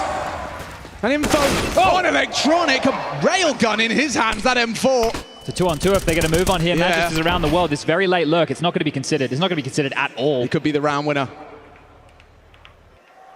Magisk boy became Magisk man. They're saving here. He might get everything. He might take it all away. That's electronic for free, running with that AWP in his hands, and now Perfecto.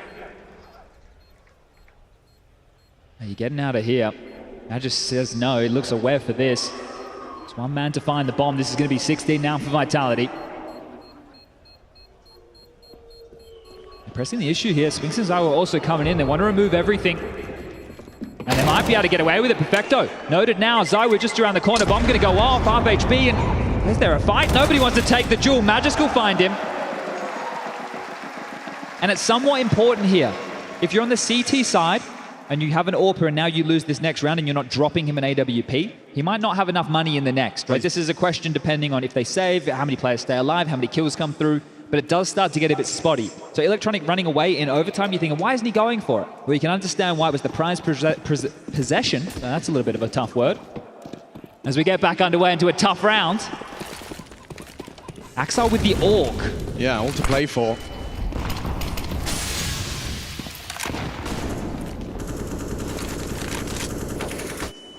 Intention off the rip.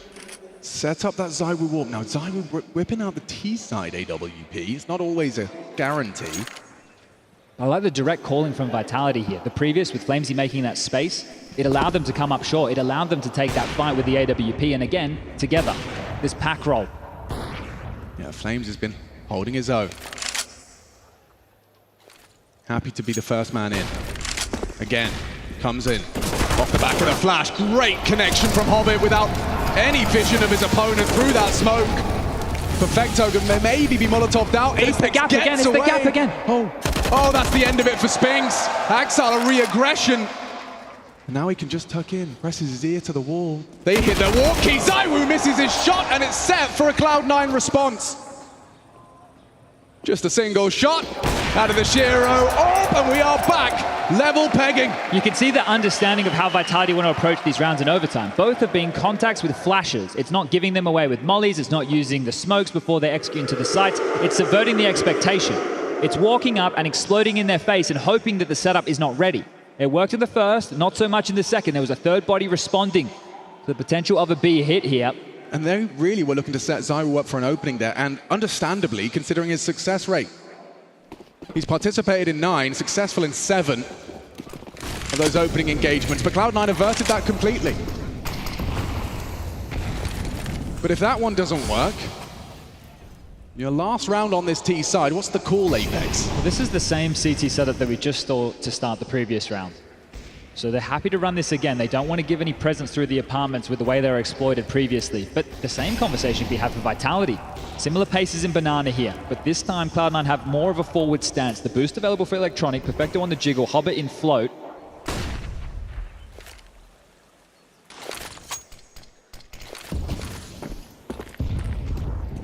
Nades in the sky. It was actually a stack nade towards the coffins.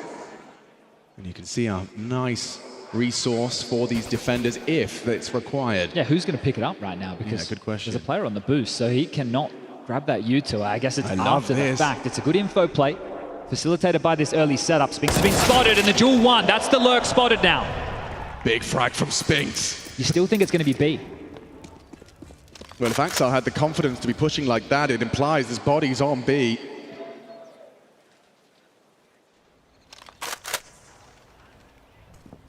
"30 seconds. Advantage Vitality. Looking to lead at the half of this OT. Electronic, he's been waiting for that. Gets it. Bomb now on the floor. We need more. Magis provides. It's up to Electronic. Oh, and more from Electronic. 3 so far. Finished by the Deeg. And up to Shiro. In the clutch. Fast on this. Spink's not looking. Heard him now. Heard him now. Not going to clear it. Eats the flash. Shiro fully blind. And 17 on the board. Advantage Vitality. We swap sides. Electronic did an awful lot there, didn't he? Just needed some contributions from his teammates. They noted him towards the boost, but he's still able to produce multiple frags. But Vitality now, just moments away here from picking this one up. Cloud9, they return to the T side. This is where they opted to start here.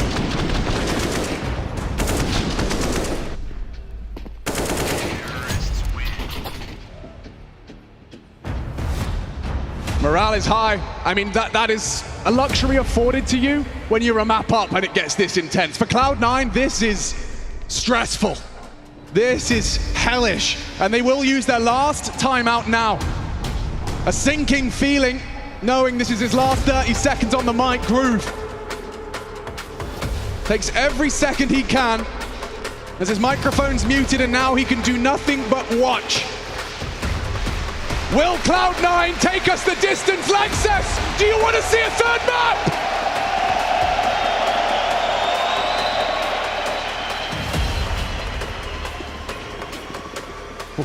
Flamesy almost left spawn without a util there. I thought we were about to get something real in your face, but the last second buy on the way out the door. Things are still looking normal as Shiro. He did a great job in that first half with the rifle. He didn't even opt for the AWP. He was aggressive Banana, vying for that control. Magis straight out the gates, they're taking a risk. Flash forward, Spinks to facilitate this. Hobbit should have heard some footsteps here over the sound of the Flames. Speak of Flames, he's quite forward on this, jumping for info, and Shiro spotted him out.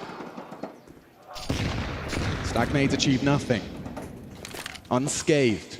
Cloud9 start to fly their flag at the top of Banana. So they have this Banana control, now it's top mid.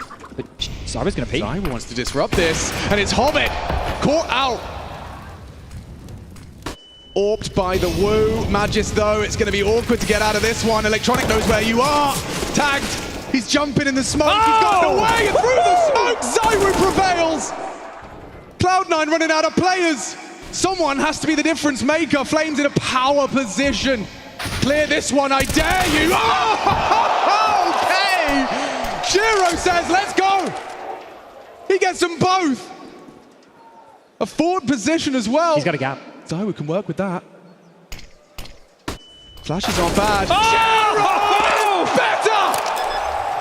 We said they need a hero, and it is no doubt Shiro. 30 frags and counting, a triple. Despite Zywoo's damage on mid. And are they the ones looking for the save right now? They trundle down mid. They're getting themselves some AK, sure, but they're not going to give this one a look in. And we've had some of these crazy rounds throughout this map. 3v5s, 2v5s, insane. Though a dud hand top mid, Zywo, again, understands the situation. If you're going to look at any map that's, you know, colored by Counter-Strike, you get Banana control. Now that we want top mid, I'll play ahead of their Here I util. come. It's going to be a long smoke. It's going to be a short molly. Maybe there's a flash, but I'm one step ahead. But Shiro now up to 30 frags. You're seeing these two absolute titans locking horns here. That sequence out of Shiro. With the rifle, right? With the rifle. This is the thing. He's no slouch. I know we see him on the AWP more often than not, but with the rifle, this kid is an absolute monster. This is ZywOo just finding Electronic for free. Shiro steps in, bang, Apex dead, ready for the boost. And even with the flash, the pre-fire on that, beautiful work from Shiro. He's an AWPer himself. If he's putting himself in the shoes of ZywOo, where are you going to be? Puts a couple of speculative shots in. Miss Molly, they're going to be fast on Banana here. There's a gap. Electronic wants to punish, but ZywOo's there again, Hobbit. Handed his arse by ZywOo's. Oh, and Flames! He gets away with that one, 9 HP. And Shiro again, another 3v5. Can he do it once more? Oh, he's not overlooked. Spink's position. Vitality now with a 3-man advantage. There's nothing for the remaining two to do. Magis makes it so. Catches Axel walking up Boiler. Bomb lost. Teammates gone. And Perfecto helpless in the clutch. A 1 versus 5. Sure, known for his clutching prowess, but too tall an order, I think, here in the Lanxess. They'll remain diligent. A slip up, a fumble could haunt them. Smoke comes through.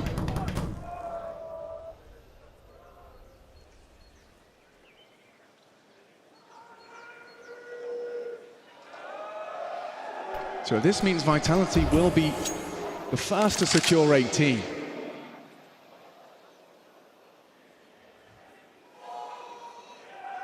Putting Cloud9 on the chopping block, Chad. This quarterfinal certainly has delivered. Vitality tested. And this Inferno, this undefeated Inferno since the addition of Flames. Just trying to think what Perfecto's trying to buy them here. Essentially time to have a conversation. Right in there in that moment, it could have been a chat about what's going to follow through into this next round of play. He had nothing there. He didn't opt for any kills until the last moments. So his attempt in the round, negligible, but it's more about what we find here. And this is how ZywOo finds that opener, right? There was a gap. They missed the molly. There was space for them to charge up Banana, and ZywOo still is able to pull that off. But in back-to-back overtime rounds, we're talking smoke spams and wall bangs. Every trick in the book, 35 frags and counting. And they still don't want to put an AWP of their own out to try and cage him, to try and lock the lines. Shiro really wants to use this AK, has more than enough money. And this is it, potentially the final round. This is looking more deliberate towards A. They're keeping Banana busy. They want to send Perfecto forward for some space. He has a little bit. Flames is worried. Apex is coming back here towards Logs. He might catch him on the jump, so Flames will be spotted now. Information going both ways. Magis gets info. Ooh, and a frag. Finishes off what he started earlier onto Axile. Cloud9 struggling these 4v5s. They are in jeopardy. Last time I said that, Shiro came up with a triple and looked like a laser beam with the AK. They're ahead. Vitality are ahead. They have all the advantages in the world here. Not just the number advantage, but the info flowing their way. This is their round to win. Flames flashed off the confirmation of the boost. At least two. At least two. 50 seconds. Smokes are out. What's the call? They've completely vacated the rest of the map. It has to be B. And they're on their way. Electronic chipped away. Up and over. Flames. Spinks another. And Vitality remain undefeated on Inferno. The semi-finals locked in to make a change after lifting the major trophy, and it's working wonderfully. Flamesy, he holds his own on the big stage. The spotlight needs to be on the kid today. Stepping on to a big stage, replacing a 5-time major winner and getting it done. Looking like an absolute monster, what they needed from him, entering, taking space, finding those openers in Apex, the puppet master of it all. A great performance here from the in-game leader. A great showing from Vitality to get this done 2-0 against the absolute monster that this Cloud9 roster may become, but this is their first showing, Axel's first taste. The team on the big stage here. Today it wasn't enough, but they pushed Vitality to the limit on Inferno. They absolutely did, and I can't help but feel that the form we saw The form we saw on that first map just wasn't quite them. OJ seems ready, and Flamesy is with him. We certainly are. You came, you saw, you conquered. I mean, this is your first time on this stage at Cologne. Talk me through it. Well, it's amazing. I didn't expect the energy to be so good. Before the game, Apex said to me, it's probably the best arena in all CSGO. And I can see why. You guys are amazing. Thank you. But for you yourself, you know, in front of this many people, up here, under this pressure, I mean, you were cool. Yeah, I mean, you know, we work a lot with our psychologist, and he gave me some things to handle the stress. And yeah, I have amazing teammates beside me, a lot of experience in the team. I have to, you know, if I show up, we're always going to win those games. And with such teammates, I cannot not have focus on the game. And you absolutely showed up. Considering, as we just heard Chad said, you stepped into the shoes of somebody who was a 5-time major champion. You come here, what pressure are you under to perform in this team? Well, I just want to win with this team. I'm not under pressure to perform. I'm under pressure to, you know, I want to win, and that's the nerves. But other than that, you know, I don't think about the 5 major winning stuff. I'm just here to pick trophies, and that's why I'm playing CS. Man, you picked off everyone. Let's talk about who you're going to meet in the semi-finals, and that is ENCE. Now, there's a certain player on the ENCE team that you're looking forward to meet. Yeah, I mean, Nerds, obviously. Me and Spinks need to give him a slap down. Send him again back to home, and that's all our goal. To be honest, we want to beat ENCE. Obviously, we want to make the finals, but there is on this game there is many more things that we want to win because of. Well, absolutely. Who's the greatest Israeli player at the moment? Spinks. Right. Who's second? I would say that Nerds performed very well, but he's gonna handle 2 of us tomorrow. So. Man, you're so humble. I was hoping you were going to say you. That was amazing. What a performance. First time on the big stage at Cologne. What a man Flamesy is. What a team they progressed through.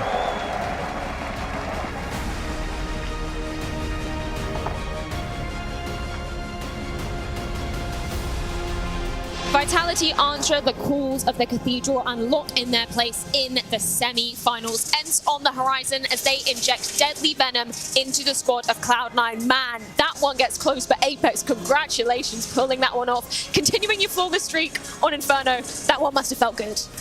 Yes, that was a tough one for sure. We got caught off guard at the beginning, but today we were mentally strong and nothing could happen to us. As I said to Maniac, I think that's the G2 game, those games that we don't have anything to lose. We're not good at that right now. But today we showed that even though they had the lead or whatever could happen, we lost a stupid run as well on A. We never gave up, and that's what matters for me in those situations. Yeah, that was an incredible game to watch. We are obviously talking a lot about Flamesy and his debut on a stage like that. For you as a leader, how do you feel he performed in that stage, in that moment? For me, that was really important to put him in great condition, to explain him and to do the old brother to explain him what happened there. And he reacted pretty well, not being scared, and of course he had maybe a bit more rough on Inferno, but he just played what he had to do, and I'm really proud of him. It's just showing really good mentality and everything. On Mirage he played insanely as well, so it's just really good to see a young guy with the hot guns performing and just taking the big experience we have. We heard that he'd been asking, you know, a lot of people who had experienced this very stadium, their advice, how it feels to be in there. Did he ask you anything? Did you tell him anything? Of course, he asked us with most likely Magisk and me. I mean, we played a ton of those stages, not Cologne, but I think I played a few times here, and I just told him just embrace the stage, just enjoy, focus on what you have to do. Don't focus on the pressure or whatever. Focus on your own CS. Don't play different. If you have to entry, if you feel something, just go for it. I don't give a fuck. Yeah, just say it, man. Go ahead. So just do it, and he does it, and I'm really happy it happened today. Now, it's one thing to say those things to him, but when that comeback is starting to happen on Mirage and it's creeping back in, is it just as easy to say it there as well? No, I mean, they had a good plan to put Shiro on B, and we knew, and we lost XVX on B at the beginning of the T side. But it's how it is. I mean, they are a really great player, and we had to find things as well. And we don't have to forget that we have also like a small amount of practice with this lineup, probably less than they have with the lineup. And that's tough also to find solution as well, because we worked maybe 6 days together as entire as a real practice. So it's not easy, and they are the insane players. But I'm just happy, because I heard Axel wanted to overpower us, and he didn't. Hey, look, it's true. Obviously, limited practice. I liked your question about Mirage. There was a moment in the second half. You have a 5v4, and then the round goes to hell, and then the camera was on you, and you were very vocal. You were very active. Do you remember what you said to your boys after that moment? You seem to be very fired up. No, I just told them that we told each other that we needed to play with a lot of courage today, and that's what needed in those big stages. We need to play to courage, we need to play with balls, and that's what actually I did on City side on Mirage. I took my duels and I won them against best player than me, but I didn't care, and that's how it goes. And this one, we're playing a bit scared, like holding angles and not taking initiative to get connector and that kind of stuff. I just told them, guys, let's go for it. I did entry underground, but I need you guys to go close connector, to smoke and blah, blah, blah. So they did it after, and they understood that I just wanted to fire them up, because sometimes it's needed, and that's also my role. So it felt like you kind of had that mindset in some of your calling. So I mean, was that you mentioned it to the players individually? Was that a philosophy on how you wanted to play as a team? Because Mirage, some of those T rounds from Cloud9 were a little bit slower paced, were a little bit more patient. When you came out on your T side, it was bang into the bomb site, bang into the B bomb site. Is that kind of the mentality that you brought into your leadership today? Yes. Maybe even last round, we went through the smoke ramp without nades, and I picked electronic and I killed them, because it's just playing with balls sometimes, and of course, like sometimes we don't have the deep tactical yet, of course, and we need to rely on those entries and those craziness, and I'm pretty good at that. So you were born at it. I just showed. That's how it all began. I just showed the way, and also on City, how many times I just pick bench and kill them on ramp, and that just playing with balls, and I think we played with more balls than they did. Speaking of beginnings, Apex, we have to talk about, grand final here back in 2015, obviously 2019 as well. Do you ever get those memories when you came back here today? Was it coming rushing back to you? I remember the first time I entered the stage was from this door, like today, and I just told them the last time I did it was against Navi in the Cologne major, and we entered from this way, and just remind me that it was 8 years ago, and I used to be one of the best entry fraggers back then. That's a lot different today, but that's still the same atmosphere. Obviously now we embrace it a bit more because I have more experience, but 8 years ago or 4 years ago it's exactly the same. I played also in 17 here, and it's just a fantastic place, not gonna lie. Yeah, the vibes are immaculate here. Apex, I just wanted to get your thoughts on one particular moment from Inferno. We brought up round 17 because obviously we saw Cloud9 winning both pistols on that second map, but then you guys answered back with a very nice force buy, right? This is your speciality. Yeah. This is crazy. Bro, walk us through the idea. Like, this should be an impossible round for you to win. Like, it had to be a sinking feeling. Shiro gets this kill. There's no way you expect an op, right? No, of course not. And it's something that's actually not my role to think about that, and because it's tough sometimes when you're in game leader to think about how many kills they did in the pistol, right? Yeah. And there, I mean, I wanted to pick, and I said, just go for it. I mean, I'm not gonna tell him anything. But their things had a fucking good timing. I knew electronic would be sight or something, just a feeling as well. And then 2v3, it's Inferno, really tough to retake. I have no Kev, we win this round, I don't know how. Thank you, this Deagle, two hits as well, because I 2-hit him, and I'm like, oh, thank you. And then I just told also things really delayed, because they're gonna retake slow, and we know one is low HP, so we did it, and he did one kill, I did one kill, and everything goes on the other way, and it's really, it's such an important run to come back for sure. Absolutely. I mean, this is a nice little round to look at, but basically the start of that half was back and forth. Like, how do you continually call when they win a round, you win a round, they win a round, you win two, they win one? Just try to be in the heads. Are you trying to think what they were supposed to do and what I could call? And as I said, we lost this stupid A split, and I said 3 times to Zaiwu to get the bomb. He doesn't, because probably with the crowd and blah, he doesn't hear me. So I can't hold the smoke from the A split. And when I get the bomb and I go to small pit, he kills me. I'm like, oh, fuck's sake. and then we lose this round, and that's just cutting. But yeah, trying to be in the heads and trying to stay focused. Even the 15-14 rounds. They had a really good call actually at 14-14 when they pushed mid. We didn't expect that, and it ended 2v3 and we didn't win. But last round I just dropped AK to Zaiwu. I said we need to get to this B-bomb site again, and because it worked for us and it worked again. So. There was a little bit of a clutch moment where I think everybody was holding their hands. That 2v1 against Axel. No time. Zaiwu, what happened here? I told Zaiwu, hide, mate. Let's hide. And I was hiding, and he picked. And when he died, I was like, oh. And then I had no time. I was like, oh, thank you. I said, no, don't pick. pick. I told it, just don't pick, let me die. I don't care. I'm gonna play like a pussy in dark, and I don't give a fuck. But yeah, and actually the time helped us to win that one. Oh yeah, that was tight. Apex obviously ends tomorrow in the semi-final. We know Flamesy and Spinks are very excited for that. What do you think of Ence's form at the moment? They're an impressive team right now. They've been winning Dallas. They had obviously a rough major in Paris. I never expect them to lose against INIP in this fashion. I remember 2-0, but they won Dallas, and Dallas was pretty impressive from them. I guess this first game is in all our heads. But yeah, it's just gonna be fun. I mean, old Spinks team, Israeli fight. They have this Israeli fight. They just want to be the best in their country, and they also have a crazy play style like us, so it's going to be a banger game, I guess. I was going to say, you got Snappy on the other side. That's like a leadership head-to-head there, and you both like to play with balls. You both like to play with confidence, very convincing hits. Yes, I think that, yeah, I mean, what he's done with this team, I didn't... Okay, let's be honest, before this Ends team, I didn't expect him to be such a good leader. For me, he wasn't that good back then. But what he's showing with this End for 2 years is pretty insane, and as everyone said, well, as we talked in the podcast yesterday, or 2 days ago, sorry, or yesterday, yeah, no, 2 days ago, they don't have the big names, right? But they all believe in one play style that is craziness and taking duels and don't give a fuck about the opponents. And they do that so well, and it's either Zaiwu, it's whoever, they do the same, and it works pretty well for them. And they found this way, and I guess So and Snappy are big guys from that, and they always knock out ourselves from tournaments twice. So now it's ourselves to do that, because I really want. I've been waiting for this trophy for a long time as well. I've been to finals, so I really want to win some more to get to the final. Yeah, 9 times here in Cologne. Yes. That's a crazy feat for you, right? Yes, I missed once because I was benching G2. Thank you, G2. Shout out. Biggest mistake. You're having a lot of mic drop moments this year. Because big mistake, because 5 years, it took them 5 years to win a tier 1 trophy again. So that was a big mistake for them. Oh, he's taking names. I love it. The list is going down. He's got a list back home. A humble king, as always. But yeah, it's always a good feeling. I mean, playing here, I remember with the Maniac, we played in 14 in Cologne Messe. In the Cologne Messe, yeah. We played the semi-final. We were like so close to go to the major final.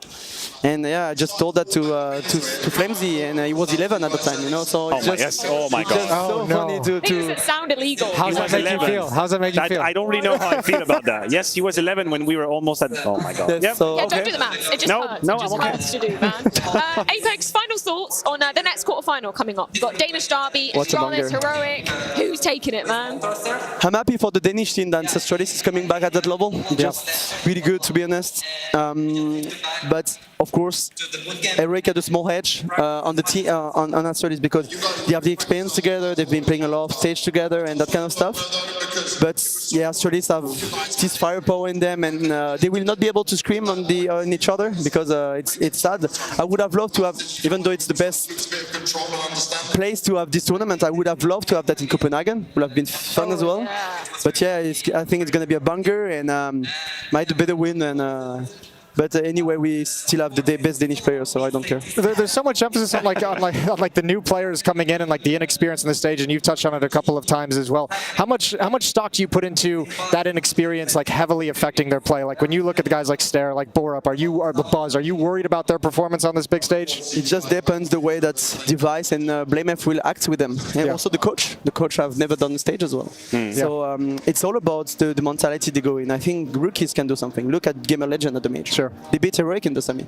It's all about the way you go in, and I think for Astralis, they told themselves kind of that they didn't expect to go that far in this tournament, and they were really new as well. So I think they have to embrace it and just don't think about the results, win or lose, whatever. They did crazy, something that we didn't expect from them when we saw like the lineup. Even though like the lineup is good, we didn't expect them to be that good fast. So I think just don't care about the result, just enjoy, and magic can happen. Cool. Well, Apex, thank you so much for your words. Congratulations once again for making it to the semi-finals. It is time to be checking in with our DHL MVP.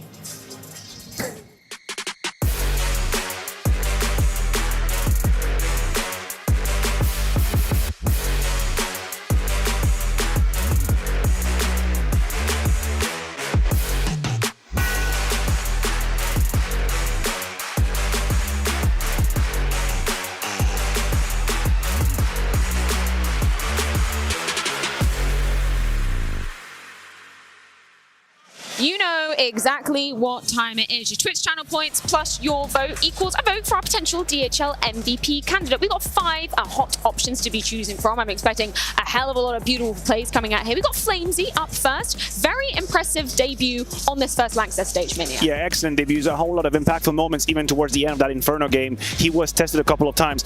We have Zybo, who put up another choking performance on a big stage, I guess, if you're watching Counter-Strike once again. Well, now you're just putting words in other people's mouths. Let's not go that route. Yeah, he had a good game. Apex, however, stepped it up perhaps more than anyone in terms of expectations versus reality. God-tier performance from Apex today. Yeah, Perfecto as well. Honestly, some of these maps have been kickstarted by Electronic and Perfecto. Yes. I think Electronic individually suffered, probably being an IGL in that very tense of a moment. Someone who didn't suffer, had a huge, immense Inferno, was Shiro. Yeah, but how many more times are we going to say his name having a huge game or a huge series in a loss as well? It's getting a little bit heartbreaking at this point. 3 years for Zywu, you know, so how long do we have? We get there eventually. You know what? I think I'm going to be incredibly biased and give it to Apex in this one because not only putting up some great frags in the server, but what a great interview from him. He was hella honest with that one. Yeah, he hit the world record on F-bombs, I think, during an interview. That was lovely. Probably, but it's Apex, so yeah, he can do Apex, it. yeah, he can do whatever he wants. Yeah, unfortunately for Cloud9, that does mark the end of the road. Obviously, a series that came incredibly close, but again, we just don't get to see what maybe we would have hoped for. A bit of a hotter start, perhaps, from Cloud9. But what were we really hoping for? I would argue we have gotten exactly what we wanted. Before this event, I had said playoffs. Yeah, exactly. Look, if they had showed up with the lineup that they had practiced with and moved on to the playoffs, you would have said that was a decent event from Cloud9. Okay, good lineup. You guys, it's good young first days. start. That's not even what happened here. They played with Buster. They hustled their way to the playoffs. They made life an absolute nightmare for Vitality. Sure, arguably a slow start on the first map, and they can have regret on that one. It took them way too long to wake up. But you look at the quality of the end of Mirage, the quality of Inferno, and then you realize the weight on Electronic's shoulders to do spontaneous live IGLing. I guarantee you this is not the Electronic we're going to see in the long term with Cloud9. He was overwhelmed by all he had to do. Just give them a bit more time. This is a roster that is extremely exciting, and that game has changed nothing in my expectations. And we heard the words from Apex himself talking about it's all about the mentality you enter the game with, and that's perhaps Electronic's biggest obstacle with this team. And this is his first chance to really see what the environment is like on a stage in a big game and see what happens and see where he can work on to prevent the breakdowns. I think, too, you got to say Inferno, great showing, and we got the treat of seeing Axile popping off, Shiro popping off, having a good game. So you see how this team should look when they're dangerous. Yeah, of course we're going to have firm eyes on Cloud9 going forward, but this does mark the end of the line here at the Intel Extreme Masters Cologne. So let's get a few departing words from Hobbit. Cloud9 fought until the very end, and Hobbit, this is not what you wanted, right, coming to the stage, coming with a new roster. But I just want to ask you, when you got into the serve with Axel the first time, how different did it feel within the team? What was the struggles in the first map? I mean, maybe, I don't know, a lot of things went wrong, to be honest. Individual mistakes. And to be honest, they just played well. Their plan, or I don't know, or just kill, they did great. Yeah. And for you guys, though, you had a slow start on the first map. You started to warm back up into it. How important was that for you guys to at least build some chemistry with this 5? Yeah, we have like 2-3 weeks practice behind us. It's nothing, completely nothing, just because the whole thing's working different ways than we were working with Ultrastar. Yeah, I mean, I think we have a lot of potential, a lot, and we just need to back to the bootcamp and to practice as much as possible. And you guys have always practiced hard, you guys have always worked hard. I want to touch on Inferno though, because it was so close. We thought you guys had it, you clawed your way back in at the end of it. At that point, did you guys, when it got into overtime, did you feel like you lost it? Did you feel like you started to lose a bit of control and understanding? I think there is no feel. I mean, on the second map, it was a very tough game, very close game. And yeah, we could close it. But of course, it's all about mistakes. It's all about miscommunication. It's happening when your new team. It's happening. I mean, it's impossible to fix it in 2-3 weeks. We have still a lot of work, a lot of stuff what we need to work on. Well, I look forward to seeing you guys back in future events. Thank you very much for your time, Hobbit. We'll keep things moving. That's it for Cloud9. Yeah, of course, incredibly new ground for Cloud9 coming into things. You know what? I'm just glad we did get to see Axel coming here, right? Yeah. It would have been such a bad taste left in my mouth if they'd have been eliminated in the group stage and we didn't get to see, you know, the proper Cloud9 making an appearance. Yeah, it's beautiful that we got him in there and playing well also. That was always going to be a big question mark too. He very easily could have come in flat and then we would have been up here and said like, oh, but look at all the extra circumstances. We got to see Cloud9 looking with him putting frags on the board. And the attitude for me was just different than some of these historical losses from Cloud9, where it felt like they weren't existing through the game. They were passively waiting for the timer to go out, not attempting anything, not trying anything. This entire game was about risk-taking, Axel pushing in apps, pushing the envelope, trying to go for information. That's how you play Counter-Strike. You play to win. He has a move at some point where he's got the best timing in the universe and Spinks one-taps him from bench on Inferno. Yeah. And that's okay. That's the beauty of Counter-Strike. You were right. You had the right attitude, you had the right idea. But headshot changes everything. Exactly. Yeah. But the Cloud9 of yesteryear, they were not attempting that move. They were waiting patiently. I remember speaking with Hobbit at the right after PGL Stockholm Major back in 2021, sitting at the airport with him at 6 in the morning. Everyone's dead tired, and I'm just like, "What's up, man? How's the team going?" And he's like, "You know, I'm just waiting for that moment when these young players realize that they can win events if they play the exact same way they do online." It's been a long time since I've seen Cloud9 take a progressive step forward towards that. This, I think, despite a loss, was a very positive showing that these changes that they've made are putting them on a new path to where that can actually become a reality. So the path for Vitality now, obviously Ents in the semi-finals. No bias here, Matthew, of course. But where do we see that one progressing? Because Ents have been, on quite the roll, and lifting a trophy in Dallas has to fuel them with a little bit more confidence coming in. Yeah, listen, at some point we have to address the idea that Ents might be underrated. They get so little spotlight, so little praises out there, but somehow they're one of the teams that have had the deepest runs. Sure, when Snappy says we've played 4 finals, 2 of them are challengers, so let's take a deep breath, right? There's a few finals here and there, but still, you have to consider how they've been playing Dallas. They come in here full steam as well.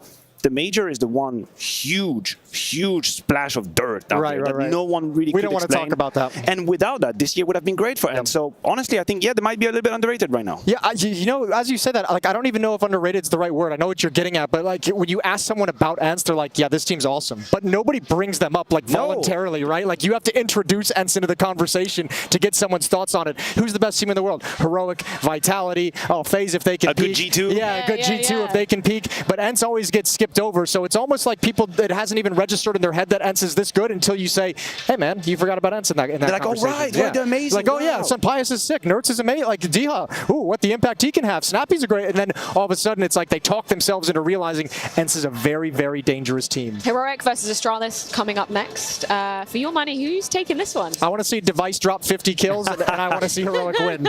Oh, you want both of the best? I want the best of both worlds, exactly, yeah. You want a good Device and you want Heroic to win. We talked a bit with Kaden during the media day at the roundtable, and he was explaining how, hey, listen, we as Heroic, we had to grow through all of these big stages game. We had to go through this. At first, we were choking. We didn't really know how to approach it. My players were making mistakes. And he was saying, Astralis, they're at the beginning of that road. Device has experience. BlameF has some. But the rest of them, who knows if they're going to play the same Counter-Strike? Well, I'll tell you what, Device has experience winning, and he's also got experience going through a little choke fest of his own. For about the first 3 years of CSGO, he was known as the big choker. So if anyone is going to be able to get this team up to speed quickly, Device has got Listen, all the I'm going to give you the lowdown of the last 7 years. Go back to my 2016 textbook and see what we've got in there. But the caveat, no experience of winning in this very arena, that old Astralis, but it's time to see if they can turn over a new leaf, but a tall task ahead of them as Heroic are awaiting. It's going to be a Danish derby in our second quarterfinal here at the Intel Extreme Masters Cologne 2023, but not before a quick break.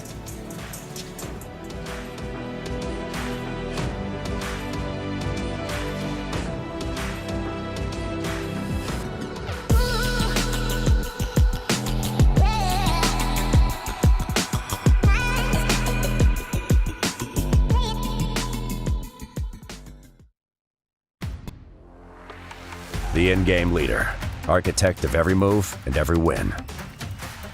The entry fragger, fearlessly leading from the front. The opper, the deadliest of them all. The support, the true difference between winning and losing. The lurker, everywhere and nowhere, patiently waiting to strike. It takes 5 champions to win.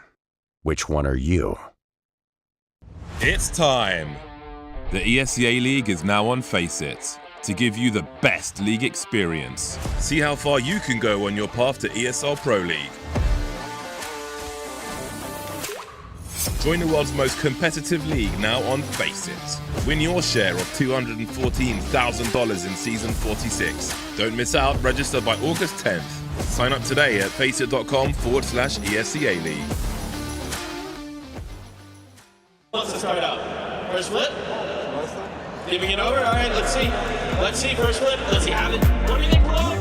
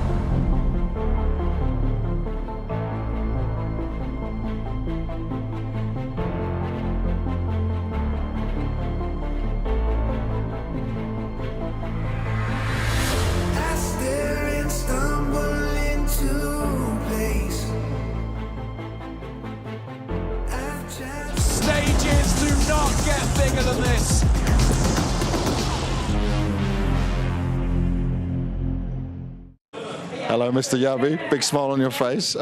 First thing I wanted to ask you about here, you guys have some quite interesting arrival music when you guys pull up in your van, yeah? What is that to do? What's the mood? What does that give you guys? I mean, it's some kind of recipe we work with, but today we couldn't calculate the traffic, so we make some changes, and yeah, it's good, it's good.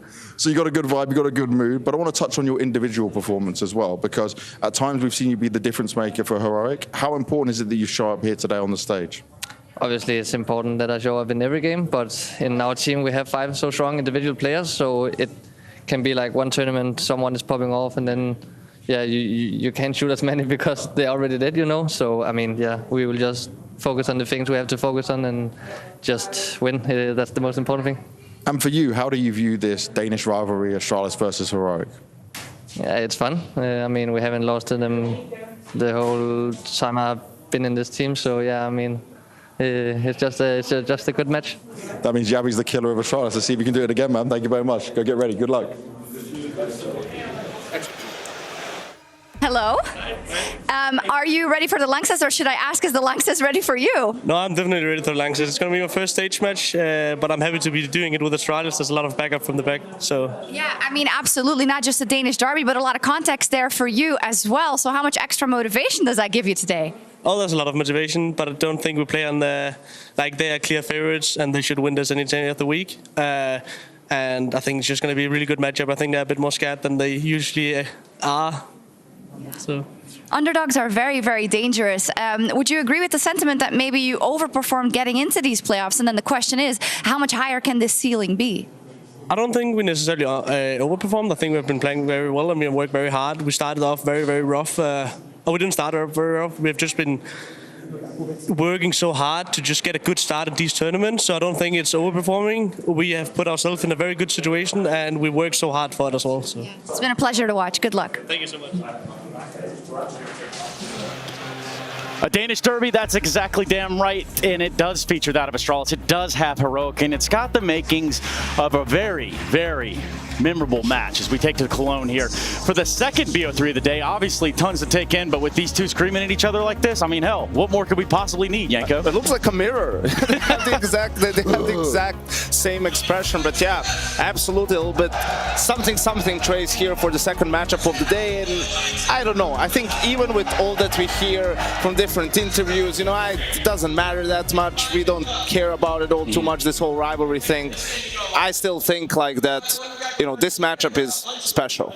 Listen, I love it. The first day of the playoffs, the second game, you know, it's Friday night, Danish derby, two teams that have a history against each other. Yeah, maybe the players are different, but the organization, they have a history. It should be an interesting match. Both teams coming in and they want to win. Yeah, they absolutely do. And, you know, some of the path to get here, obviously we're going to go through and run you all that, and run up the numbers as to what it took to get to this point. For these two teams, this wasn't necessarily the funnest, clearest event that they've had thus far, I guess. Yeah, I think, though, for Astralis, probably you're impressed by the fact that they made it into the playoffs. But I think if you've watched them play all the way from the play-in throughout the group stages, I don't think you'd be overly surprised because they showed some really, really good CS, and their only loss in the groups has been to G2, who's booked themselves a spot straight into the semis, and that's also 2-1 scoreline close game. They could have easily come out on top with a 2-0 win there. So for Heroic, it's a little bit more the manner in which they won. You know, it was more shaky than we're used to seeing from Heroic, especially because you have the Mongols in there, right, pushing them all the way to the limit. Arguably should have beaten them with a Techno 4K, you know, flank. So we talk about Heroic as a team that doesn't really get upset, and they were very close to that in the group. Yeah, I mean, for Heroic, they stumbled a little bit here and there. We saw Astralis all the way to the very end of the group stage trying to fight to stay there, right? Kassad, let's talk about Astralis. What'd you see that made you excited? Listen, Astralis played the amazing games so far, right? Considering the history in the past year and a half, changing the players, all these things, bringing back Device, the player who is like now super vocal and who is the head of the team. They played good Counter-Strike. Yes, they even took the map of G2. You mentioned it, Yanko, in that matchup. There was a 2-1, the only loss for them. Overall, they completely deserve to be in the playoffs. And even if they win today, it's not going to be undeserved at all. And I think it has to be said, just for Astralis as an organization, what a turnaround. In only, 6-7 months, you could see that they didn't didn't even have enough points to qualify for the play-in of Katowice. You know, so they didn't attend the biggest tournament of the first half of the season outside the major. You know, they made organizational changes. They got rid of some bad people in their org, and they brought in some good people, including the performance director from Heroic, right? And you can tell the impact that has on the team, on the atmosphere. Everyone's talking about how the support is much better now. The vibe around the team is better. You can see it translates to the server as well. So what you're saying is they've got their devices in a row. Like their ducks in a row, but it's their devices. Let's talk about what he was able to kind of bring out here and to be a focal point of this lineup within his return. Listen, it's funny that you said that because this guy on your screen right now is one of the all-time greats. Ghosts. Yeah, definitely. He doesn't have a title here, but he has like nine-time top 20 player of the year. You can see 5-time HLTV top 5 player of the year. He's 4-time major champion and all these things. He even won the Grand Slam. The guy is an absolute beast. It's not just that, his past accomplishments. What he did on this event is absolutely amazing. The form that he's in right now, he's trash-talking people, he's yelling at other people, he's carrying his team. He's like the spearhead of this team right now, and he's the main man and main reason why they got into this quarterfinal. You can see how hyped and pumped up he is after all these years of winning. He's still there, stronger than ever. And which is a testament to his stature within the game and what he's bringing to this team. You know, you look at some of the power figureheads over here in this team, you've got your blame Fs, but Device is one of those with the accolades to back it all up, Jakob. Absolutely, and I love the fact that he's getting so fired up during the groups. And I think you talk to some of the players, you know, on other teams, and they're saying, like, yeah, I think we believed he was going to be good coming back, but we think he's playing better than ever, actually. Like, and actually the stats prove that too. He's just a tiny bit better than his peaks in 2019. So this is the thing, like, yes, Heroic is the better team, absolutely, all of that stuff. Device is still the best player on the server. Which is not going to smell good if you're on the Heroic side. But we'll get there, don't worry. I think when we look at the Heroic side, obviously they have their shining points too. But it's not that they're immortal, Kassad. No, not at all. I mean, we can see their past results and the things they did in the last few months and even a few years right now. They always manage to get deep into tournaments. They always manage to get into the semis, into the finals, but somehow they always crumble, right? Something is wrong there psychologically that needs to be fixed, but you can see on your screen right now, was it Rio 2023 second, Katowice 2023 second, Rio 2022 second, right? It's just, remember the past majors where they lost in the semis to G2. It's always something, but it's never quite there, right? They need a little bit more, a little push. Maybe the experience of all these defeats can bring them in for the title here. Not it can't, it has. It has to right now, you know, like it's been a full year of these results, of losing, you know, in some finals. Sure, they won a couple. They won the Blast Copenhagen last year. They won Washington to close out the first season of this year, right? So there's experience in winning and losing. At this point, either these 5 players can get it done, or you need to change one of the players. Yeah, I mean, there is a mindset thing that can happen there too. How are they enable themselves to weather that storm? Some people see it almost, hey, getting to the summit, getting to that peak, but then falling just short and becoming the bridesmaid, coming down in second place so many times. That's a mental hurdle, I think, in some ways. Oh, absolutely. I mean, it's just when you know that you're so good, but you cannot get that trophy. Like, it keeps eluding you, right? It keeps escaping, and it's like super problematic, like psychologically, to deal with that. Right now, they have that experience. They're ready to win this event, and even if they do, it's not going to be undeserved at all. Even if they played badly, we can say, for their standards in the group stage. Yeah, it's just a little bit of a cat and mouse, but no, they're not here right now. There's no mouse, no cats except for you guys. When I look at Heroic, what they were able to do within the group stage, I can kind of reflect it back to what we got from Astralis in the same light, Jakob. Yeah, I think for them it's that in the end they end up losing to Ants, and that's why they're in the quarterfinals. For Astralis, on the other side of things, it was beating Navi. I mean, in an incredibly close game. And listen, in that series, the best performer was Buzz. It's true. And he had 30+ kills on Overpass to, you know, decide the winner there. On the first map, it was Borup who had a great game. So yes, we talk about Device, we talk about Blame, Stair as well as someone you expect to do a lot of work, but it was actually across the lineup. You had guys stepping up at different times, which is, you love to see it if you're an Astralis fan. And that is what you need, right? You need a supporting cast to do whatever they can do to help players like Device and Blame, you know, because they're going to get some of their numbers, not always the highest one, but they need that supporting cast to kind of deliver anything in terms of impact of numbers to get them over the line. They did it against Navi. They're in the quarterfinals, and they're here to play. Yeah, you know, you look at this is a team game at the very end of the day, right? So Device may be able to come out here and throw up 30, but if the rest of the team isn't there, it's going to fall short. The recipe for Astralis is similar to how Vitality was playing at Cloud9 in the first quarterfinal, right? It's a little bit more pace, a little bit more grouping together, not giving an F, right? And so forth, moving and trying to pounce and catch them a little bit by surprise, sort of, you know, like Heroic has more protocols. They've been together for much longer. You know, we know about their aggression on the CT side. So if you're Astralis, you sort of have to, you can't let the game drag out and the rounds become super long, right? I think that's where the advantage is on the Heroic side. But if you get fired up, if you get pumped like they did in the groups, you know, and if you ride that momentum, if you can snowball the game, then that's where your chance lies. Absolutely. I mean, the structure is definitely there. The skill is definitely there for Heroic. The psychological, you know, aspect we don't know yet, because this is a big arena right here. There is a lot of people, you know, watching you, because we know they crumbled before when it comes to that. Can they fix it today, especially in a Danish derby? Janko said it can snowball in Astralis, definitely, but I want to see Heroic in their best light and Astralis in their best light. That's how we're going to get the best game, and then, you know, the better team should win. What two maps are we not seeing?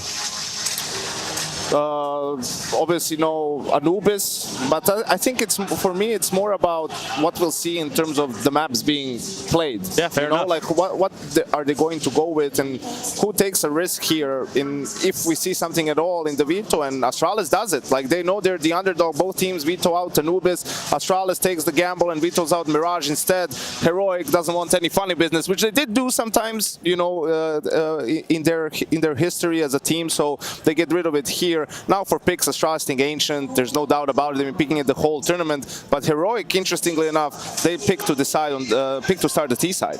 Yeah, definitely. I mean, the second map is Inferno. Heroic's pick, something that we could have expected. Maybe I was leaning towards yeah, actually Inferno is pretty fine for me, but Nuke was kind of in an equation for me personally, but Astralis decides to veto it in the second stage. We're gonna see what's gonna be the decider. Maybe Overpass. I'm assuming Overpass, yeah, because nobody wanna mess with Vertigo in a quarterfinals game if they're not sure about it. So Overpass is gonna be the decider. Overall, pretty decent veto for both teams. I think both teams should be happy. Nobody is gonna be feeling like they lost the veto or they won the veto. It's like exactly what they expected. T-sided start for Heroic on Ancient. Is that right? I mean, I like it because it tells you about, it's a different sort of, there's different things that come into play when we talk about stage games, right? And of course on Ancient it is even a little bit T-sided, but that's not why they picked T-side. Heroic picked T-side because they want to be the ones who dictate how this series begins, right? Dictate the pace. And they're not afraid. They want to also show to Astralis that they're not afraid of, you know, picking that side on their own map pick, and they're not just afraid of Astralis as a team. Yeah, grab onto this point for a second, Kasad. What's your take? The thing is, like, why would they be afraid of Astralis whatsoever? Right? There is no reason. Yes, maybe they can see this device playing well. Maybe they can see they're always picking Ancient. You know, it's fine. They will expect that. They will prepare for that. It's not their first time. It's not their first rodeo, right? They're going to be ready for this kind of pick. Yeah, absolutely. And I think if we do look into Astralis, a little bit just fixing something happened here. I just want to make sure everything's square. Everything is under control. Yeah, so in case you just joined us, we have Ancient, Inferno, Overpass, but there's also some things that we can identify when it comes to Ancient, isn't that right? Well, when it comes to things out of control, you know, sometimes blame is a little bit out of control when it comes to Ancient. Here's the thing, right? Like a couple of rounds, first game versus G2, you will see the opening. Like, this is pretty standard for them. Blame, F, and Buzz go towards mid / A. 3 guys open towards B. It's a little bit slower. Feeling it out, right? What are the CTs going to do? If anything, in this particular round, Blame throws a flash for Buzz.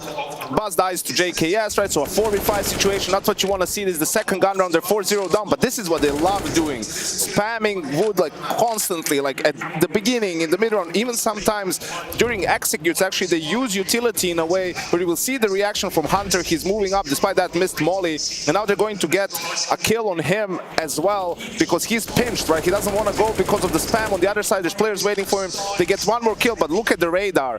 This time, Blame, the whole time while they're executing, there's still a minute left. He's lurking towards the A bomb site, right? And this gives them, obviously, in this particular situation, opportunity. It's a 3v3. Look how deep he is. That's the problem. His timing here was great.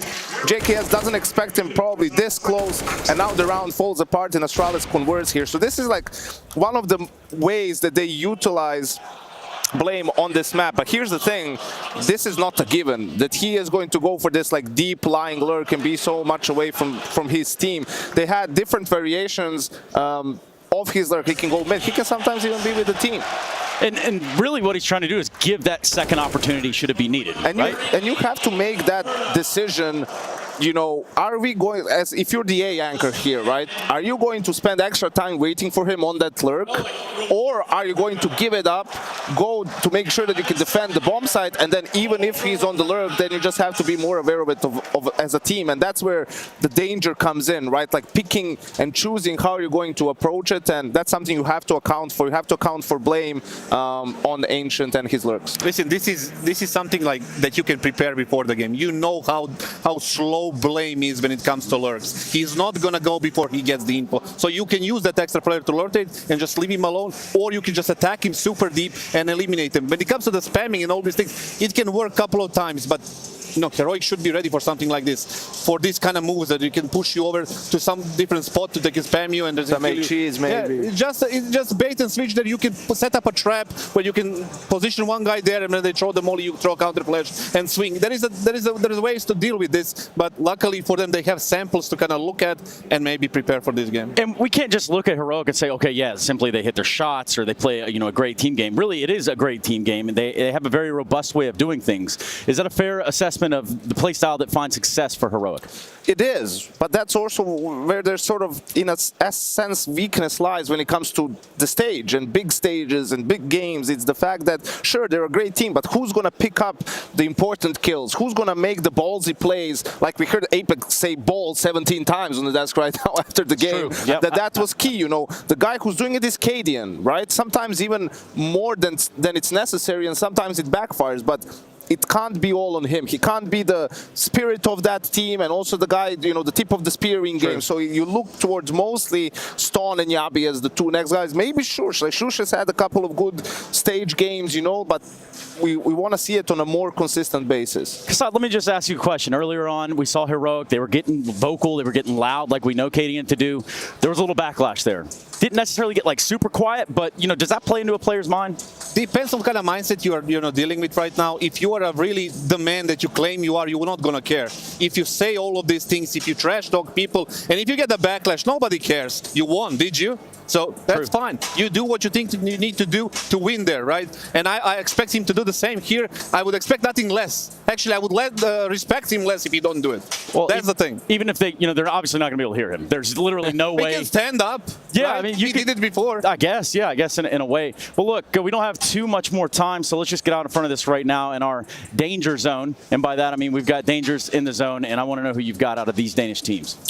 I think Astralis is going to put up a much better fight than people expect. You know, but I have to go with Heroic just because of their tenure as a team and all of that stuff. I really like this new Astralis, but at this point, they're probably not ready to take down Heroic. The thing is, for me, I'm going to go Heroic as well, simply because I don't think there was any elements of surprise when it comes to maps. I think Heroic is going to be ready and prepared for those maps, especially for Ancient. If they allow them to lose Ancient, it's gonna be a 3-mapper. They're still gonna win, but it seems to me that this should be a comfortable 2-0 for Heroic, even though Yanko believes that he can, you know, that Astralis can actually put up a fight. I don't see it right now today on this event, but in the future, if Astralis continues to play as like they do, then definitely it's gonna be hard also for Baz and Stare, right?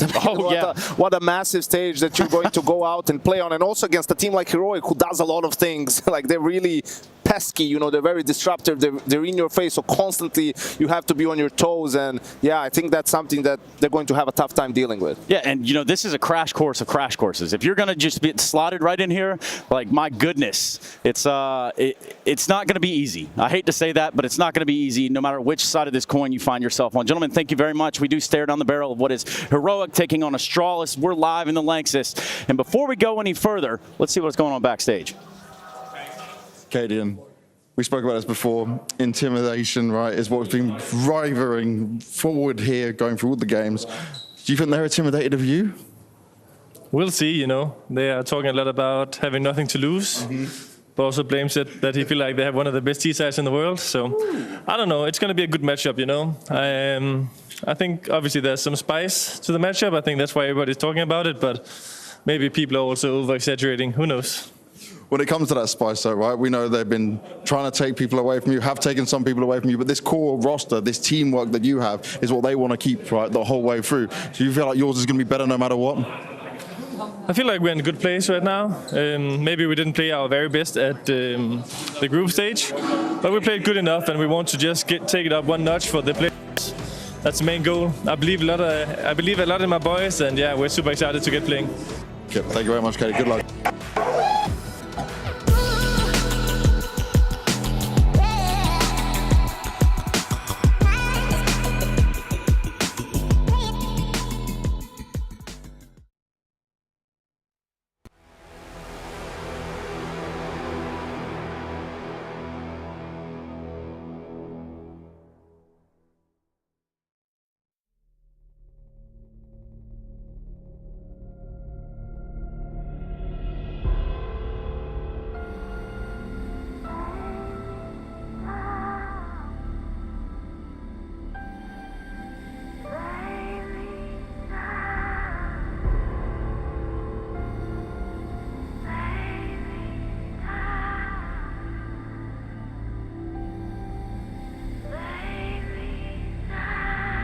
Look into my face.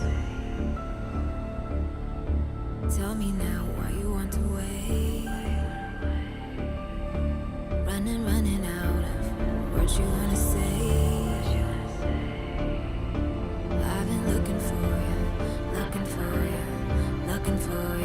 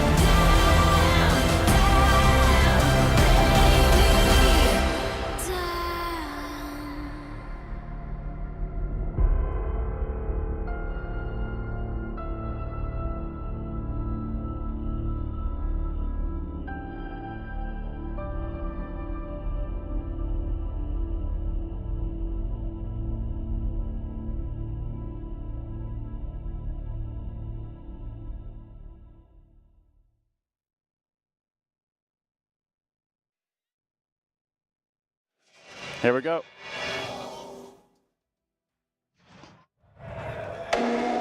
Playing the quarterfinal in Cologne means a lot. It doesn't really matter who it's against. We're super ready for the task. We've been excited to go to the arena for a long time. So yeah, we'll bring the energy for sure. Everyone is happy to play in there. Also, it's a legendary arena. Finally, it's our time.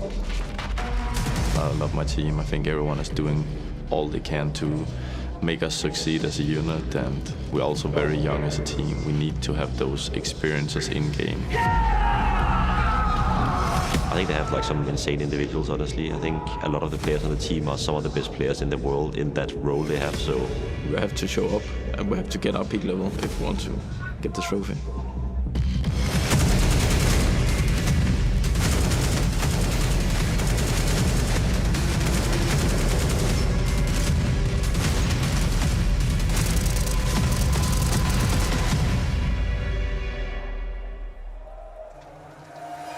All right, then, Cathedral of Counter-Strike. If the question is who goes to church on a Friday, the answer is us. Who wants a second quarterfinal? Oh, yeah, and what a quarterfinal we have for you. The first course, well, I have to say, what a doozy we served up for you. Overtime for a place to face ends. Next up, it is time to see who is going to take on G2. And for that, we've got some Danish on Danish action. Before we get to the teams, I want to know who's loud. My friends over here, can I hear you? The guys over here, let me hear you. Everyone down here in the mosh pit, let me hear you. I think we're ready for a quarterfinal right here at the Lanxess. So, let us bring out the teams. One team, they were the best in the region. Not to get Shakespearean, they were the kings of Denmark, and now they're not. The other team, it took them a long time to get to the top. They ain't gonna give it up. So let's bring them out. The first team in the second quarterfinal right here in Cologne, it's Heroic.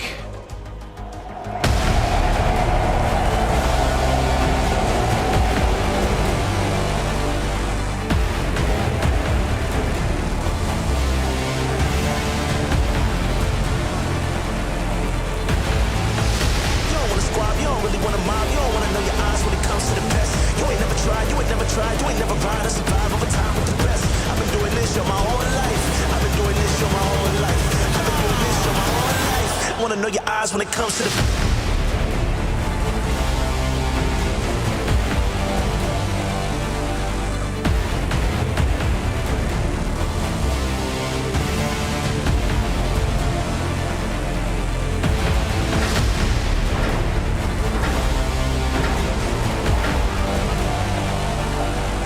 Love them, hate them, you can't ignore them. It took them years to get to the top, to be the best in Denmark, to be the #1s in the world. The phrase, cold dead hands, is what you'd have to say to take that away from them now. They are here to win the big prize, to take home that trophy, to be the champions here in Cologne. Ladies and gentlemen, it's Heroic!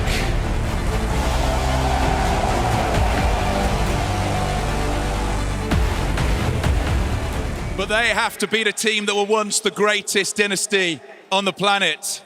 It's Astralis.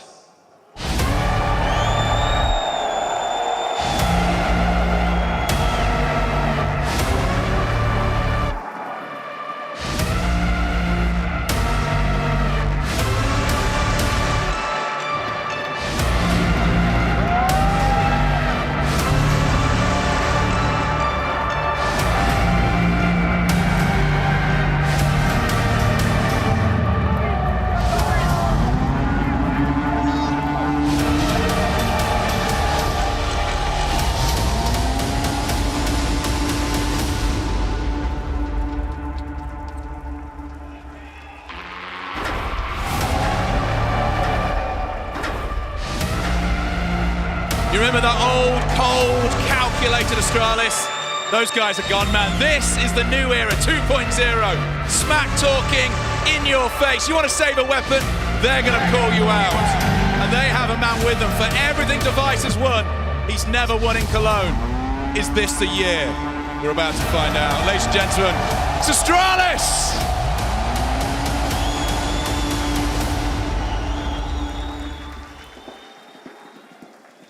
So then our second quarterfinal, a place against G2, up for grabs tomorrow. And if we served up a great match first off here in the Cathedral of Counter-Strike, do you know what? This one is great. Battling for a place in that semi-final. Give me some love, give me some love. Give me some love. Thank you. Almost helped me out there, Device. Battling for a place in that semi-final, battling to be the best in the region. Let's have some quiet. After 3.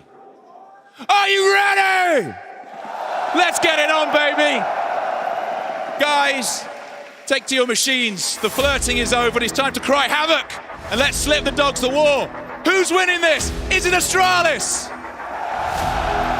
Is it Heroic? One more time. Is it Astralis? Is it Heroic? Let's get it on.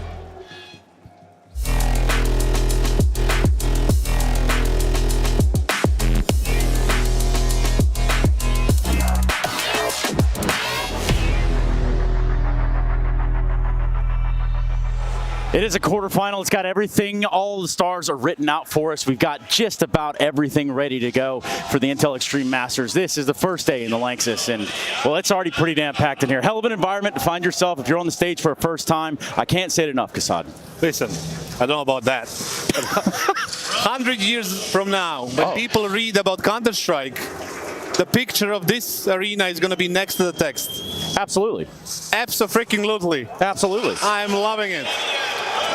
I think I also love him, if you heard Cadian talk to Banks and, he's saying like, oh, Astralis is saying they got nothing to lose, but then Blame is saying they have one of the best T sides in the world, and you tell me that he doesn't care that it's Astralis on the other side of things. Oh, yeah. I'm not buying that. You obviously don't want to lose, but you really don't want to lose to these guys. It's very true. And you think, like for Danish in-house sort of rivalry stuff, this is just going to keep fueling it. You got to love that part too a little bit. And what is the one thing we're saying that's preventing Heroic from winning more trophies, right? It's the mental aspect. It's crumbling in these crucial games, in big moments, in big situations.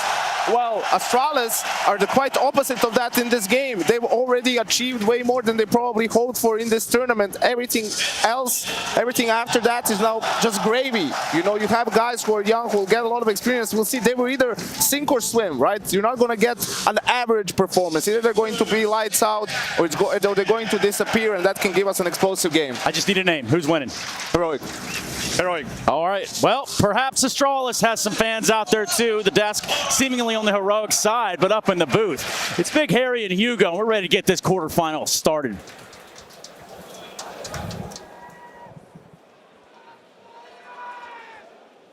Well, we've got a phenomenal game about to go down now. Heroic taking on Astralis, the Danish derby. This one is set to deliver. On one side, you've got Heroic, a team that operate in the shadows in every sense of the word. Early on, it was getting out from the shadow of Astralis. Then it became overcoming the hurdles that laid before them and trying to change this narrative that this team are not the villains, that they are Heroic, not just in name. Yeah, and it's hard not to get behind some of these players, right? The energy Cadian brings, he's going to revel in being on the stage today. And a legendary matchup, the Danske Brawl, as these two teams take each other on. I think to have Device back in the Lanxess feels right, Harry, with the amount of appearances Astralis have made in this very arena over the years, with and without him. Always so close, but never with the trophy. Yeah, and the idea that since, the king has returned to Denmark, Device looks to put forward some of his best years yet, all on the back of a return. Around him, you've got Blame F, someone who's always had the ability. That much was never a question, but he doesn't have the trophies in the cabinet. Yeah, a top 20 player, 3 years in a row, but only 1 trophy to his name. That's underwhelming for Blame. But this Astralis is anything but. Just the way that they entered the arena is paramount to their performance today. It's unexpected, to say the very least. Wins over Na'Vi, over Maus. This is an Astralis that are here to play today, an Astralis we didn't expect to see in this playoff setup. And it's in these moments, on the build-up to the game, when they come out onto the stage and they have to sit there and they sit at these computers with their peripherals, the same maps they always play, but something feels different today. And you can be as ready as you think. You can be as ready as you like. It can all change in an instant when you get out in front of the crowd, in front of the wonderful folks here in the Lanxess. Everything changes. The whole atmosphere is electric, and it's on this build-up that fact really gets driven home. This is why these guys compete.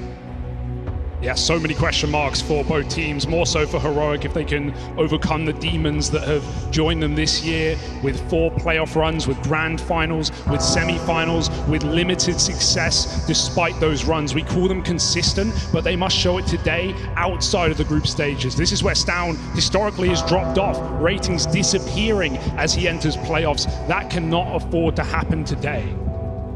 There's questions on the other side too. I mean, we know what we're going to get out of guys like Device. We know what Blame F can bring. But when you look down the roster, this is a young squad now. This is not the Astralis of that golden age. So how will they handle the pressure of one of the most demanding arenas in Counter-Strike? Cologne, a very special place in the heart of every Counter-Strike fan. For me, it was my first event, Harry, all the way back in 2015, the event I fell in love with this game. And tonight, we're not alone. Thousands of you have gathered here, and together we get to witness this beautiful sport. So if you don't mind, I've been waiting a long time for this. This isn't just any arena. This isn't just a game. It's a movement, it's a moment. And tonight, we're gonna blow the roof off this place. This is the cathedral. This is our calling. This is Counter-Strike! So let's get this party started!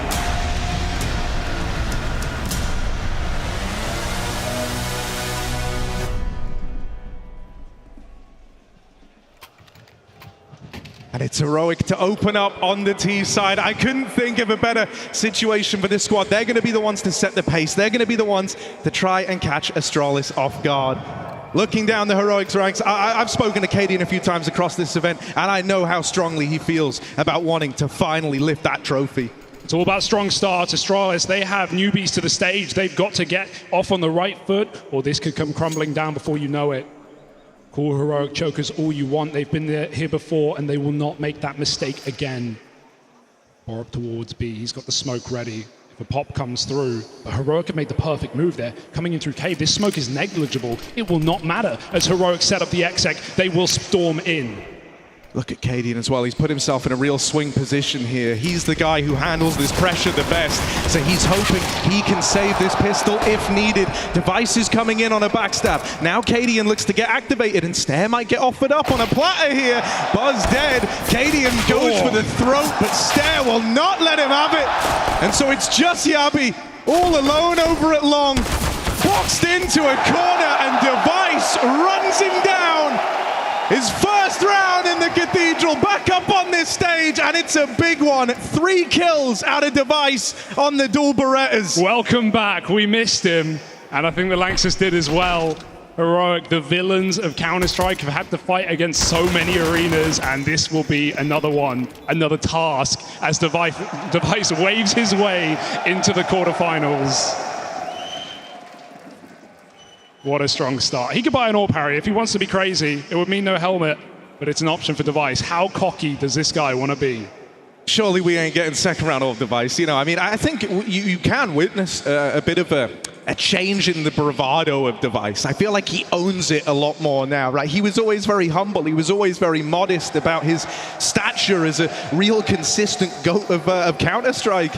Well, since his return, I feel like we've had a Device that embraces that angle a little bit more, that isn't afraid to try and rile up his opponents. Yeah, I think that's a pressure that comes with, the pressure relief that comes with being the underdog, right? No one expected Astralis, of all the teams we have here in the playoffs of Intel Extreme Masters Cologne, for Device to be here with Astralis, with a new look Astralis. So I think they are somewhat relieved as that pressure is taken off them. And Device, man, we already hyped him up a little bit. Let's keep it going. This guy's performance has been so strong this year, even though the level of competition Astralis have taken on hasn't been the same as when they were in their era with all their trophies and grand finals across 2018 and 2019. I mean, this guy has had impeccable form. He's been carrying them through games. He's even got a higher rating against top 30 teams than he did in 2019. There's something to be said for that. Obviously, a little tech pause as we get ready to get back into things. But let's do a crowd check. I think we got some Danish fans in here. I see some the Danish corner down at the front. Surely there's some Danes in this arena right now. Do we have any Heroic fans in the house? Okay. All right, that's a couple. Any Astralis fans? Oh, okay, I see how it is. A resounding yes on the Astralis front. New look, new names, but same legendary history that this org and this player brings to it. But let's talk down the line as well, because I think one of the most surprising aspects of Astralis's recent form has been Blame F, right? Typically touted as a beta. Reformed. That's a good word. Blame F, yeah, he's been monumental in a lot of these games for them. I mean, the fact that he's even able to be in the same realm as someone like Device in the matches that we've seen him play, and the fact that we see him, being more hyper involved, having that flow of the game under his control now. Yeah, and that's why I think we've really enjoyed watching Astralis on this map of Ancient as well, especially on the T side. Flames being a lot more active. Sure, we have more firepower on entries for Astralis and Stare in Buzz as well. And so this team has definitely exceeded expectations, but how far can they go? I mean, hell, dude, this is the kind of most epic, the most winningest organization that we've got, and so to entrust BlameF with the keys to the kingdom is certainly a big deal, and it's great to see that he's really relishing in that opportunity. As we said, coming into this game, there was never a question whether or not BlameF had the ability. He just didn't have the end results yet, and it feels like finally the pieces are there for Astralis. Certainly been ruling with an iron fist. And talking of legends of the game, we've got Exist standing right behind Heroic, already picked up a trophy, a major trophy here in Cologne as well, all the way back in 2014. So legends on both sides of the server, and so much experience spread across these 10 players and more. Yeah, I mean, it's crazy to think about it. I mean, if you were here back in 2015, which, Hugo, you were, Cadian was an analyst. Yeah. Right? He was on the desk. He was on the desk. Reformed, not just for BlameF then. Back in the server and couldn't be happier. I know every talent member we have that has once played at a pro level misses it deeply. I think you've got to. For these exact moments, right? I don't think there's anything quite like being out on a stage in front of thousands of people and having to compete at the top 1% of 1% of Counter-Strike players in the world. We've got a couple of Device fans in attendance. More than a couple. And a couple on the mic maybe as well, but thank you for your patience, folks. We kept you waiting, but that's only to increase the intensity, the excitement, and I have a feeling we'll be getting back into things very shortly. All right then, tech pause coming to a close. We're all here to watch some Counter-Strike, aren't we? So let's go! What a buy for Heroic. They've gone straight in, off the back of the pause, off of the break. No comms, no time to chat it. Heroic have to hit hard coming into this site. And look who we're up against after 3 in the pistol with no helmet. He's gone balls to the wall. Device. This is wild. Device bringing out the AWP in round 2 of the game, and he is in the position to take control of this early on for Astralis. What's Device going to bring to the table? They learn about it now. You don't expect that AWP to be in play right here. But Device is doing it different, built different, and a second kill from that AWP. His teammates fall around him, but Device remains immovable, held back by utility. Stare might look to make a play here. Here's that plant coming in, but his teammate Borup still a little ways away. Right now, Astralis are taking this low and slow. They don't want to give this AWP away either, and Device will not. 3 in the round so far, and with Stare winning that one, it's left to Shush. Low HP and shut down in the donut. Device delivers. Back-to-back 3K rounds to open up his run in Cologne. This is a rebellious rivalry, all right, and Device coming in swinging off of the first 2 rounds of the game. A statement to Heroic. They've got to be just a little bit trembly. Surely won't be reinforcing there. Bomb plant down, pistols and armor, hero AK, and Heroic, they need a hero right now. Because Astralis have exactly what we said they need, the momentum in their back pocket. A strong start to get these younger players enthused. This is a very Cadian call from the Heroic side. Even though they don't find success in that force buy, they put a bit of money in here. They put a hero AK out in the hands of Shush. The bomb plant has allowed for that to come through. And so this is a classic Heroic moment. They want to try and vie for that early control of this game. But it's not panned out. Cadian's already dead. It's a huge gap. Shush has found it. He's walked all the way through. The timings are a miss. Device didn't want to sit here and wait forever in the same position, and that has given a platform, and Heroic have taken it. They walk the walk. But do they talk the talk? Bombs coming in as well. 2 players trapped. And while Astralis don't know, they've got them boxed in. They're about to find out. BlameF with the backstab. Oh dear, Yabi's hung out to dry, and there's no trade in sight from Stown. He's going to get pressured from the other side. Stare gets rid of him in this little force buy. Love that. Gonna struggle to work out. Shush was the guy entrusted with this hero gun. He's got to stand and deliver now. Bomb plant in for Tesses. Any problems dealt with for Heroic, but they want more out of this round. And with Shush still controlling the spawn, there is a chance. How much further can he take it? Device says no more. And so that hero gun is quickly forgotten about. This is a very confident display from Astralis, and even Heroic. I mean, they had the red carpet rolled out on that A site. They took some serious time to get the bomb back in position, even while their players were being hunted back at B and Cave.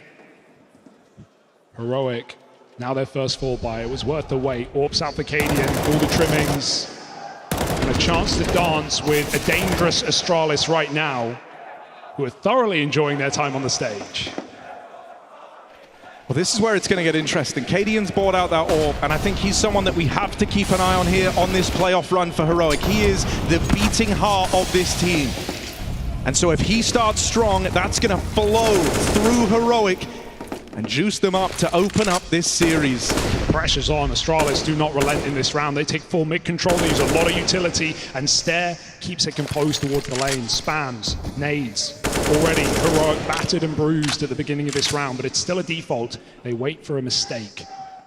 Does Device go one step too far, or is it just far enough? I mean, Device is playing with confidence right now. That much has been obvious from the start of this game. Open with three in the second round with an AWP. This is a guy who's not playing by the numbers. He's playing with the belief that he can behind him. And he will. But will this fake draw Astralis back as Shush waits in the fade of the smoke? He hopes for contact. He's going to get it. Buzz back in Temple. Shush checking the boost. Buzz on an off angle, and it seems like Astralis might be proactive. They might move through. Still 3 strong on B. No one rotating out, and Heroic don't like how this has started. That's a bomb spotted. The map gives massive info over to Astralis. They don't have to move a muscle. They know they've got everyone in the right place, and they're still coming in with aggression. Wow. But Cadian and Yabi, they will answer. Blameair flashed off the angle, has to concede a bit of control over the site, but he's still here, stuck out on an island, and that's the bomb now taken away from Heroic. The alarm bells are going off. They've got to recover this now. Times are missing. Device with a missed shot will give that bomb over. Heroic have got a chance at the plant, but that molly forces a fight. And Cadian, how are you meant to win this? Running out of time. The molly on the bomb. He can't win this round. One more shot out of Cadian, but there physically isn't time. That would have been a nightmare for Astralis. A classic Cadian clutch, but he can't come through in time. Beautiful shots that Orb saved, but Astralis steal it away again, and that is off the back of a full B stack where Heroic get 2 entries. Blame does a great job of staying composed. He's full blind, trapped between 2 Molotovs, still gets up, drops the bomb on the cross, and buys time for Astralis to get in. Very, very close round. And it's Heroic calling out timeouts early. They need Exist. They need that major winner. I mean, Exist is a very calm outside perspective to bring into this, right? And you can see him and Cadian talking this through, heading into this round. They can feel that Astralis have come into this displaying the confidence, the moves that are being made, and that's a little concerning if you're Heroic. I will say Cadian was on his way to a clutch there. He was on his way to one of the rounds that Cadian gets to pull out in these playoff runs, and that it feels like only he is capable of. Well, remember all these matches that Heroic lost in playoffs, right? You know, talking in Dallas, talking back at the major in Katowice. Cadian was the one guy who stepped up. It was the other players, the younger guys at Heroic, that went cold when we needed them. So Cadian, capable in the clutch as he's once been known. He has to stand tall today, or Heroic face no chance. Device, different round, different position, back behind the smoke they walk through. Device has just been so heads up in so many of these moments, even now having the perfect read that this mid walk's coming through. There's still a man that Cadian's looking for. Blameair, proactive as ever. Oh, very aggressive. Device goes walking it up through mid. They will lose out. Stare falls after the fact. I was trying to whittle down the A play, and Device has found that mid lurk in the meantime. So this one's so quickly gotten out of hand for Heroic. It's just Yabi over towards A. Cadian is so far removed from this. Yabi's going to look, try and have some impact. Cadian's waiting till later in the round to make a move, and as he goes out middle, Borup will present himself into the crosshair.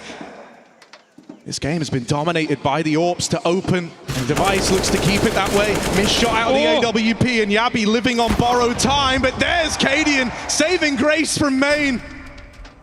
Left to blame F. Holding for this swing, and Yabi might be about to give it to him. Smoke down instead, and so blame F does not get the fight he's waiting for. I might just say, right, money's not great here, even though Astralis have taken 4 rounds in a row. They came down to 1v1s in the last. Looking for anything to get his hands on here and see if an opportunity is presented. The flank on flank. Cadian's going around the world.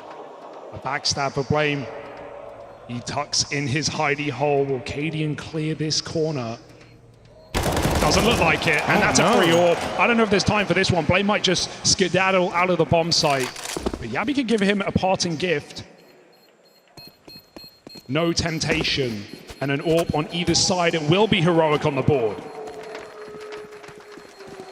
It's fantastic how AWP focused this has been to open up, right? These are kind of the 2 big names on either side clashing a hell of a lot to open this one up. And it is just going to be an all-in brawl to see who can outperform the other. Will it be Cadian, who's had to lead his team 2 victories in these arenas? He's had to be the guy to step up and deliver in a lot of these playoff runs. And on the other side is Device, Return of the King. And who's the second man to Cadian? Who's the guy that's supposed to be the star? It's down, 0-5 right now, hasn't graced our server with a kill yet. But we've seen this before, hoping not to see it again tonight. A very clear rating dip when this guy enters big stages. The pressure that Heroic have talked about, overcoming their demons. And no more pressure, like the best team in Denmark facing Astralis on the come up.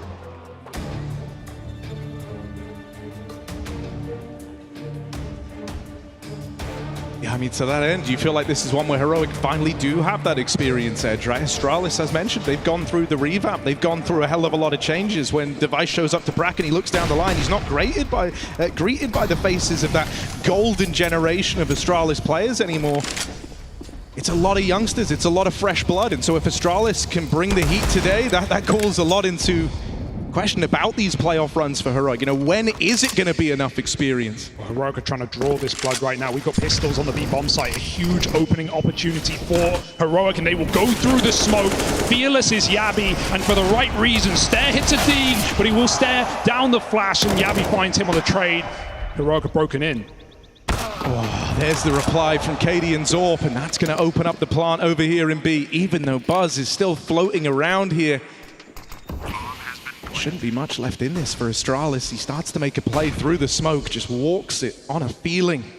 Been rewarded with a little bit of space, but it looks like Device is already out of there, and so Astralis are going to write this one off. That's now Heroic coming through with 2 rounds in a row, starting to find their footing in this matchup. Yeah, timeout was a necessity, and it's definitely paid off. A slow default round for Heroic, where they're able to mid-round in a 2-on-2 and let Cadian play that bomb and T-spawn and just reset, and now they just go for a B-pop up against pistols. Nice to see Heroic have the confidence to still go through with the initial play off the back of that smoke coming down. Would have been easy to cool it off.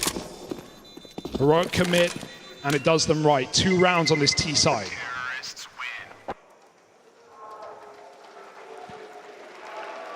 They're breathing a sigh of relief right now. This feeling that they once had, that Astralis came into this firing on all cylinders and that Heroic were going to be a little bit slow to start, now looks to break away. Now Heroic look to get back into this game. With the money gone for Astralis, this is where Heroic are going to look towards a more even scoreline. Yeah, we've got to see this AWP and M4 be very active if Astralis want to make a dent in this, but Heroic already look to stay grouped. They missed their insta window. It's not the end of the world. They are going for an A-pop. Yabi's making his move. Device hears the steps inside of the donut. He's going to run round. He's in the right place. This AWP's got to deliver the buds. Or M4 back from spawn, lends its hand, and Device pressured, but that shot misses. And now Yabi with the backstab. He saves the day with that kill there. If Blame F is able to go back with the AWP, go through the motions, keep that AWP involved, this could be a whole different story. And I love this reset. They know the rifle's back down in spawn as well. Yabi's just going to patrol. He's just going to hold on to this AWP. His team go back, but they only check the flank. They will recommit. That smoke's going to start to fade. One more able to replenish. There sits behind it. waiting for his opportunity to strike. That Molotov will cut it off completely, and shots rallying through should give Heroic the confidence to stick that bomb. We're on to a third round here for the T side. Once again, I mean, you have a feeling of relief at the end of that one. You run into the M4 and the AWP. Both the guns found themselves over towards A. Astralis had them in the right place, but Heroic are able to get past it. One kill out of Stair. I mean, Boric may as well give this a look in, right? Only got the USP. Go see if you can get a gun out of the round. Ooh, this is going to be expensive. Kaden has to hit this, but he's caught off guard. There's no kit, there's no time, but kills will matter. They will hold resounding consequence. Stair falls, and Stown goes back for the AWP, as Borup will as well. It's just an AWP match right now. Protect the package, and Heroic will.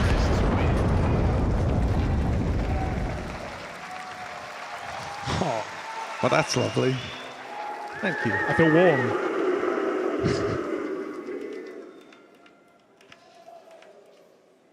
It is crazy just how much of this has been so AWP focused to open up. I mean, these are still the same AWPs being saved forward from when they first got bought out in the game. Both teams shockingly aware of the impact that that's going to carry.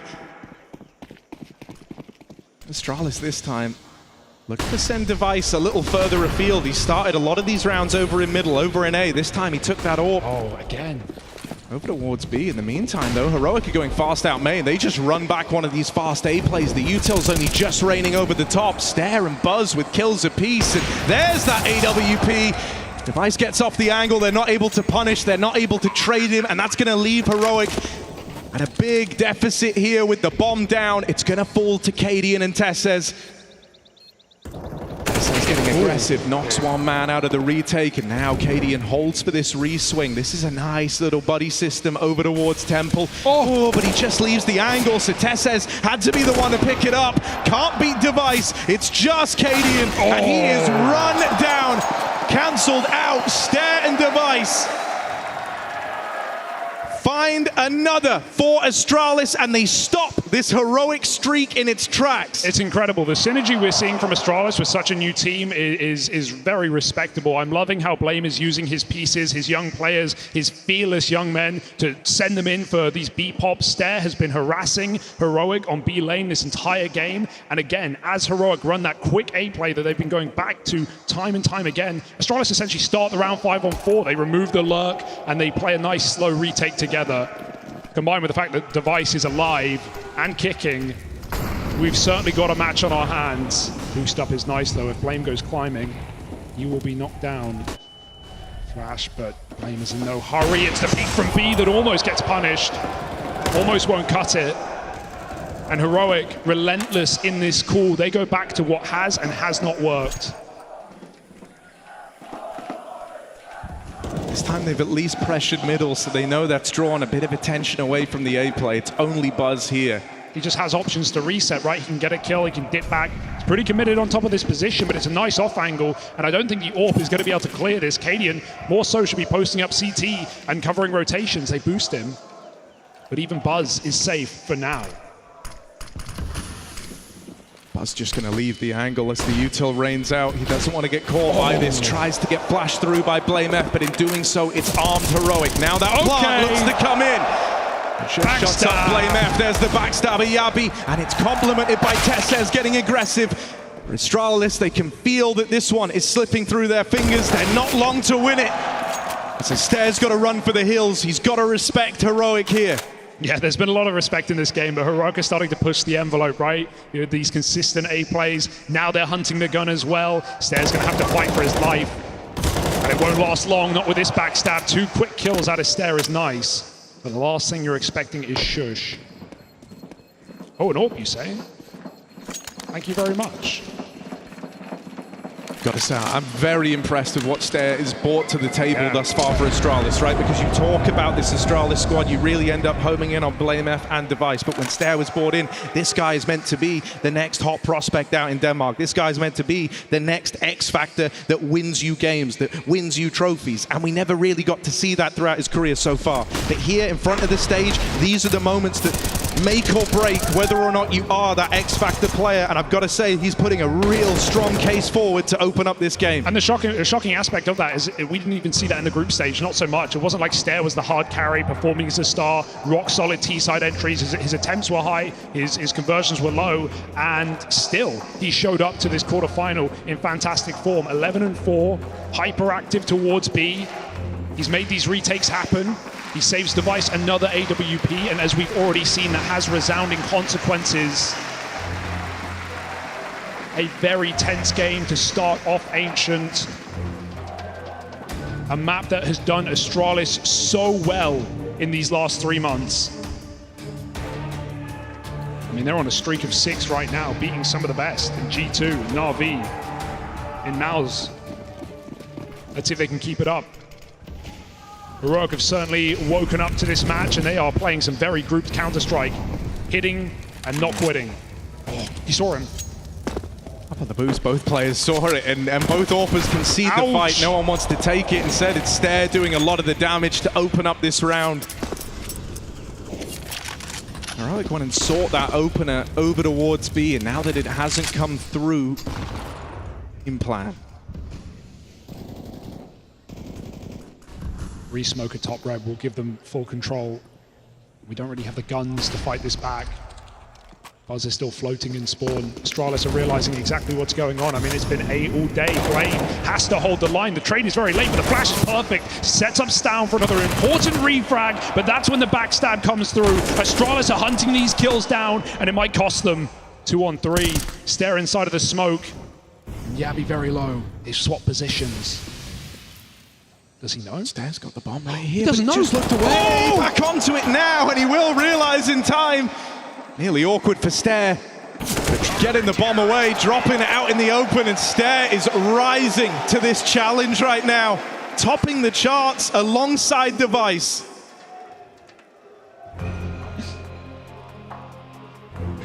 And so Heroic reply with another one of these timeouts. I gotta say, you know, we kind of learned this even back in the group stage. We had that matchup versus ENCE. It felt like whenever Heroic were keen to take these pauses, Exist would impart wisdom. It feels like they have a tremendous ability to bounce back on the back of a pause. I think Exist and Cadian have a good working relationship there, good at getting extra mileage in these high pressure rounds. Yeah, Cadian's been talking him up even in the round table. We chatted about it the other day. A guy who's underspoke about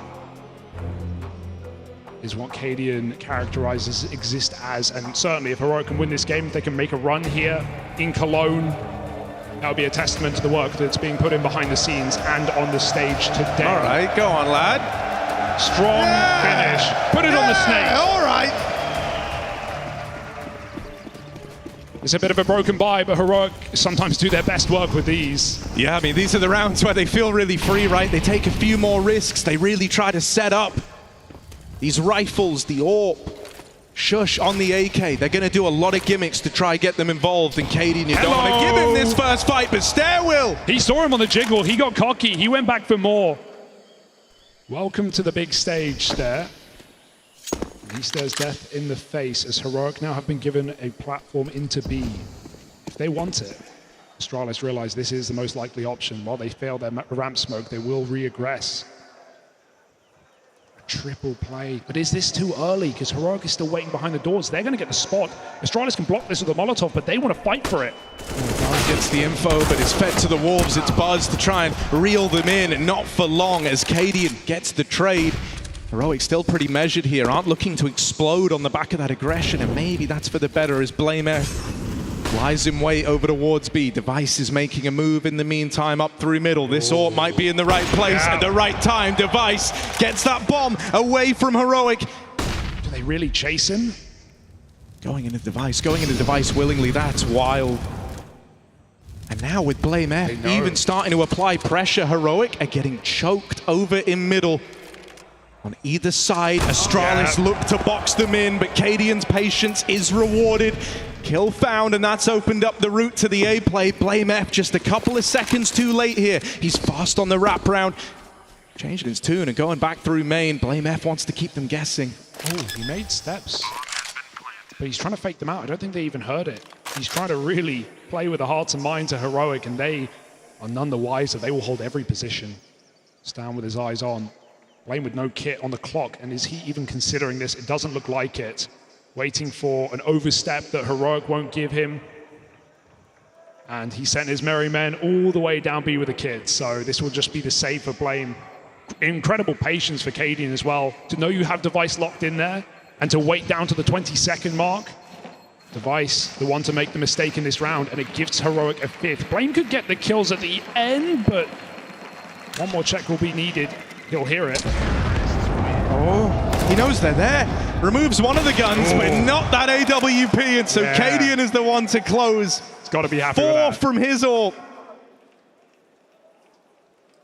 Astralis now back to the drawing board as the money is gone. And are they going to force buy this? It looks like they are. This is such a wild decision from Astralis, but they throw it all on the line. M4 entrusted with Device. Gonna take it over towards middle. I've seen some crazy stuff from this spam, but fires on the back of the flashes. Gonna try his hand at it again, but he's missed that opportunity now. Tesses will get out into mid. Heroic have moved away from their insta-pops, right? Their A-main rushes, their quick mid-takes. They're being a little more slow towards his B-bomb side. But Tesses, this is a 50-50, and he's not going to check. Oh, he did. He clears it out completely. Buzz dead in the water, and that's drawing Astralis out of the true objective. Yeah, I mean, this is a very similar look to the pistol round that Heroic brought into this series, right? Taking control of the red room, now looking to run one of the B plays. And you control so much of the map with Tesses here. The fact that he doesn't fall there leaves everything on just one man. Right now, Astralis is saying, we can't help you, Stare. You've got to do this alone. And so do it alone he shall. He's opened up a route to rotate in. Any more from Stare's Deagle might have been enough to entice Astralis. But with that not coming through, Heroic move to a tie game. Yeah, they're not even hurried. They're scared for a stack, a flank. They know this is a low buy, so Astralis making concessions might play a little bit more aggressive, but again, it's just a prerequisite to the save here for the CT side. There's been a lot of saving in this game. A lot of guns grabbed onto. OJ already mentioned those cold, dead hands. But Astralis aren't gone yet.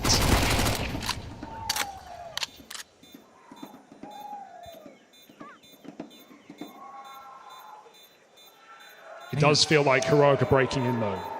Oh, yeah, without a doubt. I mean, you know, this is an entirely different game. This was the 4-0 start for Astralis that Heroic have now worked hard to tie up, and you can feel that with each round they get, that pressure increases, that pressure to perform, that need for your stars to step up and align increases for Astralis. Yeah, Cadian's been playing a lot of late rounds as well, right? Sending Yabi in on B-Lurk, sending Tesses on quick mids, and this is what we expect from Cadian. Despite being, you know, an opening in-game leader, he's got one of the lowest opening kill attempt percentages on the T side, even though it's high, as an AWPer often is. We rarely see him going for the picks.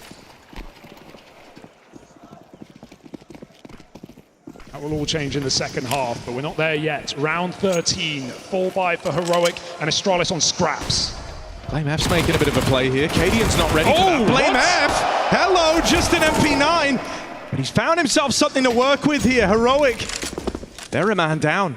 They were up against next to nothing in this round. Once again, moving quickly towards that A site, and Astralis tried to predict that ahead of time. They leant heavy over towards this side of the map to open the round. And sadly, patience will cost you, right? If Astralis moved in, grabbed those guns, it would be perfect right now, but instead it's just Stare, even considering this B-bomb site, and Stown hears his steps over. That smoke, I doubt it will scare Heroic off. They've got Stown in position to take this entire bomb site, and they've got all the time in the world to be patient, but that's when Astralis start to make moves. They realize what's going on. Yeah, Buzz has pieced this one together. He now knows there's nothing back towards main, and so Astralis at least have these extra few seconds, and as we all know, sometimes a couple of seconds is all it takes. Making it around over towards this side of the map now is Borup with the hero gun. Buzz committed to a backstab all the way through spawn, but the kills come up in favor of Heroic. Borup tries his damnedest to reply, but Tesses dinked down Buzz. And with that, that should be the round, a critical turning point in the game here. Heroic now aren't playing catch-up. They're not on the back foot like they were earlier on. They take the lead, looking to win out this first half. as they always should have, right? We got a little bit worried with the way this game started, with the form Device showed, but they've been avoiding him well. They've been reading him. And Astralis' money has been a bit of a mess ever since that force buy. They keep getting away with guns, but it's Heroic who are racking up rounds on the T side. And as we said, this map has been magic for Astralis in recent history. Heroic still have Inferno to fall back on. You know, as we approach the end of this first half, let's do a bit of a temperature check, right? Because when we were looking down towards the Heroic ranks, we wanted to have a commanding game out of Cadian to open up. We wanted him to look good, because as mentioned, he is the beating heart of this Heroic team. He is the lifeblood. He's the one that can course that energy through the veins of the rest of his team. So it's good to see him set up top of the board for the Heroic side. For Astralis, we were looking at Device, the return of the king. He still sits up top of the board, and we had questions around Stair. Thus far, he's looked good, but over the last few rounds, Stair has been left out of the action or facing first. And again, they go back to what works, a catch Borb in transition in the open. The fact that he even gets a kill is impressive here for Astralis, but they've been pushed out again with no kit, with limited util, with suboptimal positioning, and Alurk is still to backstab. This could be a problem. Buzz wants a solution. He runs right in and drops that bomb, and while Yabi's calling a have to be bomb site, they're going to have to rely on Stown. A backstab for Device. Buzz still nearby, and Heroic cool it down and wait for the flank. Buzz is solely responsible for watching this bomb. They're expecting a hell of a lot from just one man. BlameF is making a solo play. Trying to keep this bomb contained, trying to deny that rotate back to B, but Cadian's seen something here. He's seen the barrel. He knows that Buzz waits in default. Blame can win this whole round right now. They're holding it from tempo, but Utah falls down, just gets the gun back out in time. It's only Buzz left standing against Heroic. Knocks out Stown, sure, he's ready for the wrap round as well. Knows that this B flank was looking to come in, and that's what Heroic have been waiting for. They were hoping that Yabi could bail them out. Buzz! Pristine! Take a bow! Clinical shooting! From the start of the round, he's sniping them out. That is beautiful from Buzz. And that's going to put the pep back in the step of Astralis. My God. 2 bullets and 7 rounds. Buzz delivers a beauty. It's wild, because while he's the 3rd longest standing member of the team, he does not have anywhere near as much experience, but that's put some faith back in the Astralis squad. They want to bring the heat here, and they're fighting Heroic every step of the way. Just down to Yabi, just down to Shush. 2v3 and the bomb cut loose over in middle. Yabi's gone to go get it, but BlameF sets his sights, his eyes on the prize as he goes out mid. They're all here. Astralis are ready to slip the knife in. They can end this round off of 1 kill alone. Shush has lost to the hands of time, to the winds. Blame might climb into his demise. Yabi, an opportunity, he pounces, but he's still locked in a corner. Can they find him together? Device is still scared about this lurk. It's gone so far around the world, and Yabi is fighting for this round on his own. 3 kills. It's all up to Device. I mean, this is why he's here. These are the moments this guy's meant to save, and there's one. Device, just Shush left to beat. Will he choose right? Missed shot from Shush on the mid flank, and Device now knows he's homed in, closing the gap. He's looking to take it for Astralis, but flashed off the angle, buying time. You can't buy back Device. Look at him go. Astralis pick up the half, and they lock Heroic out of it.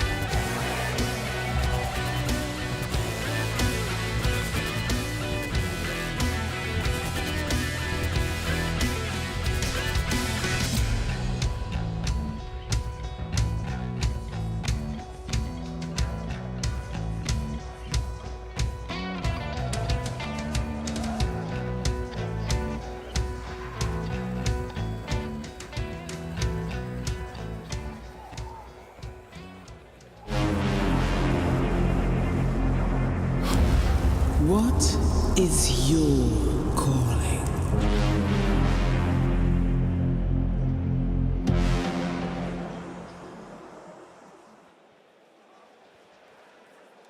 When Astralis announced the return of the King, it felt like a mission impossible for Device to climb to the same heights that this guy once reached.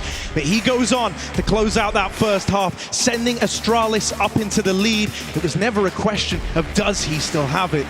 He's showing us that right now. Yeah, this is his 6th time on the stage. He has reached the semis, 4 of those, and now Device trying to get there one more time.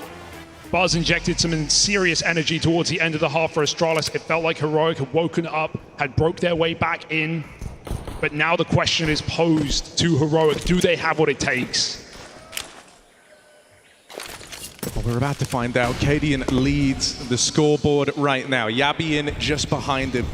What a story that's proven to be for Yabi. Last year when he was here debuting with the Heroic squad, posted one of his worst tournament ratings at big events, but he's a year smarter, a year faster now, year better. And with Stown opening this one, Stare knocked out. This is actually good for Astralis. They get the bomb shown towards B. That keeps the stack intact, but Astralis don't have to commit. They have the entire world in the palm of their hand. The aggression for Heroic could answer questions, and Yabi hears footsteps, trying to fight back. He gets caught on the step, and Borup finds that headshot. He's had a quiet game, a big time to come alive. Device is trapped with the bomb right now, though. And so Astralis, it's more a recovery mission, and Borup is certainly recovering well. 3 headshots for Borup. Buzz bites back, and Cadian again in the clutch. This one's gone wrong so quickly for Heroic. They started feeling good. They started this 5v4. Stown opened and it felt like they were going to have their shot of redemption immediately, but stolen away by Borup, an unlikely candidate rising from bottom of the board for Astralis with 3 kills in the pistol. He looks to cement this lead. That will soothe the nerves, right? For Borup, this is a big one. He's you know, coming off the back of being cut from Heroic bench years ago. He's played alongside Stown. And now against his former organization, he's trying to finish them, but 3 kills will be all for this pistol. And Cadian just wants to survive. Not even that's guaranteed. Astralis don't even have to hunt this. They don't even have to knock him out, but they just want to send a message here. Hunting down Cadian right at the end. They spot him, but they're not able to deal with him, and Cadian eludes capture for now. Regardless, Astralis are the ones to find the pistol in this second half. Looking to pick up right where they left off. That's now both of them in this series. A very uncomfortable decision for Heroic to make. This is a team that loves to force buy in these rounds. They have great conversions on them as well, but Heroic are feeling the pressure, the burn, and so they will just take a full eco. Even Cadian saving USP armor. Heroic out of this one. Astralis broaching double digits.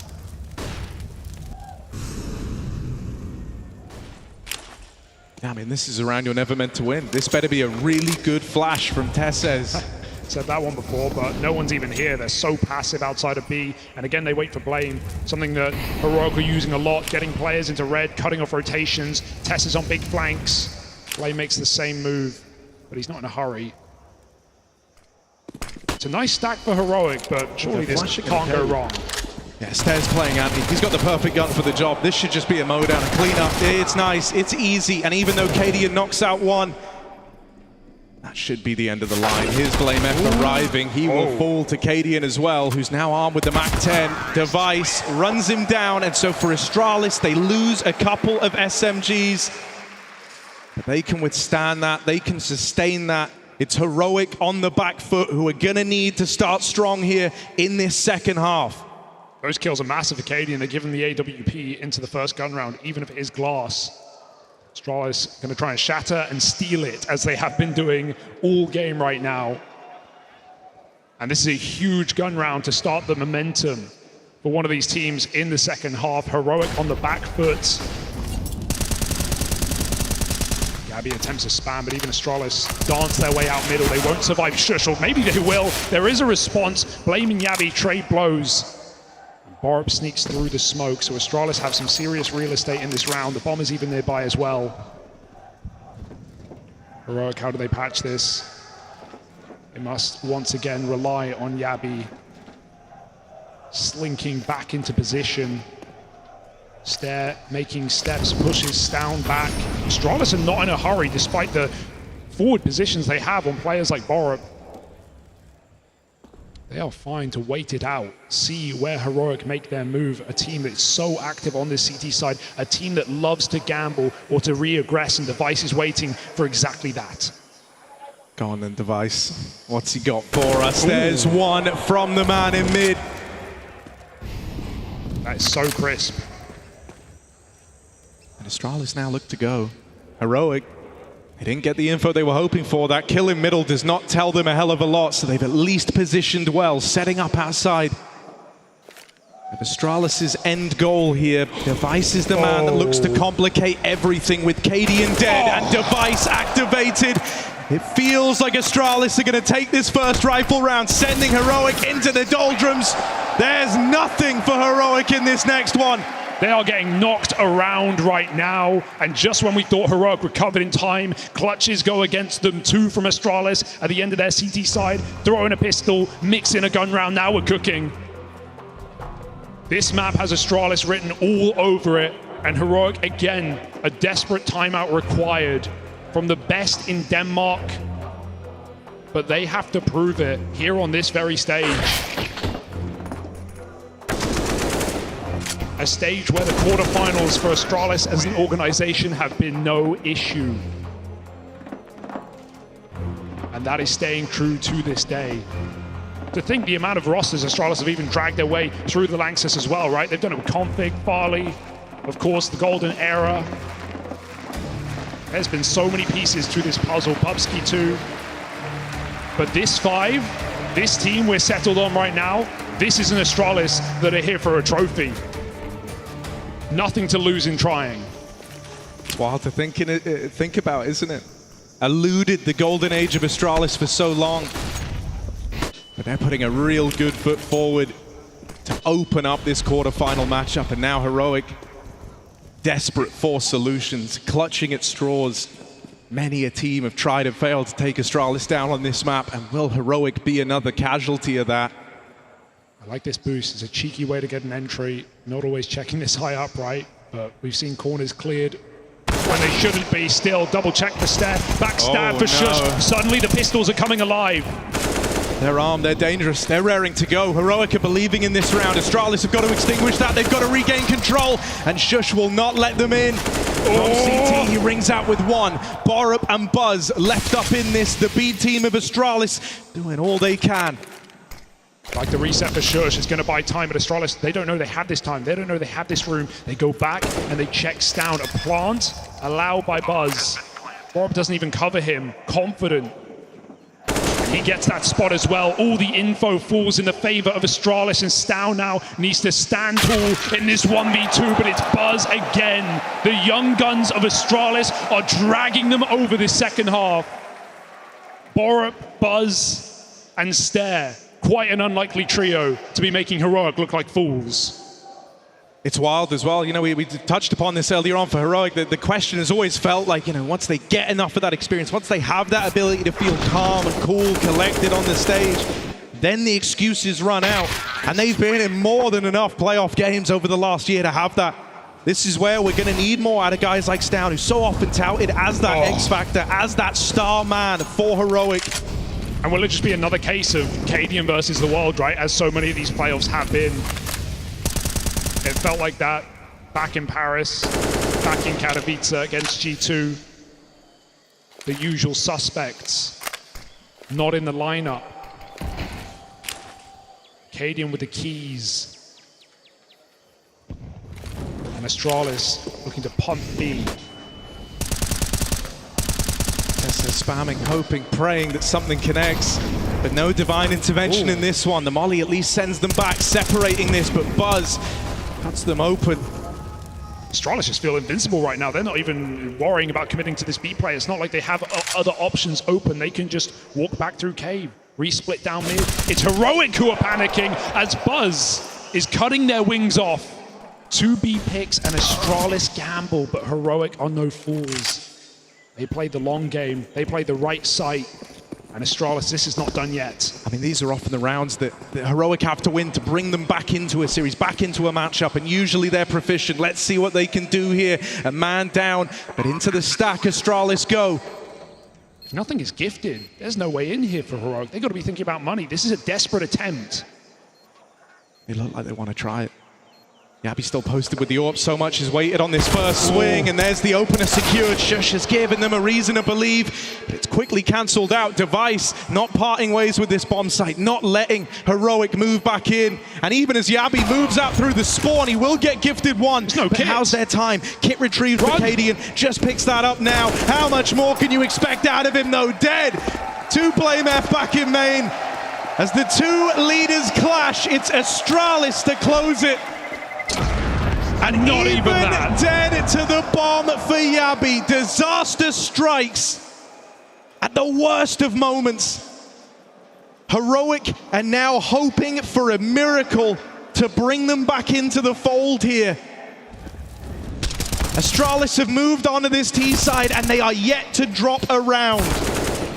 And how do you keep your heads in it if you're Heroic, right? Knowing the history of these 2 organizations, knowing how many times Heroic have been in this position, and the same has happened to better opponents, more proven rosters. With every round that you lose, every fight you fail, Heroic have to stay out of their heads. Astralis are feeling invincible, invulnerable. And again, Punish on the default. Aggression for Heroic is tempered.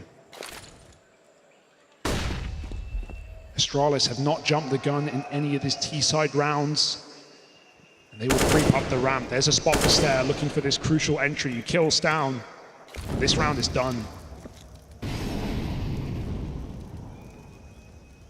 Just got to find the right man, and Stown might give this fight over in just a moment. Heroic are looking like they want to swing for this. They want to try and fight ramp. Stair, first point of contact, and he nails it. Rising to the occasion. Astralis move in into the stack once more. Every time they venture in to Heroic's correct gamble. But Astralis are the house here. They're always winning. And so Heroic are left in this horrible position. They've got 1 buy remaining. Cadian is using this time to look down the line at his teammates and try to cook up that winning speech, that winning strat that brings Heroic back into this game. If it doesn't come soon, it will never come at all on Ancient. But even you can see dismay in his face. And sometimes the problem for Heroic, they've said it themselves, has been other players not being able to be vocal, not shouting him down, not activating late in games. And we're getting pretty late into Ancient. 14-7, 2 times the score for Astralis. The last buy, the last attempt for Heroic. And on that very stage, a trophy that has eluded Device many times. No one even expected Astralis to be in the playoffs. And here they are putting Heroic to the test. I mean, this is a Heroic that has acted as gatekeepers to grand finals, to trophy lifts for other teams throughout their entire time in the limelight. And I think that they're being brought to their knees by Astralis right now, an old foe that's reared its head once again. And whenever you cut a head off of this beast, it feels like 4 more grow back. Everyone showing up on the Astralis side. So Heroic, the ball's in their court. Will they go quietly into that good night, or will we get a game on our hands? We're about to find out. Cadian bringing out that AWP. The heart, the soul of Heroic. And so you feel like he's got to be the guy to bring them back into it. Even with that heart pumping, that blood is not flowing in Heroic's veins right now. The one-man army continues. Limbs lost in this first map. Heroic with no one on the A site, and Astralis, they've not been popping into bomb sites. They'll go for it now. Yabi with a crucial kill on the lurkers as they clash. Astralis actually call it off, even though they have Buzz all the way through. They've been smoked off, and Stown has no idea what he's walking into. Again punished by Buzz. Now Astralis can start to roll out that red carpet. I just love how patient this T-side calling has been. It's like every player is playing F right now. Astralis are in no rush. They're letting Heroic doubt themselves. Still split 2-2, no mid info. And as far as Astralis are concerned, they can just walk into that site. Oh, Yabi with a swing, but it's ugly, and now he's low, now he's wounded.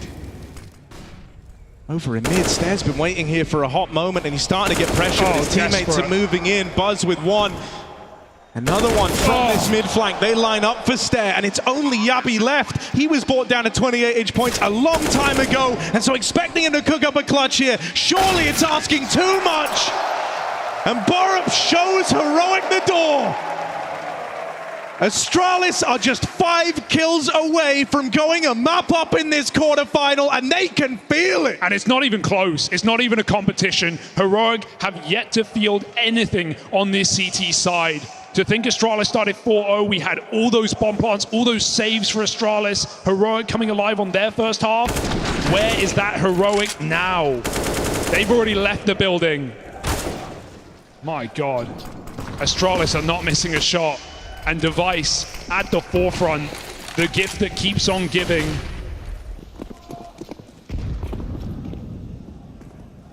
Smoked off. Astralis go back to the drawing board. It's Heroic who wish they brought their eraser.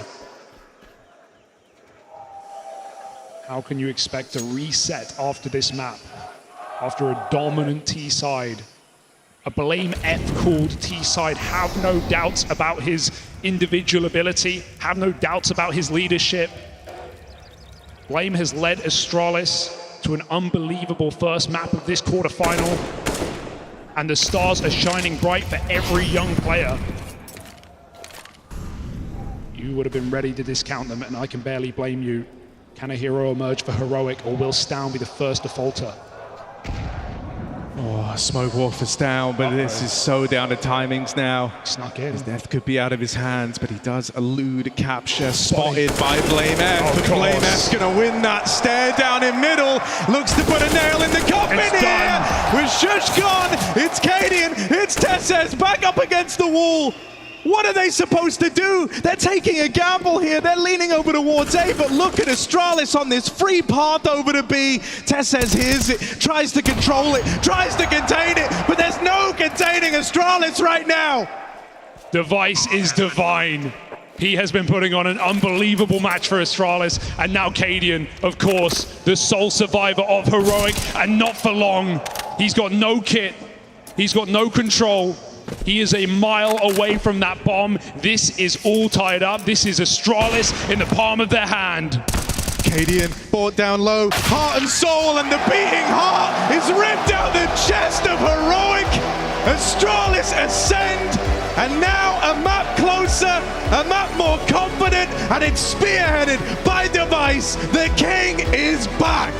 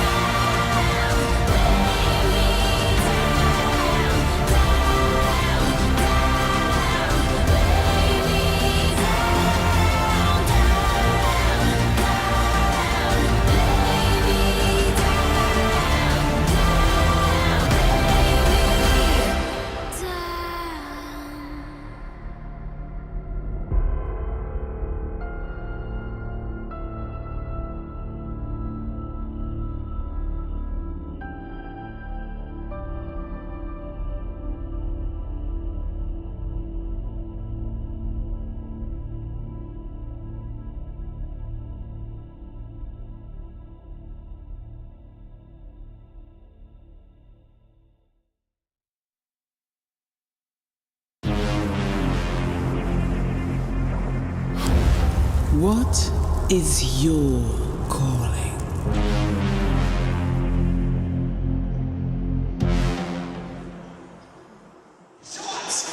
In the quarterfinal featuring that of Astralis and Heroic, we have a victor here in our first map of this series. I welcome you back to the Intel Extreme Masters. We find ourselves in Cologne, Germany, and a house full of folks just trying to enjoy the damn game. I'm here with Yanko, and to his left is going to be that of Kassad. We're going to break some of this stuff down, but damn, 16-7, whoa. I think we have a winner is an understatement. You know, Yeah. like this was complete and utter domination by Astralis. I mean, especially when you look at the Heroic couldn't win one round on their CT side. Yeah, definitely. It was just totally one-way traffic, you know, especially in the second half. You know, the biggest problem for Heroic that I noticed is the fact that they ran into this economy fight early on that lasted for like 9 or 10 rounds. Kind of ruined their chances all the way to get a good half in the beginning. After that, it was pure domination from Device and Astralis all together. Yeah, the number's going to back up Device all over the place on this map. You know, he came out swinging right out of the gate. We have some instances of flashes of brilliance from Buzz, which we'd seen earlier on. We know he's capable of it. But to do it on this stage, Device is no stranger here. I see what you're doing, Device, trying to get us all. Yeah, I think Device, you know, the king is back, man, and he's been playing lights out. I think in this game, in particular, had incredible amounts of impact, pulling the op out in the second round. Kassad mentioned, you know, the early force-buy fights, the economy fights and everything. I mean, his AWP had such a big impact into Astralis being able to weather the storm, so to speak. And yeah, it's just been great. He's had so many important kills in this game. It's just like we need to talk about the other individuals too a little bit, because simply we looked at Stavn as a person who is like the main star player for Heroic, and again, yet again on stage he didn't perform well. Only 10 frags throughout the whole map. You cannot have a star player perform like that and expect to win, at least not this map. No, you can. It's not made for that. It's not built for that. But for a series with such weight and implication in between two Danish teams, blowout. Is that what we're going to call it this first map? I mean, listen, we were talking about it, right? Like, for Astralis, they don't really have much to lose in this situation. Sure, it's their map pick, right? They're very good on Ancient, they're very comfortable on the map, but I mean, 16-7, you don't win a single round on your CT side. Like, those are some worrisome signs for Heroic, no matter what the next map is and the fact that it's their pick. So, just a tap away. Not like Happy Gilmore, but more like Buzz here on Ancient, right? I think we're going to take a look at round 14. Let's highlight some of this stuff. Yeah, I think obviously it was really important because whoever won this round had a big advantage coming into the round number 15. But, you know, Heroic was on a bit of a roll here. Like, they won 3 rounds in a row. He's in a difficult spot, like caught between a rock and a hard place in the side. Like, he knows that one guy is probably coming from behind. Kaden is trying to bait, and here he just pushes to take the fight. One tap, wham, bam, thank you, ma'am. And just an incredible round from Buzz. We were talking about, you know, these young players, especially him. First game, is he going to sink? Is he going to swim?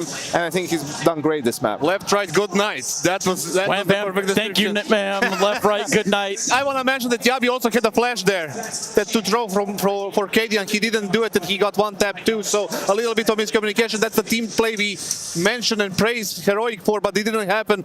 The better team won the first map by a long shot. And then right after this round, you had the Device 1v2, you know, where he's sort of pushing into Shure. So you have these magic rounds coming from Astralis in a way, right? And they will need that if they're going to be able to beat Heroic in a best of 3. But so far, the stars have aligned for Astralis. Yeah, and the stars, well, they just took a couple seconds themselves, maybe a couple minutes, maybe get rehydrated, get back in the server. But in doing so, we are able to catch up with him over on the sideline. So let's check the mood, let's check the vibe, and let's check the temperature. Well, I got to catch up with Astralis, the castle, and I asked, well, how do you feel about everything? He said, I feel really happy. We followed the game plan. I say, what was the game plan? He said, well, we anti-stratted pretty heavily and we figured Heroic out. And then he waited, he paused, and then he looks at me and said, I don't think they know what to do. Well, I'm going to kind of add to that because they didn't know what to do. They looked lost at times. That T-side from Blame F was insane, so you can see the anti-stratting. And I just heard from Exist, Heroic felt like they weren't playing the way they're supposed to play, the lack of flashes, the lack of teamwork. And he said, we never don't play like a team. That's the whole thing of Heroic's DNA. This is a scary thing to hear, and they need to be able to come out of that going into Inferno. And you can look at what maps it is and stuff like that, but now it's about the heads. Now it's about the mood. Now it's about the mentality. Also, I can't believe what I just saw. Yeah, and also you say, yeah, no, this isn't the Heroic we know. Sometimes that does happen at moments like this, so hopefully they can turn it around. And you just know when they're all drinking water, you know, in sync, that, yeah, that they're probably exhausted after that one. Why, Trace? Why does it happen? Why are you not playing like a team now? when you've been a team for a long time, this isn't your first rodeo or second rodeo. We saw it. It's like their 8th rodeo, right? So what's going on? Why are you not prepared? Well, the thing is, like, I let loose my tie simply because of that factor. Because if I did, it would be, you know. Oh, that would explain that. Yeah, exactly. Okay. The Heroic has no more advantages anymore. Astralis is here to play. They're there. They're ready to win this quarterfinals to get to the semi and meet G2. They need to Stav needs to step up. We need to see something more, otherwise it's going to be another 16 side. I think also what Castle said, you could see that in the second half. Like the T side was just a couple of times they had really good reads. Whether that comes from preparation on some tells that they maybe saw on Heroic, you know, a couple of times they were walking into an empty bomb site. Well, if we just wash away what was a wash, the first map of the series on Ancient, then we kind of take a look at what was Inferno. Yeah. What was Inferno next, right? So, sorry, that really caught me off guard. I wasn't expecting that. No, I think, listen, the problem is, like, obviously, Heroic's pick, they're going to be more comfortable. Astralis isn't as good on Inferno as they are on Ancient, right? But here, the main problem is the mentality, right? Why isn't Heroic playing like Heroic? Like, why are they going to start playing like they can on Inferno? If they do, yes, absolutely, they can come back and still win this series. But if we see more of the same, it's over. T-side it starts. Yeah, that's not going to be easy if you lose like 4 or 5 rounds at the beginning. The thing is, like, how strong are they after losing a first map on stage? Yanko, you have been on the losing side on stages. Me too. I know it's not easy to get yourself back into the game. You need somebody to step up with that. You need a spark. You need something, right? Some kind of a crazy round, good clutch, anything. If I'm my coach, I'm going to, you know, break something behind them just to spark them a little bit, right? If needed, right? So if that doesn't happen, I don't see any way out. And maybe this isn't the time we tell the story about you actually breaking the headset one time. But, you know, we'll get into that. I got PC another time. I got fined and I paid for it, so it's all good. it's all settled. It's done. Does this series settles right here? I just need to know if it all ends in a 2-0. It does look that way, and I'm going to lean towards, you know, the logic and the logic of the things and the current state, so yes.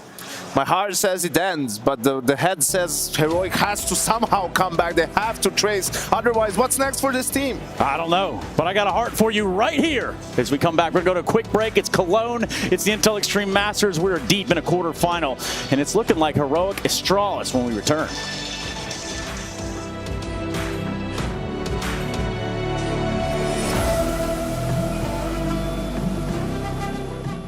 It's time.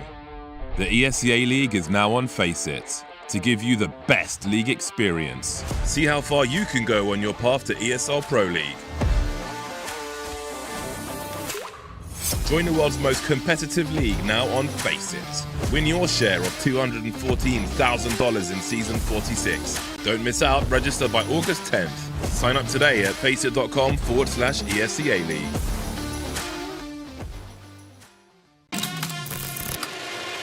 What is that reaction? Yeah, right. This would be an ace clutch from Poland.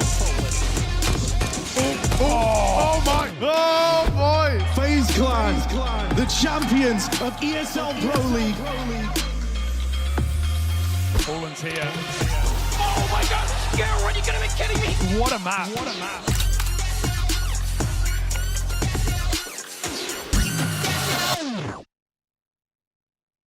The other quarterfinal match is the Danish Derby that we've already touched upon. Heroic versus Astralis. So I'll pose the question to you guys here. Who's winning that matchup? Device is the X factor of Astralis. Like, if he's feeling the game, he knows, like, I feel like he knows, he understands so much the game, so he controls the game, in my opinion. Okay. At least when I'm watching good. it. He's really good. Like, he's insane. He almost knocked us on our ass in Dallas. Like, he was plus 45 or something in a best of 3. He was insane. I don't think they have a style that's like easy to crack in that sense. I think they have a good style. I think they have a solid style, but I don't want to say too much, but I also think that the way they play, like, when you have like such a defined play style, there's also stuff that you can use against that, you know. And I think that's something that we're gonna have to like look at, because you don't get to #1 in the world for consistently for that long. Obviously, they've also been like number 2 or 3 or whatever, but they're one of the best teams in the world for so many years. You don't get to that with just like playing random CS. There's like the way they play, there's like definitely like like theory behind it, and they talk a lot behind it, I'm sure. So yeah, I think it's just about using that to our advantage. But I don't think like their play style is gonna crack just because of lane. I think it's more for us about not cracking like against their play style, because obviously their play style can be annoying to play against if it works, but it also feels very easy if it doesn't work for them, because then it's like they're pushing into stacks if we read them correctly and all that stuff and everything. So yeah, I think it's more about like us not getting frustrated about their playstyle. That's going to be like the main thing. I think the quarterfinal is going to be a banger, first of all, like Astralis versus Heroic. Yeah, as a Dane, are you? It's going to be fun. I'm going to watch, that's for sure. I wish it will be in Copenhagen. That would be even more fun. But not for Heroic. I think Heroic should have the advantage because they just have more experience together, and also on a stage like Bob hasn't been there for a long time. Stair hasn't played there before. Boss, I think, doesn't have much experience, so. It's pretty much just, even Blame doesn't have much experience in front of a crowd, actually, I think. Yeah, we said that with Game of Legend at the Major. Yeah, but I don't know. For me, like the first time I played in front of a big crowd, it felt like the game was like, everything was just going by so fast. And maybe you can get caught a bit by the pace or something. I think we're definitely going to have easier time versus Astralis, but winning versus Heroic would make our run more impressive. We have beaten Vitality, and if you beat Heroic, it's the two best teams right now. Well, we might have to face them again as well. So, as I said, Heroic, very stable, very consistent team. Definitely way harder to play against than Astralis. If let's be positive here, and Heroic is going to win against Astralis, and then they're going to play against G2. That's our scenario. Do you favor Heroic or G2? Heroic, just because they're consistently better. If we're gonna look at perspective. Right now, #1 team in the world, and at least it's saying that they're most consistent team in the world right now. So yeah, of course the favorite is gonna be Heroic.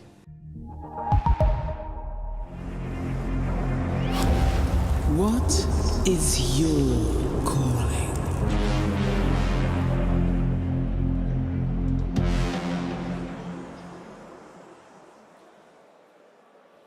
How about that map 1 Cologne? Astralis fans out there, you gotta be feeling pretty good. But I know there's still some Heroic faithful in the audience. We're in the cathedral, what do you think? You guys ready? You praying? Well, keep that energy up, because I got two fellas standing by. We got Chad and Alex with the DHL drop. Oh yes, oh yes, oh yes, oh yes. It is the most exciting part of the show, right? Obviously. Yeah, okay guys, can I have a DHL? DHL, DHL, DHL. I'm gonna get paid extra for that. This is our day job. I understand, commentary, it gets us by for the night shift. For the day shift, though, we have to deliver some packages, and today, we've got some freebies. Now, as this goes, we got some signs. Have you ever got their signs? Look, there's plenty of people around us, but what about everybody else? Yeah, let me see you in the distance. I'm looking. Some bangers. If I had really good eyes, I could see the ones that you're holding up there. I'm trying. All right, go looking and find a bit of a selection I'm going to go hunting. There's a few people after my heart here. What's up, what's up?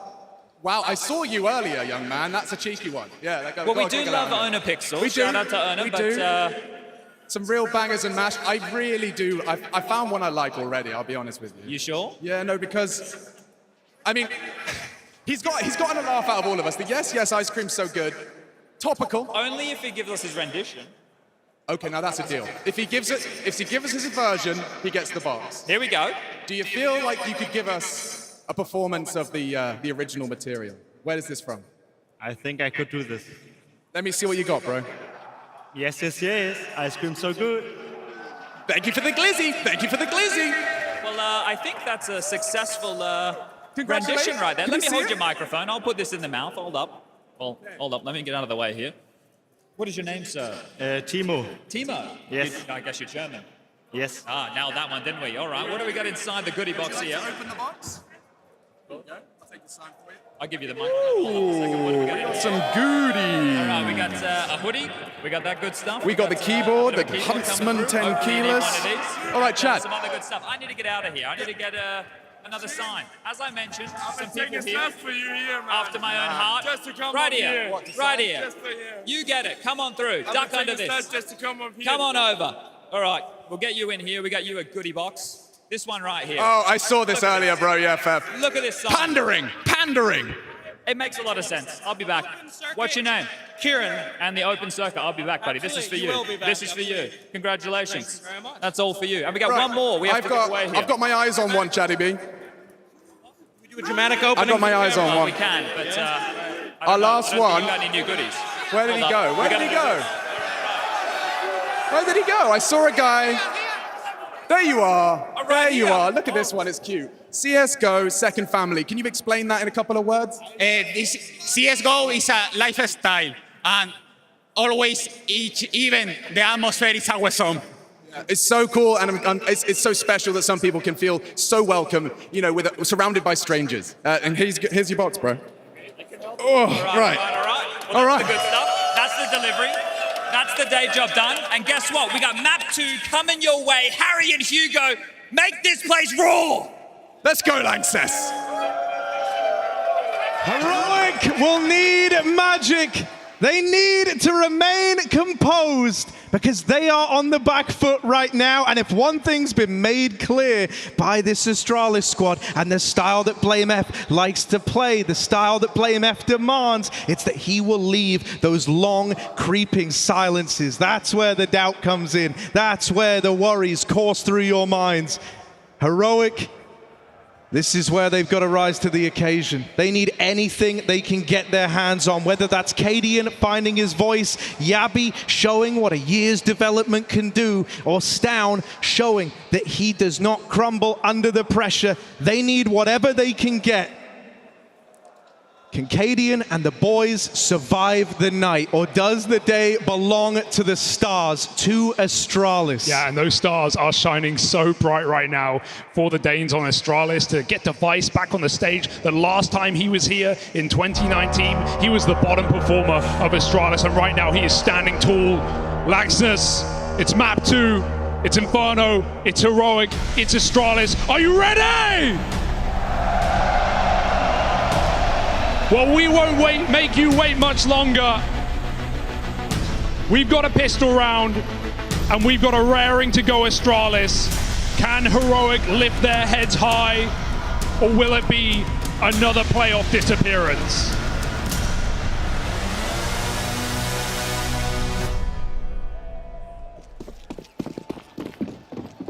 Let's get into it then, shall we? Heroic, let's go! It's good to be back. They're going to start over on the T side, much akin to how they did back on Ancient, right? And we said this is going to let them set the pace. This is going to let them decide how they want to play early, and they get to set the vibe. They're coming off the back of a very grueling second half where Astralis really played the full length of the clock.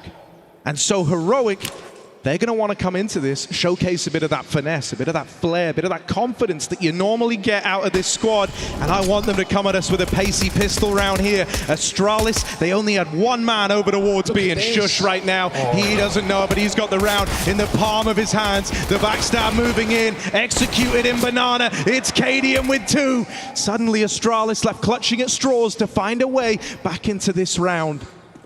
BlameF still on the flank. Still in the picture. Cadian waits for him too in the pistol already and beheaded by BlameF. Bomb makes it in, but at what cost? Heroic. The numbers have dwindled, but they reclaim 1, and now it's just BlameF. 2 kills to the good already. But as he swings out here, Heroic just double peek him. They fight him. They chase that kill down the Banana.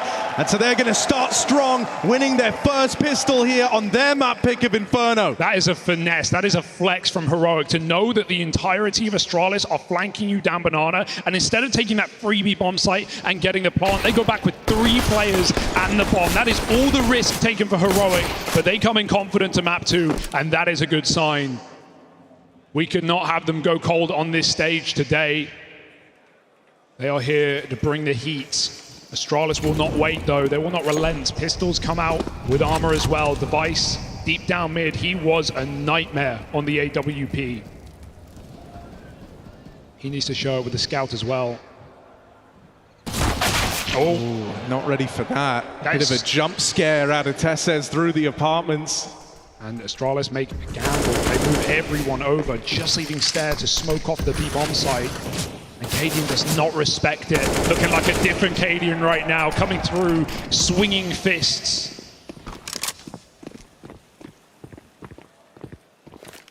Heroic have their backs up against the wall. I mean, mapping the pocket of Astralis in the way it came through. Heroic have nothing to lose. They may as well give it their all, and anti-force goes fine. Are they going to leave the bomb unattended?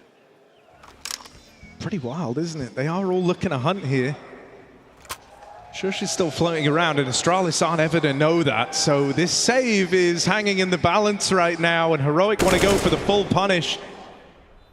They're going to unleash Tessers with that MAC-10. Yabi contact found, and the pistol save, a classic Blame F four-spy round, where they try to save these guns and run it back again. It will not be coming through. Reassuring start to the map, no doubt about it. And when we looked at the numbers, when we held them to high regard back on Ancient, such a strong map for Astralis, the same can be said for Heroic here on Inferno. It's been a go-to. Started the season strong with it as well. And so start as they mean to go on. Just flat pistols here for Astralis as they stack up. The Astralis stack. Yeah. Ooh, and Cadian is about to learn about it. Round the corner he goes in to all 5 Astralis players. Now that's the info, but if you're Astralis, you let your mad dogs off the leash here. Bomb makes it in, nothing to lose for Astralis, so they're fighting this every step of the way. Stown, dink down low, doesn't want to be that next point of contact. Instead, that's going to go down the line. The fact that there's even a world where Astralis can look to do good damage here is crazy. They're going to send Device in. He's got that MAC-10. They want to crowdfund the AWP. They try to set him up, but Shush will knock them down. And so the pistols deleted, made quick work of. It never gets more interesting in this one than that one kill onto Cadian. Stare right at the end was hoping to do some damage as they show him the door, but not meant to be. And so Heroic, they stick the landing on these conversions.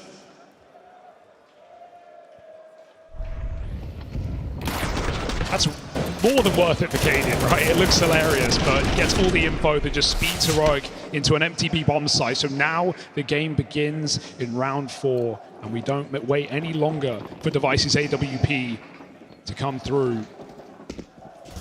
So many options for opening kills, for pathing for Device on the CT side. Heroic will go immediately and take Banana, trying to make a statement at the start of the half, using a lot of utility. Astralis will trade it out. It's not Heroic who hang around. The late nades find no damage. And Heroic utilizing more utility in spawn. Something Cadian's made very clear he likes to do. Spending every penny. So after the Banana take, while Astralis is still throwing their nades back, Heroic will go for a mid-take. Device is here for now. Oh, Device is going to move around and take up the short side. It was when that AWP was bought out back on Ancient that the tides really looked to change for Astralis, but he's been left high and dry in this round. Device is not going to be near the action. This is such a good call for Heroic because they've just got all the util out of B, only to recommit back into the bomb site. That's the last Molotov going through on this side of the map. There's a smoke, but that is all Stare has. And so while Heroic hesitate as the retake comes back in, they have siphoned almost every bit out of Astralis' belt. Yabi is keeping them strong on A. Passive and no information for Astralis allows an execute. That smoke is absolutely massive. 25 seconds Heroic will have to go through. They've got no choice in the matter. They're going to try and assemble this boost, see if that gives them a route into the bomb site. Stare could be open, but he just gets down in time. Boosted up over towards the spawn is Blaine, and they will go back for him. One kill on the planter would have been enough, but not able to do it with Stare. That plant comes in with half a second left on it. And Astralis head for the hills. They are locked out of the round. A last second exec offered up from the Heroic side. good check on that boost position. They don't commit with the first entry player. He's just taking space, but he's running and shooting, and all it takes is one tag through the smoke. Heroic hear the audio cue, and they clear it properly. A pop through coffins for Stare, but no bomb plant denial. And Heroic are laughing all the way to the bank as they even go and hunt these kills at the end, cashing checks. But it seems like Astralis will call off a stalemate and 3 per side. Heroic are going to be very happy about this. It's a strong statement to begin this map. Their pick, lots of money. Astralis, time to fight from the back foot.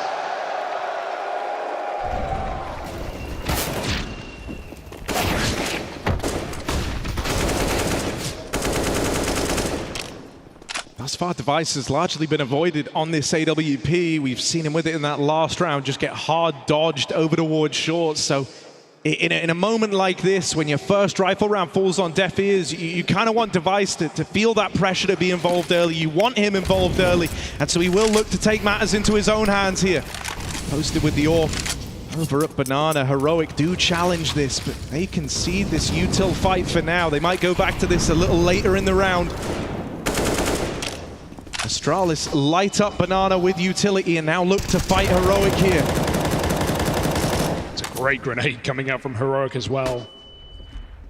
Wounded Astralis in this round. Device wants to try and respond, and he will. Opening kill comes through. It's a flash, not a smoke. So it won't put anything out, but Heroic will just commit back into the A site, trying to play this early pace, knowing that Astralis are very heavy B right now. Oh, full flash bar. One man makes it in, but Buzz will deal with him. Any more from Buzz? Continuing to be this bastion of hope for Astralis in this matchup. Nice. Tessez with one. Buzz swinging out on an island, but still good for more. And now just Cadian. In a different world, he might want to attempt this. They're all so low with the exception of Device, but he's not to know that. That one hurts as well because the timing and the pathing was perfect for Heroic, but Tessis' team flash completely blinds everyone on the entry. First player runs in, just jumps in blind as the entry has to, but he has no trading team. He has no one following him in. So fed to the wolves are Heroic. And Astralis get on the board early.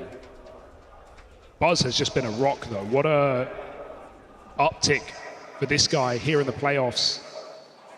Map 1 pulled out an incredible clutch and some crucial T-side rounds. The clutch that went on, it felt like, to re-energize Astralis, to really bring them back in. I mean, he was like the kind of defining moment as to them closing out that first half looking so good. I know we had that great round from Device where he finds the 1v2 over in middle, but that's all spurred on because of Buzz. I don't think they lost a round, really, after he got that. You know, they cleaned up the half and then they went on that massive T-side streak. So, yeah. Incredible performance from Buzz, and he does it again on CT side, locking in a very difficult position. I mean, this was someone that, you know, the Astralis squad bought in, and there wasn't a whole lot of data to go off of there, right? He was a pretty new look, and someone that Device had faith in.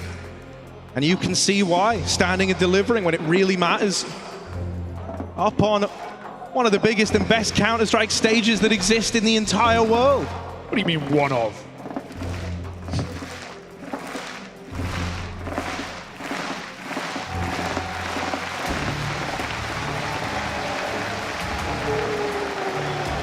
It's a step in the right direction. They're only at the base camp of this mountain right now, are Astralis, a map in their pocket. But the summit is still a long way away. Yeah, you don't want to get ahead of yourself, right? We were worried that maybe these younger players would get nervous on the stage. The opposite can happen. Don't get too cocky. Don't think this is done. Don't think Heroic haven't pulled back a series like this before. Question is, have they got what it takes today? As we have many players of Astralis entering that flow state. So it seemed. Crunch in middle, and Shush with the bomb. That was dangerously close. That nade wasn't down. Blame could have seen him. Now he sees nothing. The flash comes through. Buzz through the smoke. Blame must get a multi-kill, but it's only one. Damage done. Heroic find 5. These rounds are brutal. They're ending in a couple of kills. And once again, I think Heroic are going to go hunting here. They're delaying the plant. Shush buys a little bit of time. When they look at the scoreboard and they see the man who's still left alive. They know what he's got in his hands. They know that this AWP is being held onto. And so Heroic want to take it out of play.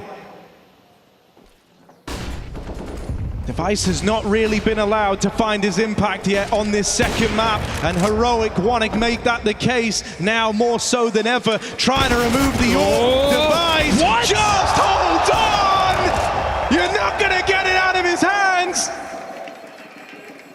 Cadian, are you really going to try this? Are you really going to try this?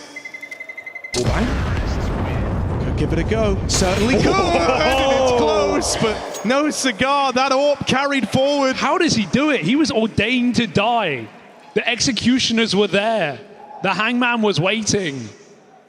And Device just cuts the rope. Unbelievable exit. And as we talked about back on Ancient, this was paramount, right? Astralis keeping their money on CT side, Ancient holding it together, coming in with some clutch rounds, some very dangerous force buys as well towards the end of the half. This can have consequences, and Device looks to dish them out. I mean, this is why it's been so important that Heroic have largely avoided him to open up, right? If that attempt at the hunt shows you one thing, it's that Device ain't slowing down in this series. This is the perfect map to, when you spot the AWP on B, just go for a quicker A approach as long as you have some real estate, and Heroic's certainly doing this round. This is a great call, a little pop coming through. Little ways out is Buzz all the way back on long. This double hit setup is going to have to hold the line. Will they be ready for Blame F? It's a bait and switch, and Blame gets down into the pit, carries a couple to the grave with him. And there's Buzz lending that helping hand from the arches all the way. And is Cadian calling the save now? They tried the opening move and it fails. And so Cadian is left with a whole minute to think about it. You can see him on the cam as well. Already setting up for the next. Solving problems on the fly. And that will be required of Cadian on this T side. Heroic have come in very hot with a strong start. Astralis are not surrendering in this series. Big round from Blame. And Cadian has called it off.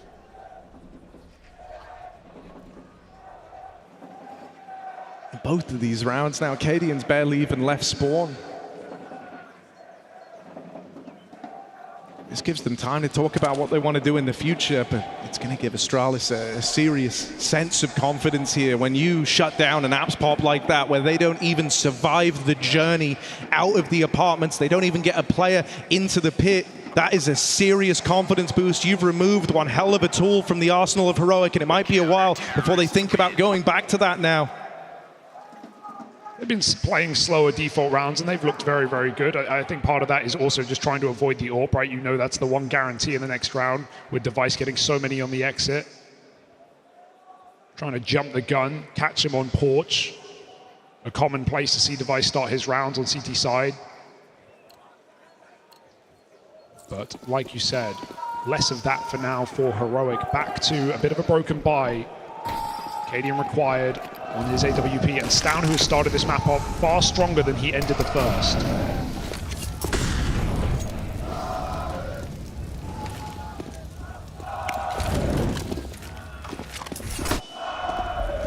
Heroic looking to go fast again. Taking top mid away. BlameF's not really been the guy you want to go toe-to-toe with here, and it looks like he might get tested. Heroic want to come through this smoke. BlameF flashed off the angle. Tech9s, he hears them fire off. Doesn't want to get chased down here, but that leaves long open. That leaves Buzz and Borup in the hot seat. They'll combine for a few between them, but they've got to hold on here. The round's not done. The round's not safe, but there it is. Stare and Borup lock it out, and Cadian again is left in the 1v4. Back to his waiting ways. Another minute. Another minute. And he's not even thinking about it. He's not even going for his crazy clutches. Not even looking at down the scope. Accepting his fate. It's a dangerous look. I mean, here's the thing. You know, you can get away with saving early on, but like that ship's kind of sailed now, Katie, and they've got reasons to hunt you. This is not safe. No. This is not secure. He's not even able to focus on the next round because Device is right here to take that AWP away. Do they have Cadian, someone who has some phenomenal clutches to his name? Someone who always throws himself into those sorts of rounds. I know he's 1v4. I know he's not supposed to win those. But they're normally the rounds where you see Casper look to give it a go. I think at a certain point, you're just trying to get your team back in it as well. It's not going well in these last couple of rounds. Heroic has just been getting iced out by Astralis. Multi-kills on this A site back-to-back. And so you can see him being very vocal, essentially using the save as a timeout. This eco as much. Down with 2 flashes, 4 Glocks, just looking for a little bit of damage, trying to break through. Device could be overwhelmed here. This is not an easy spot to get that many from, but the Julies, oh dear. He's got the right side on for the job. 2 of them, in fact, Device. Go and then lights them up with 3. Makes it look easy. Clinically done. Lush stuff from Device, but Cadian has now gained this AWP.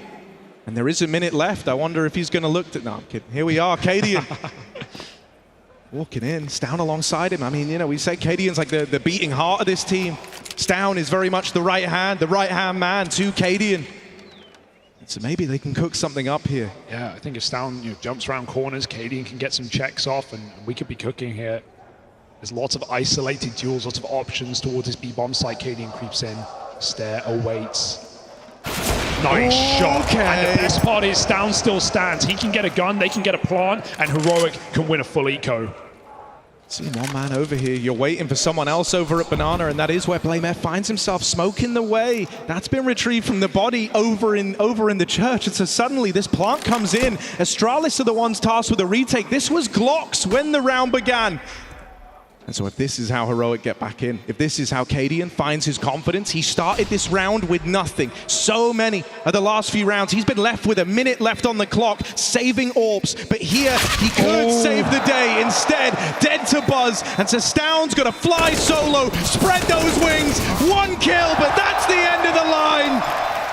Astralis regain control. They breathe a sigh of relief as that Glock round comes down to the wire. And that never should have even been close in the first place, right? Not when Device finds 3 kills off Julies, but positions alone shows how potent Heroic are in that round. Astralis have to respect them. And they still close it out at the end. Some of the best parts of Astralis' CT side back on Ancient were their retakes. It felt like the comms were very clean. It felt like they were never in a hurry. Clearing position after position, methodical. They do it again. But that's still a round to be proud of for Heroic. They just have to build upon it. Damage means nothing if you don't pick up T rounds and capitalize.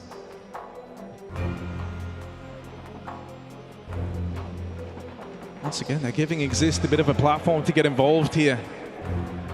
And he's got to be telling them that even though they didn't find everything they could have out of that last round, they should still be happy with it. Now it's about, as you say, capitalizing on the damage that's been done. One thing that bodes well for Heroic here is that it's been a much better start from Stown, who was borderline a non-factor back on that opening map. So let's see if Stown can keep this up. Let's see if he's got it in him. Heroic are going to need it. Astralis lobbing this smoke for a mid-peak, and that's just to buy them a bit of time. The real nature of this aggression looks to be over here towards Banana. It slows Heroic's roll, and now Device waits with bated breath at the top of Banana. The flashes signal to him that Heroic will look to challenge for this area on the map. Astralis saves some more for later, right? They can block, they can re-aggro, stare, setting up a top B molly. So this just buys time, but Heroic are in no hurry. Ready to bleed the bank dry for Astralis. 3B as well. These are serious numbers. And Heroic still seem interested. They must be realizing it at this point. Device on the angle. He might have those orbs clash. This is a hard walk for Cadian. He'll send his rifle in first. Device moves back. Flashed off the angle. How they know. They get the AWP away, and now Cadian owns this angle. That was a tag through the coffins. Cadian couldn't see a thing. Heroic have done what they set out to do. They put the fear in these B players, and Astralis now maintain this double stack over towards B. Heroic look to go out through this mid smoke. They've got Yabi moving through the apartments. Can he make that incision to send them into the site? Borup down in the pit and a crossfire with Buzz. This has been the hard part for Heroic, getting past Buzz, and everyone stepping up for Astralis here. Leaves it all on Yappy and Cadian, but they might be up for it. They might be up for the job. Just Cadian left in it, and this is a clutch he's definitely keen to give a go, but Buzz closes the door on him. It's the triple Bs again on A, and it's an A star for Astralis. They passed the test. Heroic continue to run into weaker setups and still can't close. Buzz is playing some phenomenal Counter-Strike on this big stage. His first time, and it won't be his last. Not if he can keep that up, I'll tell you what. Very impressed with what we've got out of Buzz so far. That there were a lot of unknown factors, unknown variables that could look to come into play for a roster like this Astralis squad, where it's only two of them that soak up the bulk of this experience. But diamonds are made under pressure. And Buzz knows that. Tech9's running in towards the B site. BlameF locked out of it. Stare, bottom of the board right now for Astralis. He's in hot water, but he will put up two. He does what he had to do in the round, and now the util reigns in. That's going to deny the plant. That buys time. Astralis don't even want to give them an inch. They don't want to give up anything here, but they will jump the gun on it. Down with a double. Look at the map. They're out of there. Cadian's running around the world. We've seen these rounds let him down before, but this is the perfect move, the perfect call. With no smokes left on B, Astralis expect Heroic to be hiding in the site. The longest down would live the better, but he's dead immediately. Only a dink to Buzz. Cadian in the clutch. And again, Astralis, they realize they've been so good at shutting out these moments for Heroic. Cadian gets comfortable, but he needs this round. We often say, once a game, Cadian can win you some crazy clutch. Once every now and again, and this might just be one of them for Cadian. One kill off the Deagle. He knows where Borup is, but he can't find him. And so another clutch stopped in its tracks. Astralis keep shutting Heroic's individuals down. And he did it with a dink as well. He put Borup on 30 health, but right through the lip of the wall. That one hurts. I love the call for BlameF. We've said they've been very calm, they've been very passive at times, but that is not a round that Astralis want to play it. As soon as Stare gets a double and dies, Astralis throw the pressure on. They chase down the plant, they deny it. They make Heroic uncomfortable with no smokes on B.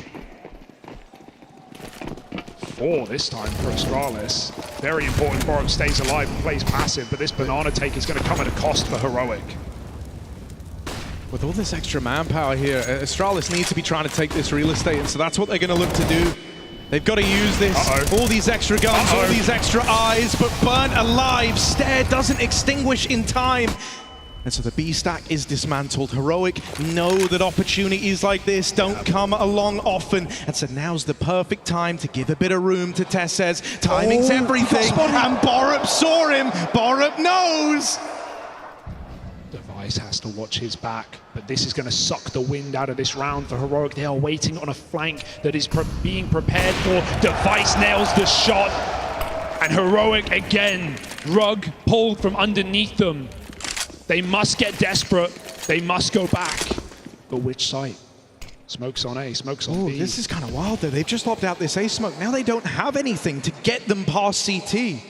This one smoke that's down right now is the only smoke they have, and that's on a timer. That's starting to fade. BlameF has got open sight lines as Heroic move in. They've got to win the straight up fight, and BlameF will fall. Yappy gets them in, gets them past. I think he knows. He's got to know about this position, right? Yappy's so deep. Device is patient. Cadian's going to peek in, though.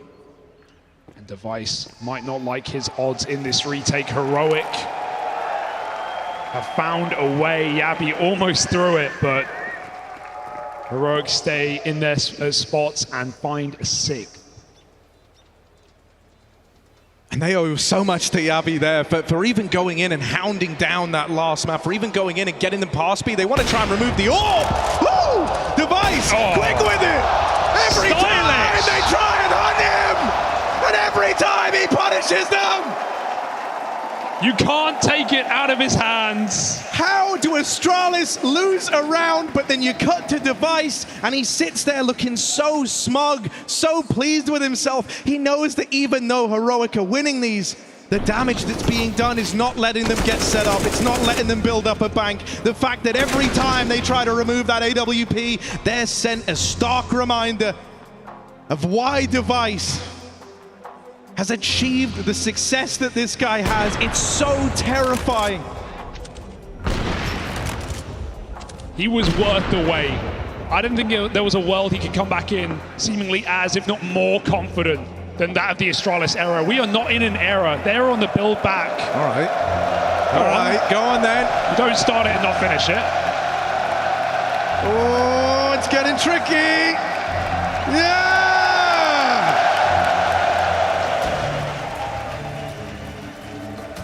I just can't believe the game we are getting out of Device today. A deity of Counter-Strike. One of the most consistent of all time, up against the very team we call consistent. And I think if you're Heroic, you know, we talked about this earlier on, you worked so hard to get out of the shadow of this team, but here they are giving you a run for your money. Shush wants to shut them up, and so Device dead early in this round. And they know Borov's position. He's blind, he misses his Molotov. They can scale, they can get closer. He is alone. These heavy B stacks for Astralis have been read by Heroic. They are one step ahead, at least in this round. Buzz creeping through. Tesses takes a second. Heroic, no way they can drop the ball here. They're waiting out Borov's one way. They're giving him no opportunity. Oh, but still, he's going to find an angle around this smoke. They know he's down in the pit, but they've still got to deal with him. They've got him trapped in a cage, but the claws are out for Borov. One more found. Multi-kill from him as all eyes were thrust upon him from Heroic, but it might be another one of these rounds where even though the individuals do their best to deliver, it's not enough to bring Astralis into the fold, and so Heroic are stumbling back to their feet here right near the end of the half. A well-called slowdown from Cadian, right? They get so much room off that entry from Shush. He finds Device. They take long, they just chill. They plant their feet, they wait. And Astralis pay the ultimate price, not just that of the round, but the economy coming into the end of the half. They have nothing to show for it. No AWP this time, no exits, no glory. And so Heroic with ample opportunity to get a 9-6 half right now. That would be warmly welcome with the map we just saw transpire.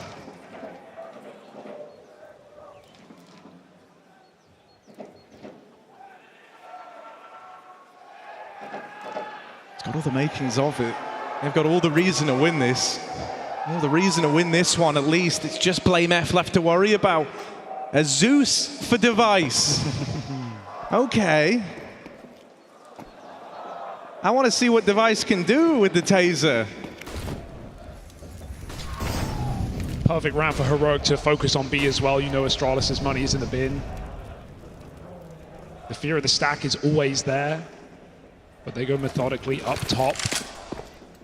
Flash off to give Cadian the control.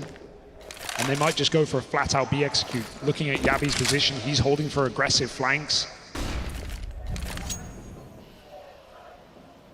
Heroic play with their food. But dinner soon to be served. The bell rings. Blame F has just crept on round with this hero gun. Has a nade as well. Could look to pick up some dust behind this smoke and give himself a fighting chance here. Nade goes in a little early. And so Stown, there's one on the entry, looking to propel the rest of Heroic in. Blame F will likely be dodged here. As he moves around through the ruins, he's not long for this world, and even trying to get out with that M4, not happening. This time the hunt comes through for Cadian. And Device might never get to use that taser. Yabi down here waits for him, and they've seen him.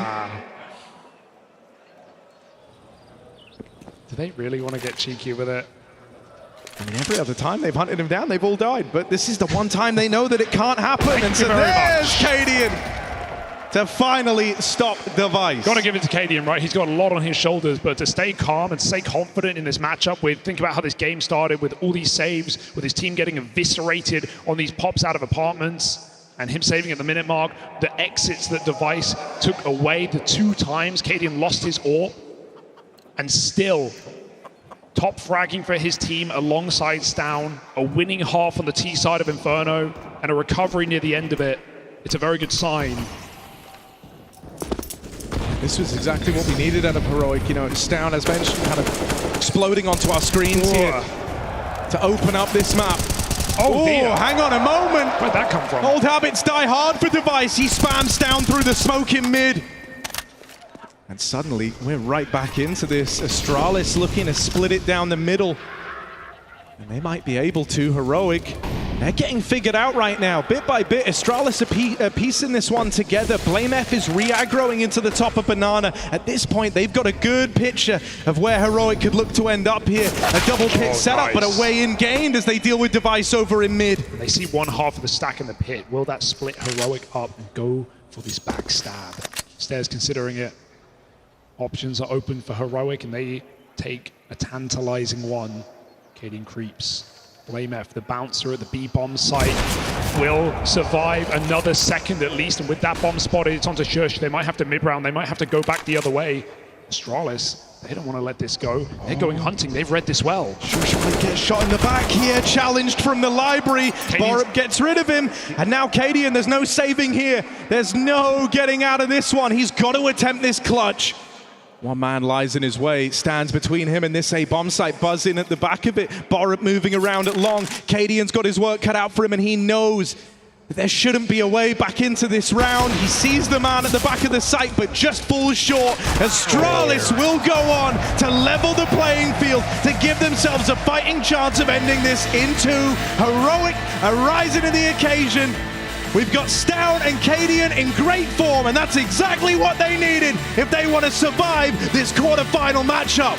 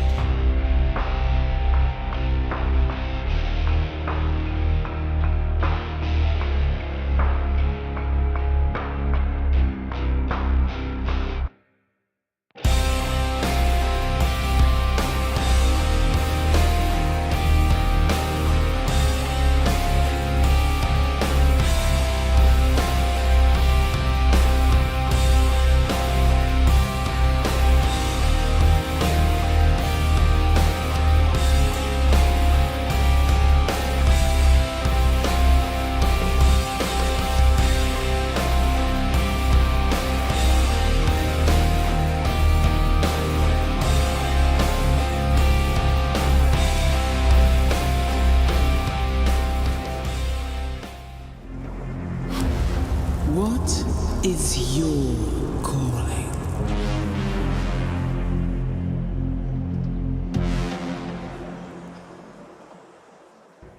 Heroic go missing on map 1, but here on Inferno, their pocket pick, they've proven they're worth their weight. They can fight back against Astralis as they should be, the best that Denmark has got, and here to prove it on the stage in the Lanxess.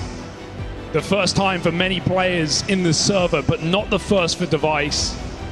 Right now, this head-to-head between him and Cadian, these clutches, these hunts, these saves, they've been all over the place. And Heroic are trying to drag us to a third map. Yeah, I mean, Device might be looking really good, but he was largely avoided, and that's to the credit of Heroic, right? Sure, they run into him like an unstoppable force in those saves, but a lot of his kills were found in just holding on to the AWP. Well, now it's time for Astralis to pick and choose their battles. This is the real test for Heroic as we head into the second half, a half they need if they want to stay alive here and savor this moment up on the big stage. BlameF makes it into the pool, but here are the dualies for Yabi. They're blind, and that's too easy for him. Quickly returned by Stare, sure. Tessa still floats around, looks for even more here. It's dead on, but Plant comes in. Astralis have got that to work with, got that in their back pocket. Flashing Stare for a fight. They bring it back to even odds. Stare once more, not done yet. It's another from him, and Device catches them on the cross. Device raining death down from Banana, and Stown running out of time, out of chances, and out of ammo. Astralis secure the pistol. Man, look at Stare in this series. Sowed in Sprout, but withered and wasted. And right now he is germinating. He is terminating Heroic in this series. A massive pistol. And that's the thing, Astralis almost sold themselves down the river, right? That team flash completely blinded both pool players. Heroic are able to hunt them down, and still in a 3-on-5, Astralis pull out a pistol out of nowhere. A classic Heroic force into the second. They do not wait. But these T-sides, they've been the most interesting part of Astralis. I mean, you know, it took that lovely clutch from Buzz back on Ancient to really bring Astralis back into the fold. And there, it's Stare with 4 in the pistol. And the pistol round hits, man. It hits hard. It's not just one round. It rings across. It sends ripples throughout this game to bring Astralis back into it. A man down now for Heroic as Stown was fed to the Wolves.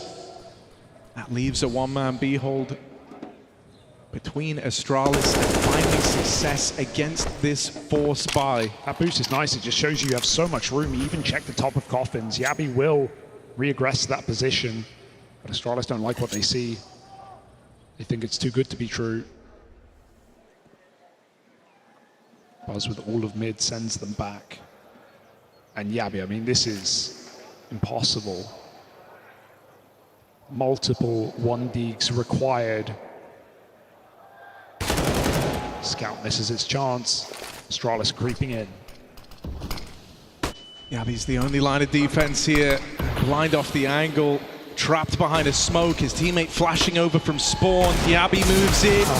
Can't find a thing. Not even the saves guaranteed here as Cadian looks to leave. Buzz will deny it. And so it's a commanding round against the force buy from Astralis.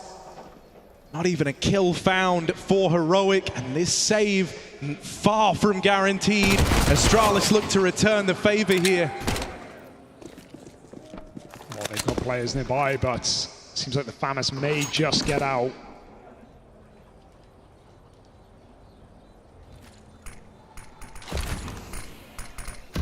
Heroic using everything they've got just to survive the night, and it will be allowed. 9 rounds to Astralis. They deal with the force buys. Not easy, considering Heroic's tendency to stab. But avoided for now.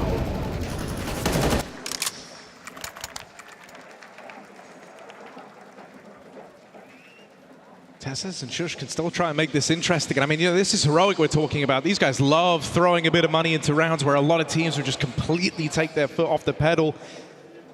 Cadian's embodied that here. He's force-bought down a pistol, armor behind it, some util as well. So Heroic is still believing that they can, at bare minimum, slow Astralis down here, do a bit of damage, try to get back in early.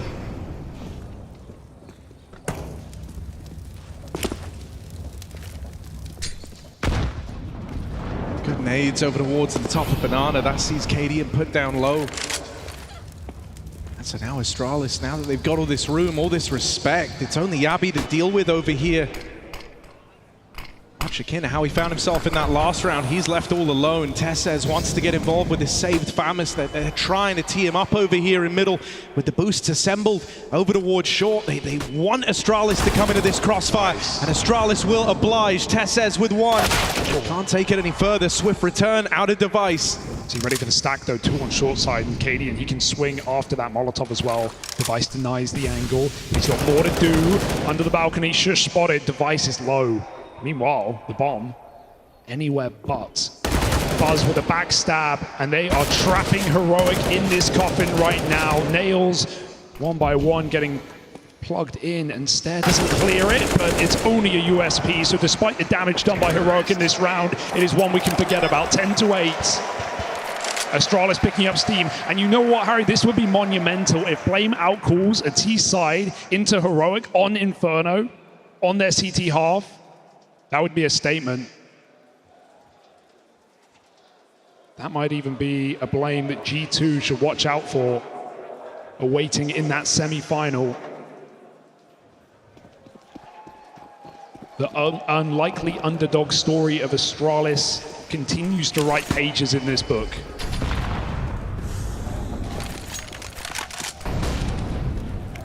Device is so eager to strike first. This is crazy rooting on the AWP, but he had the spawn to run this. Flashed off the angle. They do deny him being involved early.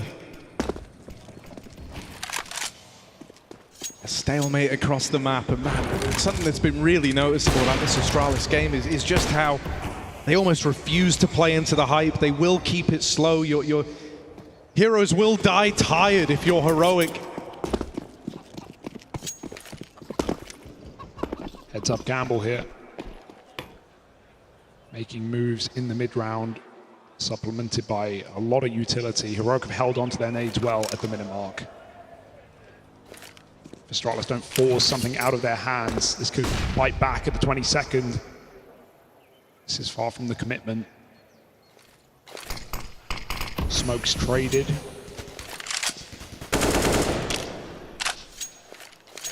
And again, Heroic still sitting pretty in this position. The 5-on-5 at 35 with a smoke with 2 Molotovs. There are no complaints.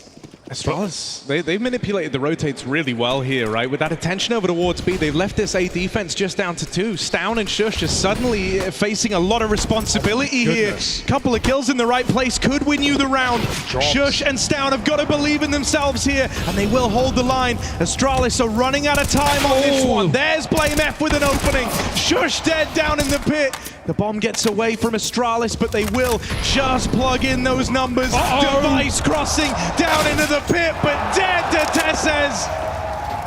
It was about time. Heroic holds strong. That was a beautiful crossfire for Shush and Stown. It's the molly that uproots Heroic that even makes that round interesting, but they hold on, they hold the line. And they don't let Device get activated in a clutch. Something to be said for that with the game he's been playing. Nice chase for Heroic, not even letting Astralis establish post-plant positions, move off with the default box, melt in the Molotov.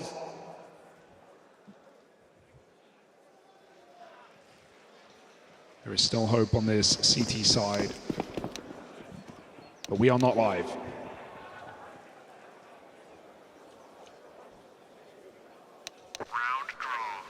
Heroic are in for the rebuild. They've got to have faith. I mean, for the longest time, this was sort of how we opened this, right? Talking about how Heroic lived under the shadow of Astralis as an organization for the longest time period. And even now, and amongst Danish fans, I think a lot of them still root for Astralis, have more faith in this Astralis, find Astralis more exciting. And so it took Heroic so long to earn that respect. And now to think that an old foe might rear its head in a quarterfinal at IEM Cologne.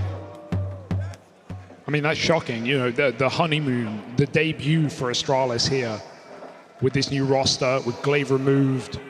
There were definitely questions, but just getting to this point alone has answered them. Has given us a lot of hope for the future. And as you were saying, I mean, Heroic, they were the villains for so long, but still so consistent, locked in the top 3 since November of last year, unwavering in their ranking position, a threat to every team, 3 lost matches in the group stage in 7 months. It's hard to knock them off their block. But Astralis are giving it their best shot. I think we had a mouse run out of battery, but good news, the juice is loose, it's all back in, so let's get this one underway. Heroic versus Astralis. Do we have Astralis taking it? Do we have Heroic? Oh, they're waking up. Heroic making some fans in the house tonight. And their staying power in this series has been impressive, at least, given how this game began. But we are far from the finishing blow. We will need a few more rounds in the ring as Astralis bring yet another stoic T-side start. No aggressive AWP for Device. I mean, you know this about Heroic. You know they like the Wolfpack, they like to roam, that they kind of embrace the unique chaos that only they know how to operate, and that's not how Astralis are looking to play this game. It's cold, it's calculated. BlameF is like a machine. So how will Heroic handle that? The boost at long finds nothing but the spot down into mid. Cadian lies in wait with his AWP, spotted on the angle, and an awkward timing to pull the util. They've just got to block it. They've got to slow this down. Look at him go. Buzz is opening up over the Warte. Buzz is opening all right. 2 kills. Tessez tries to hold on, but he's getting overrun, getting overwhelmed. 1 more out of Tessez, but that's the end of the line. He did more than you could ever ask for in that position. He is hiding behind one skinny pillar, but Buzz just comes in and breaks backs. The double entry. No support, no utility, no trading team. He doesn't need it. And he uproots this entire round. This guy looks like he was made for the big stage. He just had a feeling.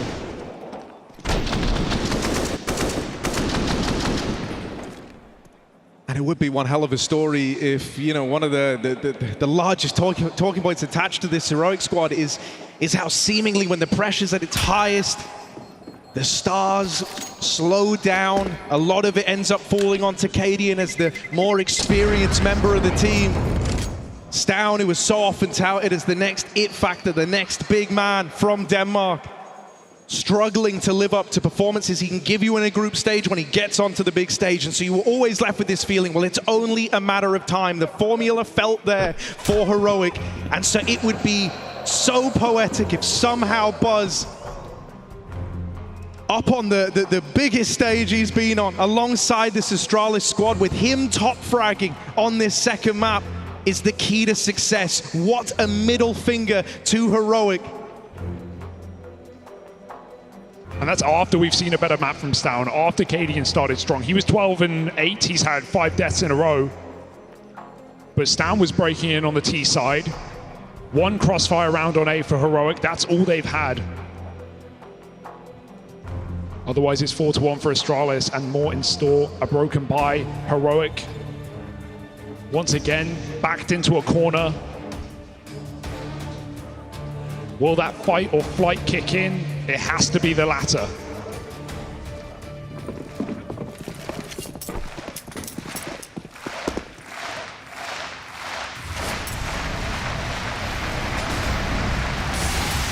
Oh, that's awkward. Cadian is really hurt.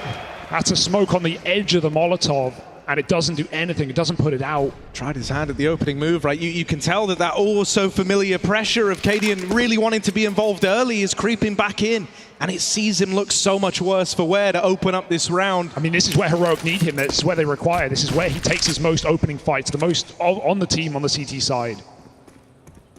It's what an AWP is required to do. And Cadian steps up to the mark, but it burns him. He rotates entirely. Astralis retake this ground.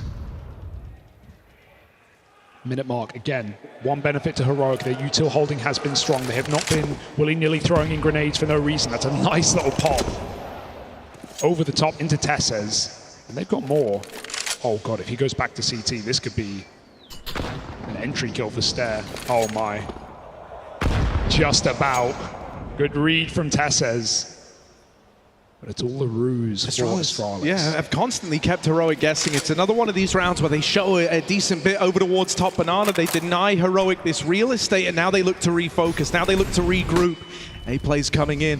Buzz has been a monster on these openers, but this time they've got Cadian to worry about. Molly's going to displace him. He was tagged down low right at the start of the round, so he needs anything he can get out of this AWP. Support down in the pit does not find its footing. Buzz kills Stare. Can he make amends? Buzz will. Down in the 2v2, but the bomb is loose. And Buzz cannot win this.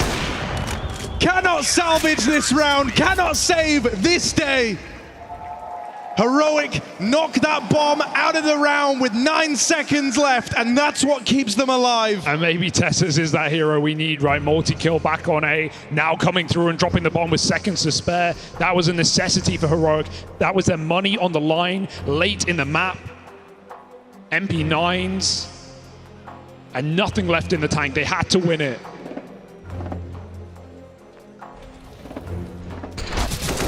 Just the way that Buzz manipulates this, he doesn't, yeah, sure, he kills his teammate, but he doesn't, drop down into Cadian, who's switching up his angles, trying to catch him. He stays right above, an angle Cadian cannot hold. Do we have a faster round out of Astralis now? Some pep in their step, the MAC-10, guns getting shuffled over. Buzz with a front spawn as well, and he has been the front runner for Astralis. I mean, if they want to go for a faster round, I can assure you it's going to be interesting to see if Heroic are ready for that or not. So many of these rounds have started off the same for Astralis, started fairly slow and looked to build at around about the minute mark.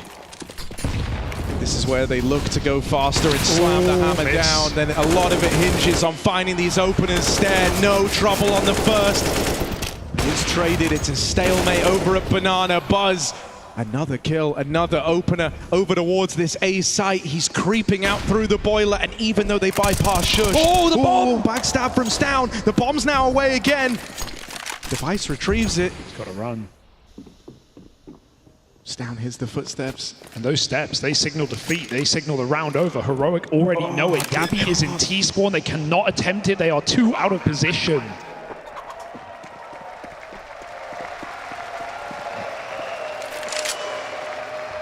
Absolutely unbelievable. The game that Buzz is putting forward. He is making such a big name for himself right now. Such a big set of waves from Buzz as what's looking like the front man of Astralis. It was him back on Ancient who re-energized the team. It was him who brought them back in with that huge clutch round in the 1v3.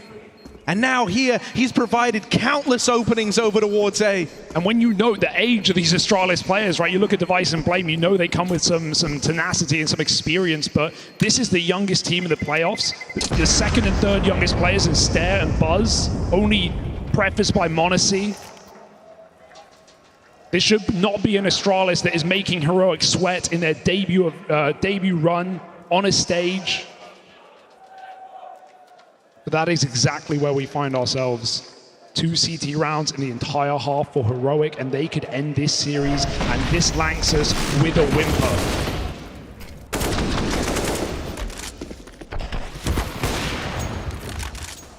Heroic have got to believe. It's not this same team that did live in the shadow of Astralis, or the same team that lived in the shadows. Their biggest enemy nowadays is themselves, and so let's see. Can Heroic course correct, or is this the beginning of the end? Stare and Borup seem to think so. And it's done in an instant. You talk this slow, calculated Blame style. He throws all that to the wind. He runs amok, and he forces another save in seconds. And here's the scary thing. Astralis haven't really been in a position to go hunting. They haven't really felt that necessity just yet. But the longer this keeps up, when they keep streaking these rounds together, the more the idea of hunting, the more the idea of punishing, that's all going to start to creep into the Astralis game plan. Heroic are very fortunate here that Mercy is being extended their way.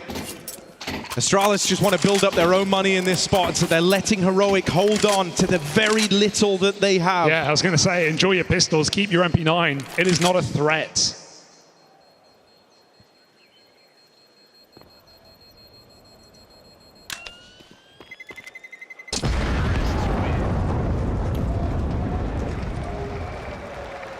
Three rounds now from the semi-finals.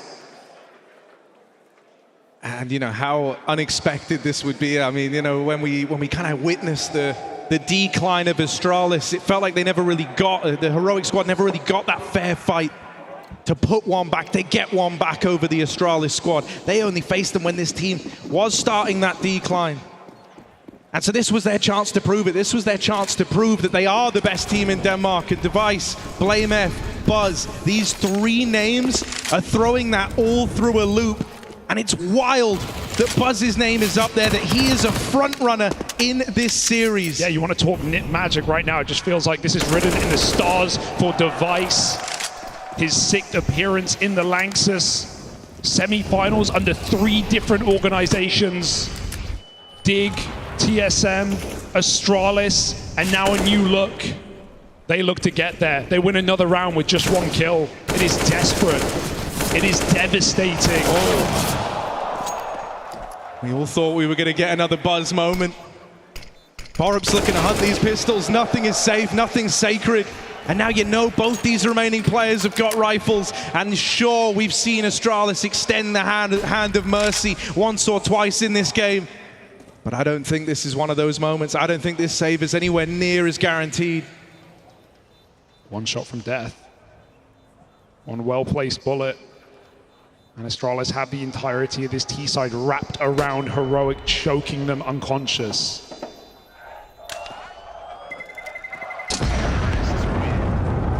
Bomb goes off. Right now they know Heroic can't hear a thing. They're all going quickly, but not able to remove those guns. So Heroic at least get out with that. A couple of AKs carried forward. If there is not a turning point now, then there might never be one. And Heroic, who have served as the arbiters, the gatekeepers of grand final appearances for so many teams over the last year, might fall out in the quarterfinals. They might end global offensive falling shy, not of the trophy, not of the grand finals, falling in the quarters to an old foe in Astralis. And how can that fall even come in such a short space of time? Just months ago, they were in a major final. Weeks back, a major semi.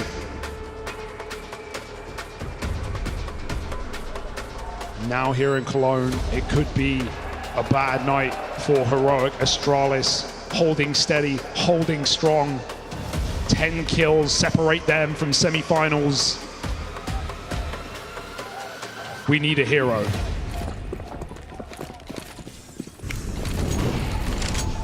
This has got to be the moment. This has got to be the round. If not now, it's never. And the fate of Heroic is sealed. Astralis, they've played a very varied game here. You never know what you're going to get. Is it going to be one of these slow, punishing rounds out of BlameF, or is it another one where they look to explode, they look to go a little faster, hit a little harder? Because as we've got to the tail end of this game, the speed, the pace, the aggression, it's all picked up for Astralis. And Heroic don't look like their normal selves. They're not making their moves. They're not winning the gambles. They're not retaking space. Astralis have scared them off. Dazed and confused. Tessa's a missed shot, a missed opportunity. Heroic must block it with a smoke. But Astralis are fine. They've been playing this game all T-side long. Bleed out that util. Avoid the gamble. Astralis are made so much more terrifying by the game that Buzz is having. The fact that they can leave him to his own devices on a stage as big as this, left alone to lurk out A. Again. He looks to keep the back door open, keep that pressure on. Heroic have taken a gamble. Buzz is now in the hot seat as he's got a flash. He might end up having to save the day here. As Astralis battle into this B site, they go into that stack. Oh no! Buzz strikes on this lurk. One kill from the man. He's trying to open up the route for a big flank all the way back through to A, and it's just Shush left in it down in the pit. Sit down or shut up, Shush. Can he do anything? 15 seconds, a bomb drop will do it. A missed shot, a missed opportunity. It crosses over the top. They're not going for the plant. Blame gets it with seconds to spare, and Device will stick that down. The knife in the back of Heroic. The late rotate allowed by Buzz. And Stown and Yabi must go for it. There is no saving this situation. Do or die by the 2v3, and it's denied by the man at the forefront of Astralis. Man of the hour!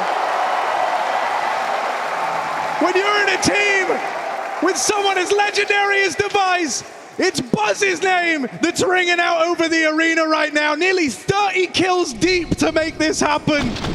And it's him that kick-started this entire round. It's not just a big multi-kill. It's not just the close. The reason that bomb even finds its way to A is all on the back of Buzz.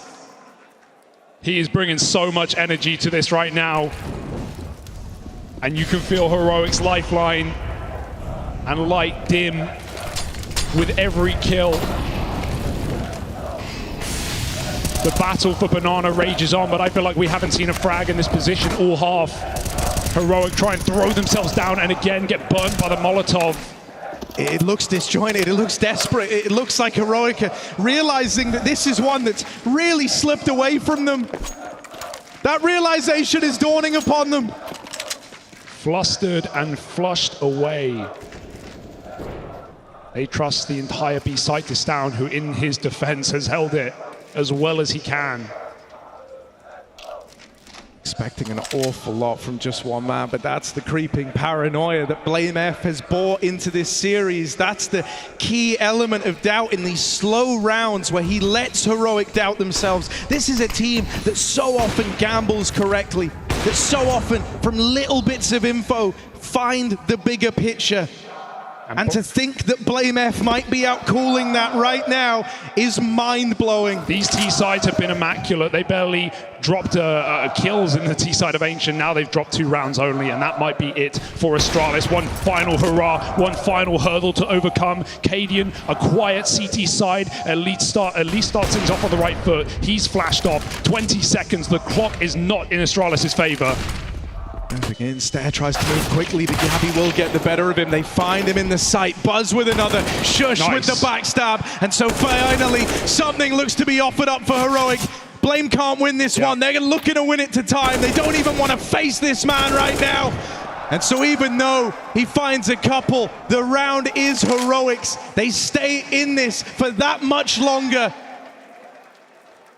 Spearheaded by Cadian on the opener. That stack employed over towards A. Crossfire's finally looking like something Heroic could rely upon there. Yeah, finally Astralis run into the stack. It felt like we've been waiting all half for that, right? Stown pushes them back with a late B smoke. And they go right into the jaws of Heroic, finally sharpened. But is it too late? That's the big question, isn't it? Is it too late? Is the 11th hour too late to try and build back into the series? Device at the forefront. That's how he started this half, finding the mid picks with relative ease. He looks to do it again. Catches a jump out, and Stown caught with nades in hand, making a jiggle. And Astralis, you know they won't waste this opportunity. You know they're calling to group. A 5-on-4.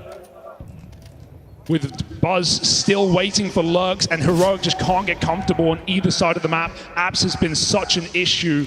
Tessus does creep through though. He opens up that rotate, and then Buzz closes the door again.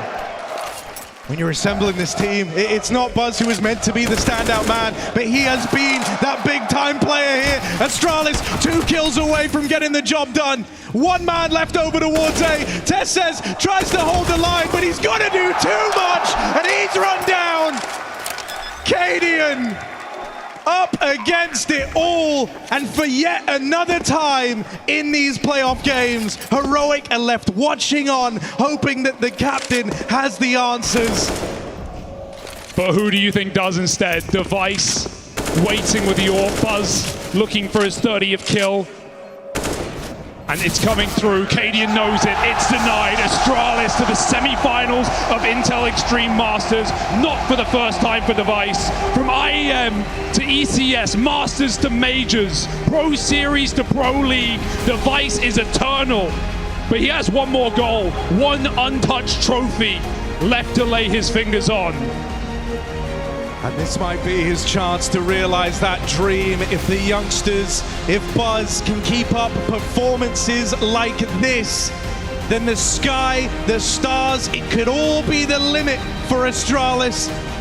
For Heroic, that oh so familiar feeling of being close to greatness but never quite touching it dawns upon them again. And it's Astralis, an old foe, that reignites this rivalry here in Cologne. Former teammates, former friends, and current foes. Heroic may have been proven to be the best in Denmark, but this Astralis team, this new look roster, certainly puts question marks on that. And it's all love at the end of the day. But for Astralis, the question is asked, where is that limit? Is it G2? Is it the trophy?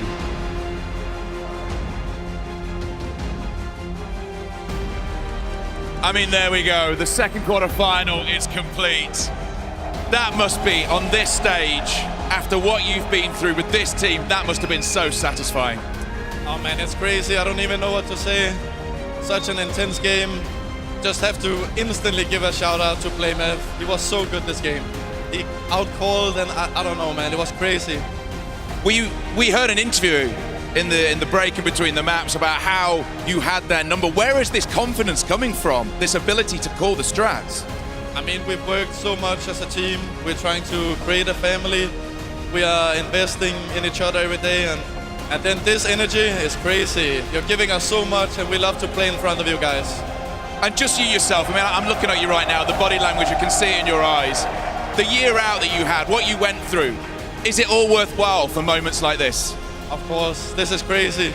Like, I don't know what to say. I couldn't have imagined this and dreamed this. I mean, I love the energy. It's, yeah, I'm speechless. And you're such a young team. We saw how Buzz played then. How far can you go? I don't know. We're not thinking about the results. But yeah, as you said, Buzz is crazy. I don't like that one tap clutch. Yeah, I'm still amazed. It was probably the best thing I've seen in 5 years. And you yourself, you seem unencumbered. You seem free to play your game, to be almost a father figure to this team. Yeah, I don't know. Maybe not the father, but I'm trying my best to play it up and play it as I think it should be played. And I'm just proud of the team today. I think it was a team effort. Everyone is so amazing and so good, and yeah, I love the guys. Man, listen, it was great to see you. It's great to see you back where you belong here. And we got one more trophy you need to win. How much do you want the trophy here? Of course we want the trophy so much, but we're going to take it one match at a time and not focus on the result. As he said, what a game. What a quarter-final. The semis are tomorrow. Put your hands together for Device and Astralis.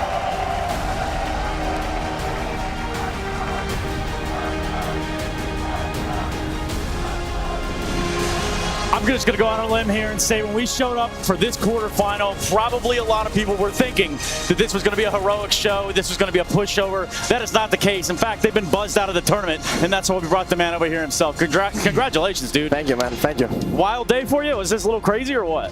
Yeah, it's insane. I mean, I knew if we played our best, we would have a good chance to win the game, but obviously they're a really good team as well, so it means a lot. We talk about, when young players step on a stage like this for the first time, usually they either do really good or they sort of go missing. You obviously had an incredible game. How did you pull it off? I don't know. I just think it's the setting around Astralis right now. Everything feels really great and comfortable. There's not really a lot of pressure from the inside. So yeah, it helps a lot with the pressure, and we can just try to play our own game. Talk to me. First of all, congratulations on qualifying for the semis. Thank you. You individually played insane. But let's go back to Ancient. You guys seem to have their number, especially in the second half. What was the preparation going into that map? You obviously knew you were going to pick it. And what was the game plan? Did you exploit something that we can hear here? I mean, of course, we did some anti-strat on him.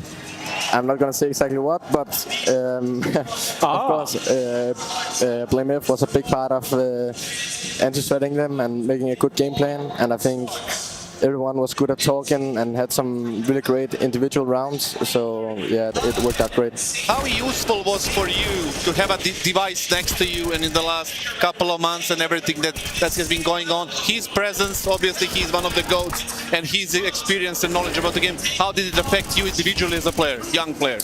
I mean, obviously it gives a good confidence boost to have him in my corner and cheering me up, hyping me up. Yeah, like I said, just it feels great and comfortable in the Astralis right now, so yeah. You guys haven't been together for all that much. I mean, you're still a relatively young team, new team. What is the secret that you guys are already so good so early on? I mean, I think we are trying really to focus on like progressing with the team and not thinking about like we have to make this result right now, but just thinking like if we're gonna do it, we're gonna do it. But if not, we're still in the progress. It's very early, so I think that removes a lot of pressure. And obviously, we have some good players on the team. So yeah. So, I mean, you're winning the whole event for Device, right? Isn't that kind of like the idea? What, sorry? You're winning the whole event so Device can finally look at the trophy here? Is that what we're doing? Exactly. That's the thing we're doing. I figured I would ask, because after that, I'm going to have to ask if you're keen to watch, say, round 20 and pick it up from there. What do you think, Yenko? Yeah, absolutely. Why not? Yeah, let's roll it. Let's roll round 20. Okay. You guys want to get pretext? Yeah, let's just get it rolling. There's been a lot of rounds. Yeah. Yeah, I think this was like the round where you obviously got a double entry real quick as you were faking the B bomb site, right? Like, was this just you got the call, hey, we're going A, you just go run and get 2 kills? No, actually, it was a bit before that. It was a pretty good call from Blame. He was like, we're gonna do some pressure B, I think, and he was like, if we see the AWP B, you're just gonna aim A. And so we did, like, I think we had mid, I'm not too sure, but yeah, we heard the AWP B, and then everyone just aimed A. And so basically, you used the timing after the first kill, the call came out, let's push on an A, and you got the second kill, and then, you know, we saw what happened afterwards. Yeah, exactly. Well, why we stop with just round 20, guys? I mean, look, they've been picking out rounds all afternoon. It's left and right, good night, with Buzz one tapping across, you know, the entirety of every map in the server. But let's load up with round 23. Well, this one is more about the call in itself, because this is a freeze time call. It's when you guys did the fast A split, right, yeah, from spawn. So it was just an example of another great call, a great read by Blame, because, again, you can see with the positioning, you guys are going to get the fast trades, and that's it. It's round over. Like, tell us a little bit about Blame and his process, because you guys have all been giving him a lot of praise. Yeah, I mean, we're giving a lot of praise, but he's also really working hard to make it work. He's using a lot of time on like making sure everything on the map connects and making sure people are comfortable. And yeah, of course, he has some really good reads. So. You guys feeling good about that? Yeah. So I was trying to put some other things are going on here. Look, I understand there's a bunch of Danes that came all the way from Denmark on buses. Is that true? Yeah, I mean, some of my family came as well. So, oh, really? Yeah. So, but yeah, we have the Danish corner, so we appreciate that. I imagine this is an experience and a half for your parents as well, right? Like your family. That's got to be a wild one. Anything you want to say before we get you out of here? Sure. I mean, I'm glad they're coming all the way from Denmark to support and watch us in the arena. It means a lot, and just want to say well played to my team. Yeah, well, you still have another day of play at the very minimum, so we'll get you out of here. Thank you very much, Buzz. In doing so, though, I want to turn our attention to the DHL MVP.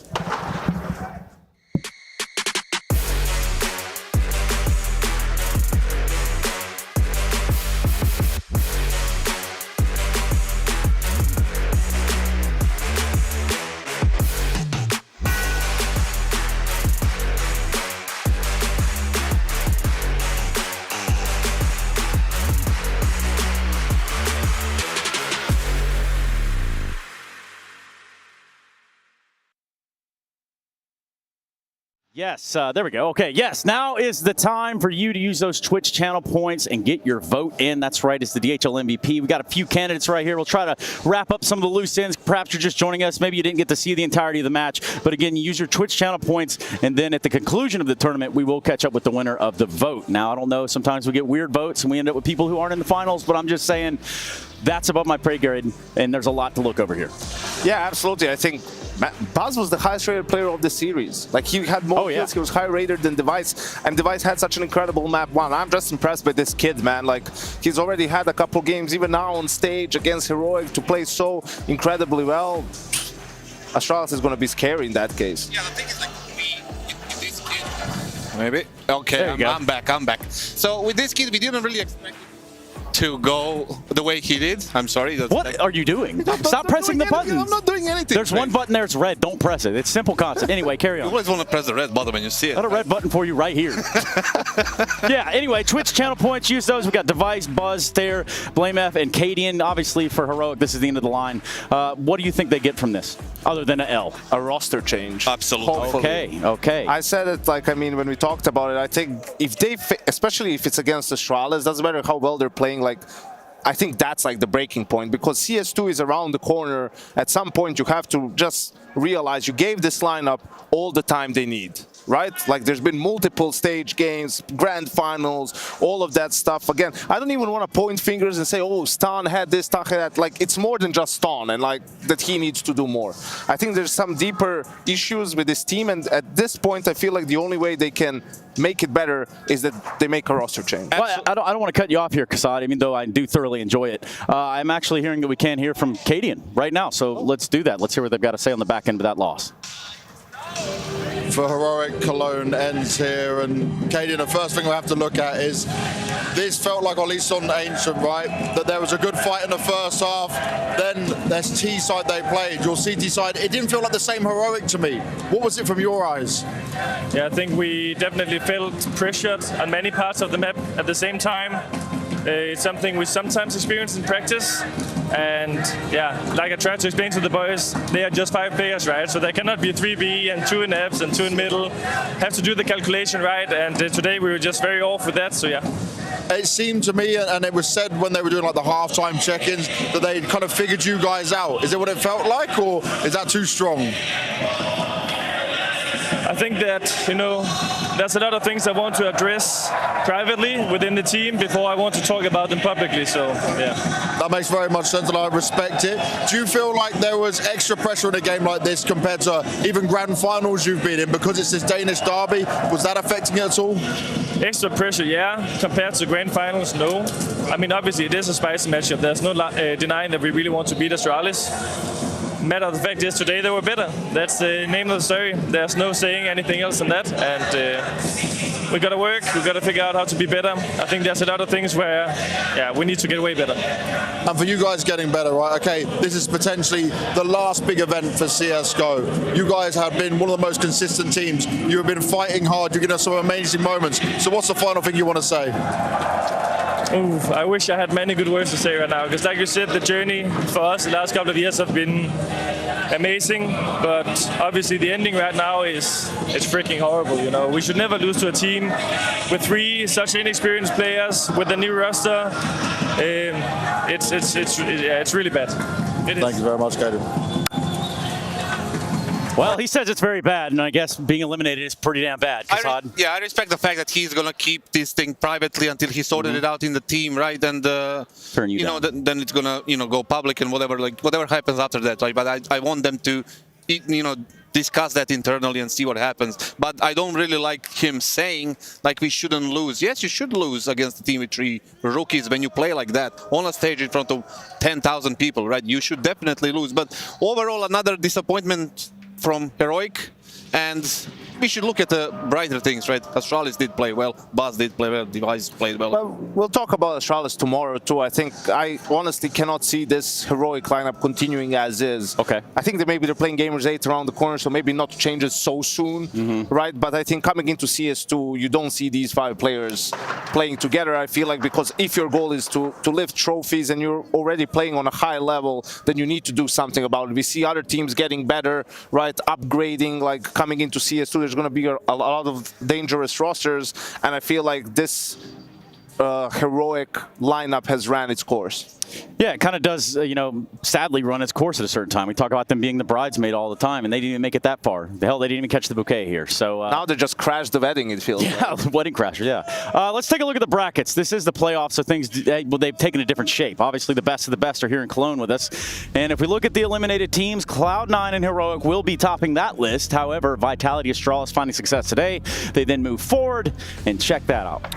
Yeah, I mean, incredible, Vitality, all the hype around Cloud9 and Exile arriving. Thank you very much. We still got the job done. Was a close affair, and then obviously the shocker we had just now, that sets us up for a rematch between G2 and Astralis. That was the opening game of Group B. Astralis very much in it, could have won that series easily, and then on the other side of things, Vitality versus ENCE. ENCE beat Vitality in a couple of very important series. One at Pro League, one at the Rio Major as well, so definitely looking for revenge, the Vitality guys. Yeah, it's hot to trot. Kasad, look what you have in front of you for semis. Saturday, tomorrow, 3:30, you have ENCE, who play the best Counter-Strike on the tournament so far against Vitality. You know that the main favorites. We have the second team that played the best Counter-Strike.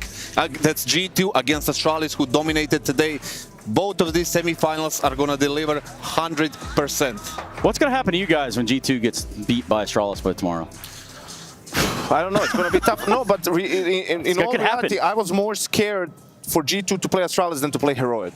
Yeah. Because they have Heroic's number on the stage and all that stuff, and Astralis are just looking, man, they're looking really good. They're playing really good Counter-Strike, and then the individuals are also, you have Buzz playing like his, I don't know who, like Magisk in that whole Astralis lineup, just delivering numbers, Blame with really good calls, Device being Device. It's like, yeah, if they can play like this, they can actually match up against G2. Yeah, but that does it for our matchups today. Kasad, I thank you, but I thank you the most, Yanko, and of course, well, Kasad, like I said.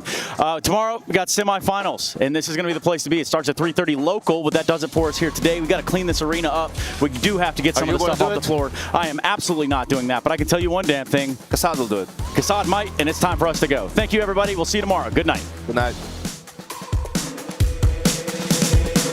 They say that I'm such a weirdo. Tattoos from my toes to my earlobe. Was a role model, I never had a hero. I learned how to live through the stereo. Coming from where I come from, the inferior. Everything you see ain't what it appears though. Everything that I built, made that from zero, then added a zero. I am my hero. You couldn't imagine what it's like in my mind. It's beauty and catastrophe at the same time. Remember they laughed at me when it was game time. Now I know that they mad at me. I'm one you can't find. I'm not from the day. I come alive at night. I'm not what you used to. Couldn't recognize. They all on the ground while I'm taking flight. Yeah, you're welcome to join me. I promise I won't bite. Things they say, they're never getting in my way. And even if I make mistakes, I will always see them through. 'Cause I don't wanna play your game. I had enough, I'm burning up so hot I just break your chain. You can never stop what's building up inside of me.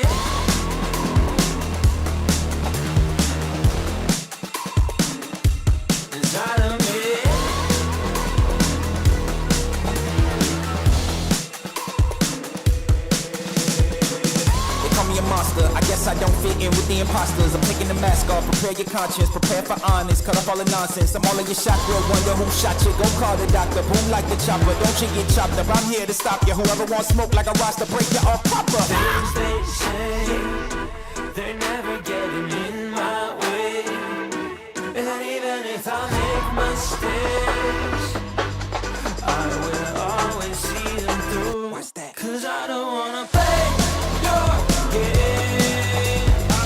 I had enough, I'm burning up so hot I just break your chain.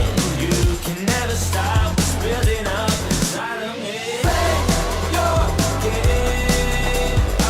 I had enough, I'm burning up so hot I just break your chain. You can never stop what's building up inside of me. They say that I'm such a weirdo. Tattoos from my toes to my earlobe. Can never stop what's building up inside of me. They say that I'm such a weirdo. Tattoos from my toes to my earlobe. Can never stop what's building up inside of me.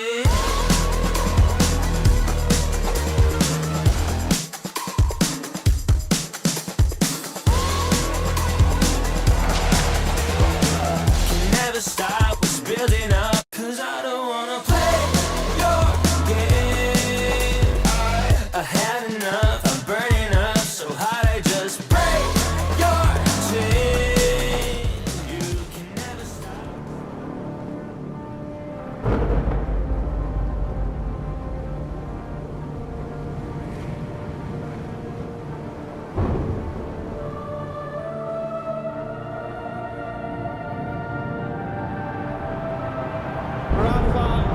making history. Absolutely phenomenal. And Ace is the champion of the Intel Extreme Masters World Finals. Storm's still not quite done. MC is going to take this fight, though. 3 seconds left. Last 2 rounds of match. It's got to start it well for ESC. And this is a massive move for Zez, but he's not content with just a Nexus kill. He wants to win. GG! And it's all done. Astralis winning. Unbelievable Rogue with a 4-0 victory over Classic. And they did it again in the grand finals. It's Norwood! Give it up for your Intel Extreme Masters World Champion!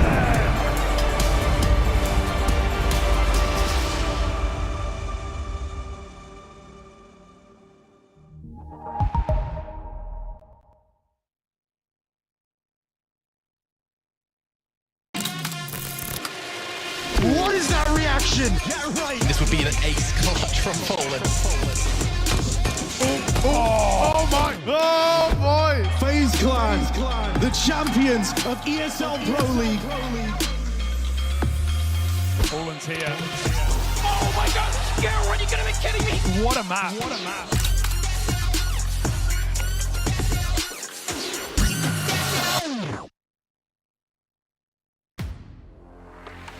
The in-game leader, architect of every move and every win. The entry fragger, fearlessly leading from the front. The opper, the deadliest of them all. The support, the true difference between winning and losing. The lurker, everywhere and nowhere, patiently waiting to strike. It takes 5 champions to win. Which one are you?